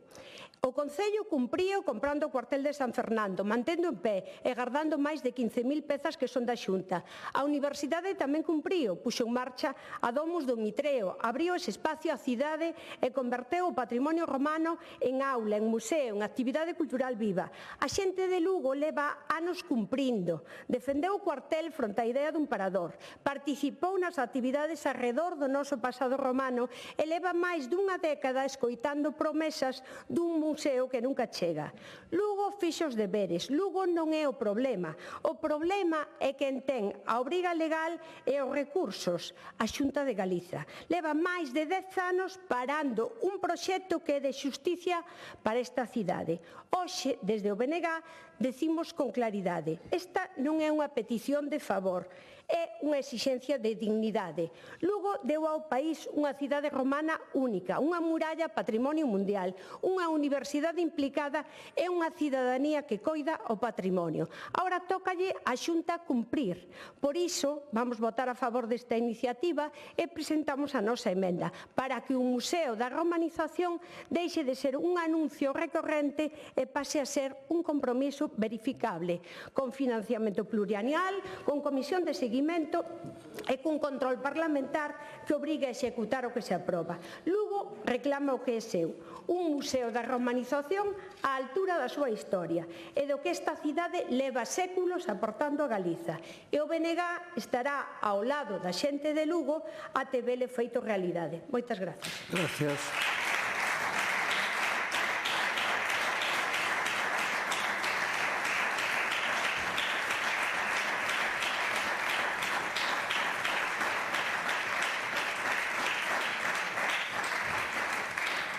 Grupo Parlamentario Popular, señora Candia.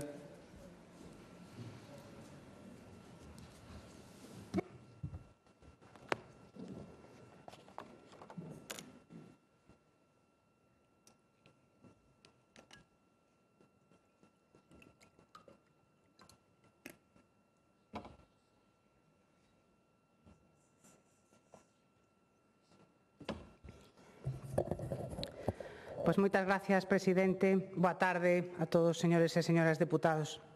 Pois rematamos un pleno francamente que empezou moi ben, cunha aprobación de orzamentos e que agardo que tamén remate moi ben.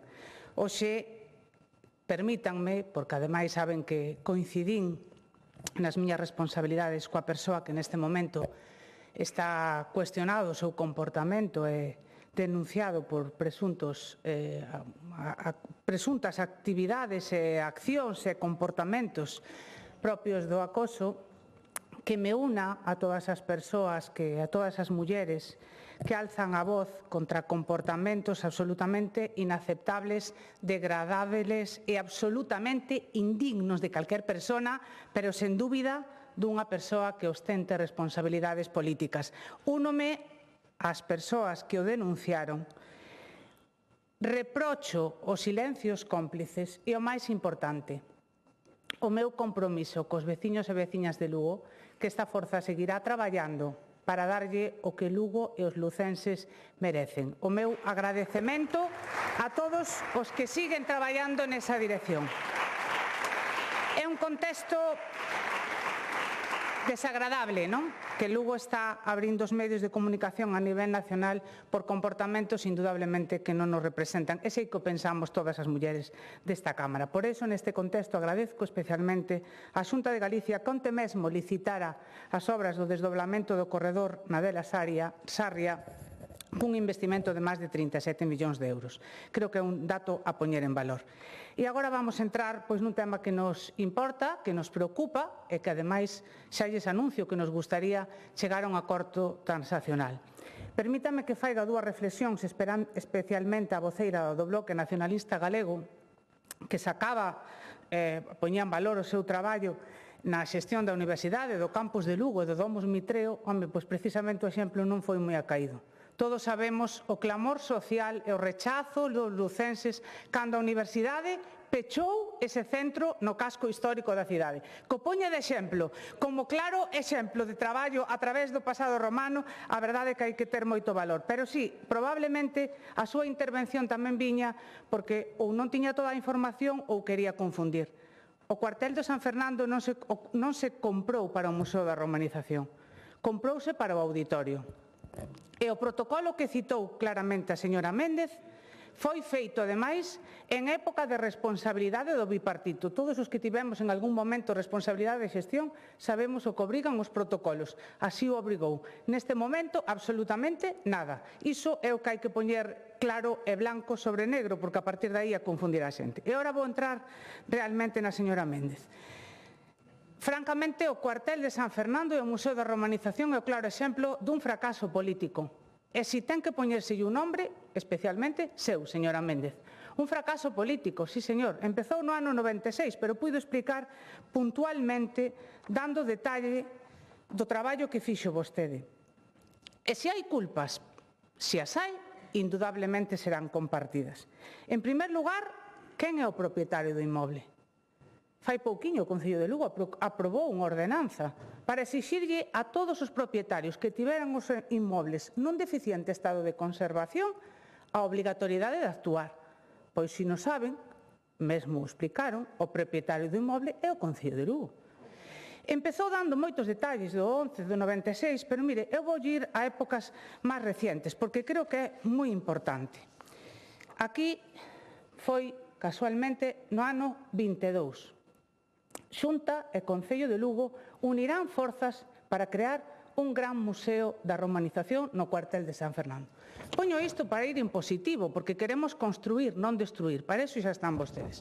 Este exemplo, a señora Méndez acudeu á reunión pois como a conto da leiteira, dicindo que tiña fondos europeos. E nosotros, evidentemente, aplaudímoslo, porque efectivamente non houve cambios de opinión, houve distintos proxectos.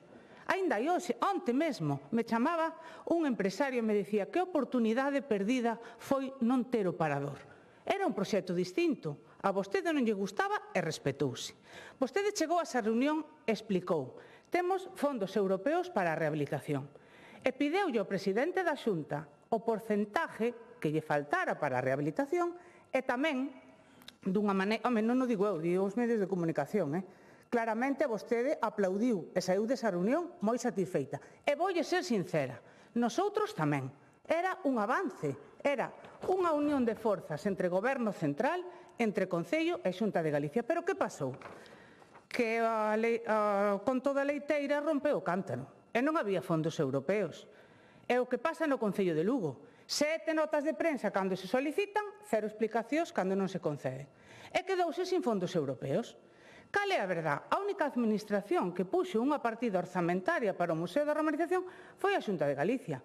Ten obligacións, unha obligación compartida na xestión cultural, unha obligación compartida en apoiar a rehabilitación dos BICs, é verdade.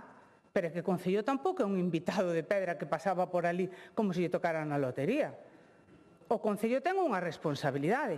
E mire, a verdade é que a responsabilidade na xestión de museos non sei como non se poñen colorados, pero, bueno, indudablemente, despois do que levamos escoitados aquí que lles está caendo, eu, sinceramente, admiros polo valor, ou non sei se é pola pouca vergonza, pero salar aquí a facer teatros con todo o que está caendo, indudablemente, que van a decir do Museo da Romanización? Pero, bueno, eu traigo unha proposta. Traigo unha proposta realmente que creo que debe ser o que vostede dixo. Porque tamén omiteu outra información moi importante. Vostede con esta proposta parece que está emendando o que agora quere facer o alcalde. Saben vostedes que Lugo cambiamos de alcalde. A señora Méndez pasou toda a campaña dicindo que era unha paracaidista que me iba a marchar e depois a que se marchou foi ela. Pero é unha decisión absolutamente respetada e que, por suposto, pode facer o que considere. Despois tivemos, como saben, permítame que hoxe tamén a recorda aquí o falecemento de Paula Alvarellos. Pero, realmente, agora, a decisión estaba centrada. Había un acordo entre todas as administracións. A plataforma Muro está de acordo, ou así mo transmiteu, en que todas as administracións se impliquen. E o máis importante, que non perdamos a oportunidade dos fondos europeos. É o momento de que proxectos como este, vostedes presumen de que xestionaron 50 millóns de euros de fondos europeos. Home, pois por falta de recursos non sería. De feito, moitos dos proxectos, podo citar algún, se quere, non sei se viron que había unhas caldas en Lugo, non poden pasar por ali, non teñen augas mineromedicinais, pero iso sería o de menos, o que pasa é que levan cerradas desde xuño. É un dos proxectos europeos que financiaron con recursos públicos, así que falta de recursos non houbo. Houbo falta de marcar este proxecto como unha prioridade. E agora, que estaba máis ou menos centrado, o alcalde di que tampouco quere que entre o Goberno do Estado, nin que tampouco quere pedir fondos europeos. É donde aquí vostede rectifica, e parece que nos trae outro acordo, en donde novamente volve vostede á senda do, presunto entendemento, que probablemente omiteu aquí explicar porque o coñecíamos todos, pero que efectivamente quedou retratado nunha reunión co presidente. En esa senda, aí estamos. Creo que ten que ser un proxecto, dende logo, tractor para a cidade e para a provincia, e creo que ten que ter un compromiso de todas as administracións. Eu pregúntome, por que din non a presentar, por exemplo, o programa Europa Creativa? Ou por que din non a presentar o 2% do Ministerio de Cultura? Saben por qué? Porque o que pasa coa xestión do Goberno socialista en Lugo sempre é o mesmo. Cando hai un problema non se busca unha solución, búscase ter alguén a quen botaría culpa. E aínda que leven gobernando os anos que levan, e aínda que o Museo da Romanización sexa hoxe aínda non unha realidade, a vostedes iso non lles importa. Non queren conseguir fondos, queren seguir confrontando. E mire, eu voulle propoñer unha transacción. Nosotros registramos unha emenda e digo yo de verdade, creo que o que probablemente para vostedes se seña un mal día pode acabar sendo un día importante. Dígolle máis, señora Méndez, gobernar é, como vostede, penso que puido velo, algo maravilloso. Pero tamén estar no Parlamento é algo máis que vir aquí e facer unhos vídeos, coller 2 cortes, intentar ridiculizar o adversario político e poñer algo en Facebook ou en redes. Aquí tamén se pode chegar a acordos e pódese mandar un mensaxe de que efectivamente aquí viñamos para algo e non para escapar de Lugo. Así que como seguramente a política lle gusta tanto como me gusta a min, que levamos bastante tempo nela, como seguramente lle gusta chegar a acordos, eu propóñolle iso. Que o que vostede lle dixo a Rueda, precisamente na mesma mesa estaba o alcalde actual sentada ao seu lado, con esa proposta de chegar a un acordo conxunto das administracións, seguramente nos terá ao lado. Se o único que lle importa é o cuartel da romanización, para seguir confrontando, para seguir discutindo ca Xunta de Galicia, para intentar decir o que non é, pois evidentemente non nos vai a ter ao lado. Pero aí sí que estou de acordo ca señora Valcarce en un tema moi importante. Lugo nunca fallou. E, efectivamente, a Xunta de Galicia, Lugo nunca lle fallou. Así que, con acerto ou con algún error que tamén seguro tuvemos, prégolle a que se sume á senda do entendemento que plantexou vostede no ano 22. E, se non é así, a que cambiou de opinión ou a que simplemente fai un teatro é vostede. Nada máis e moitas gracias.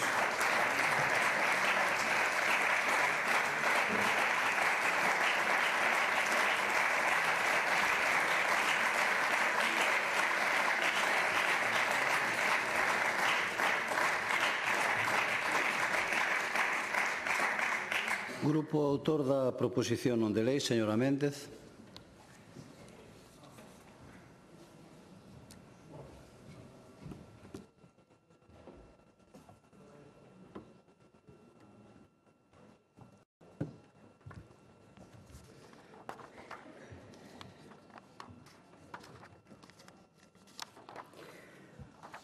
Grazas, presidente.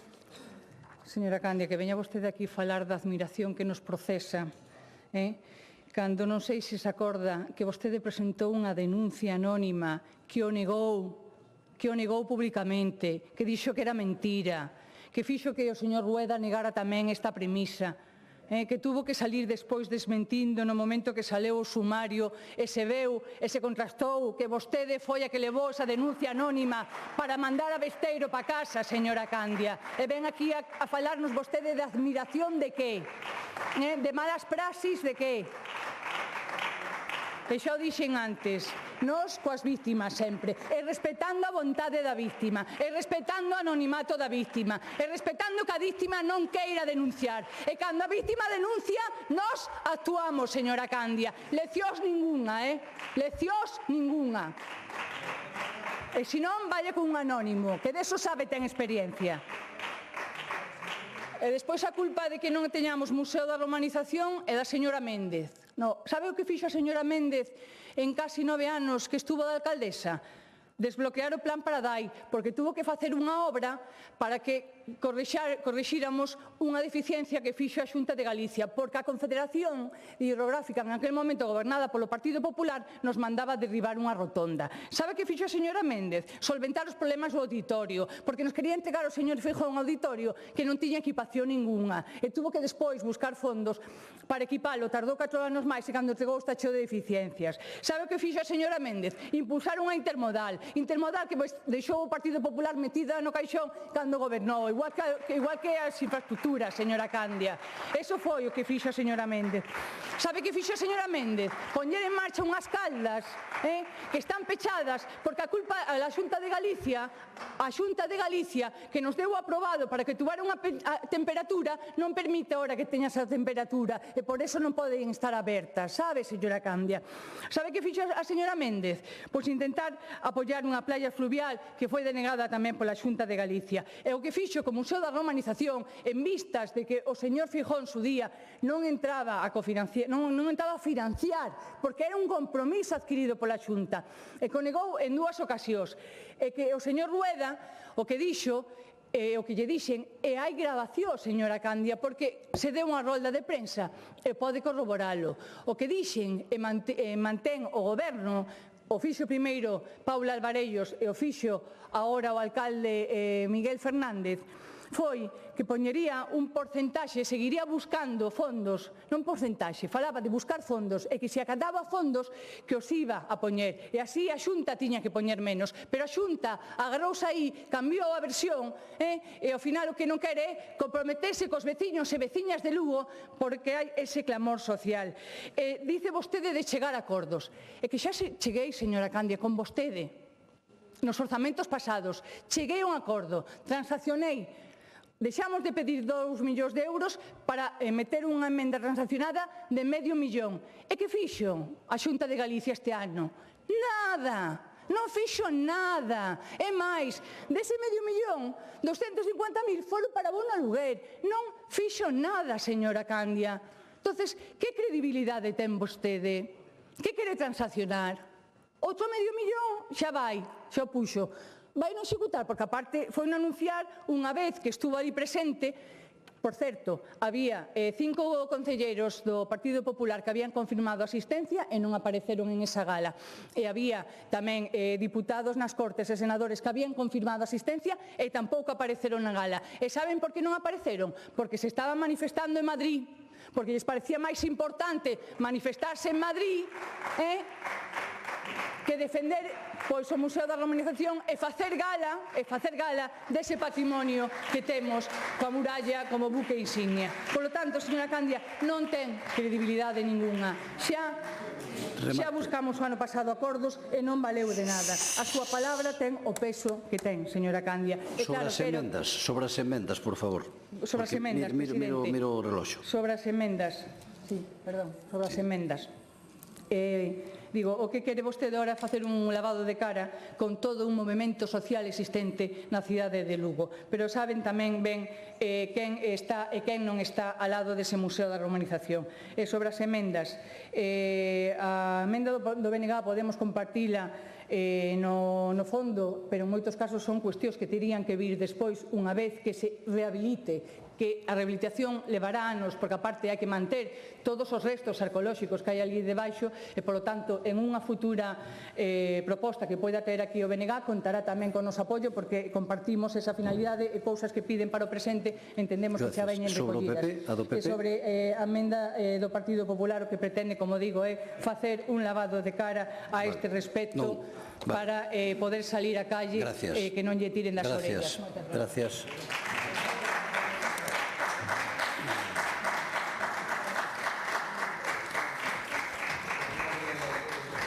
Suspendemos o pleno hasta mañá ás 10 da mañá. Boa noite.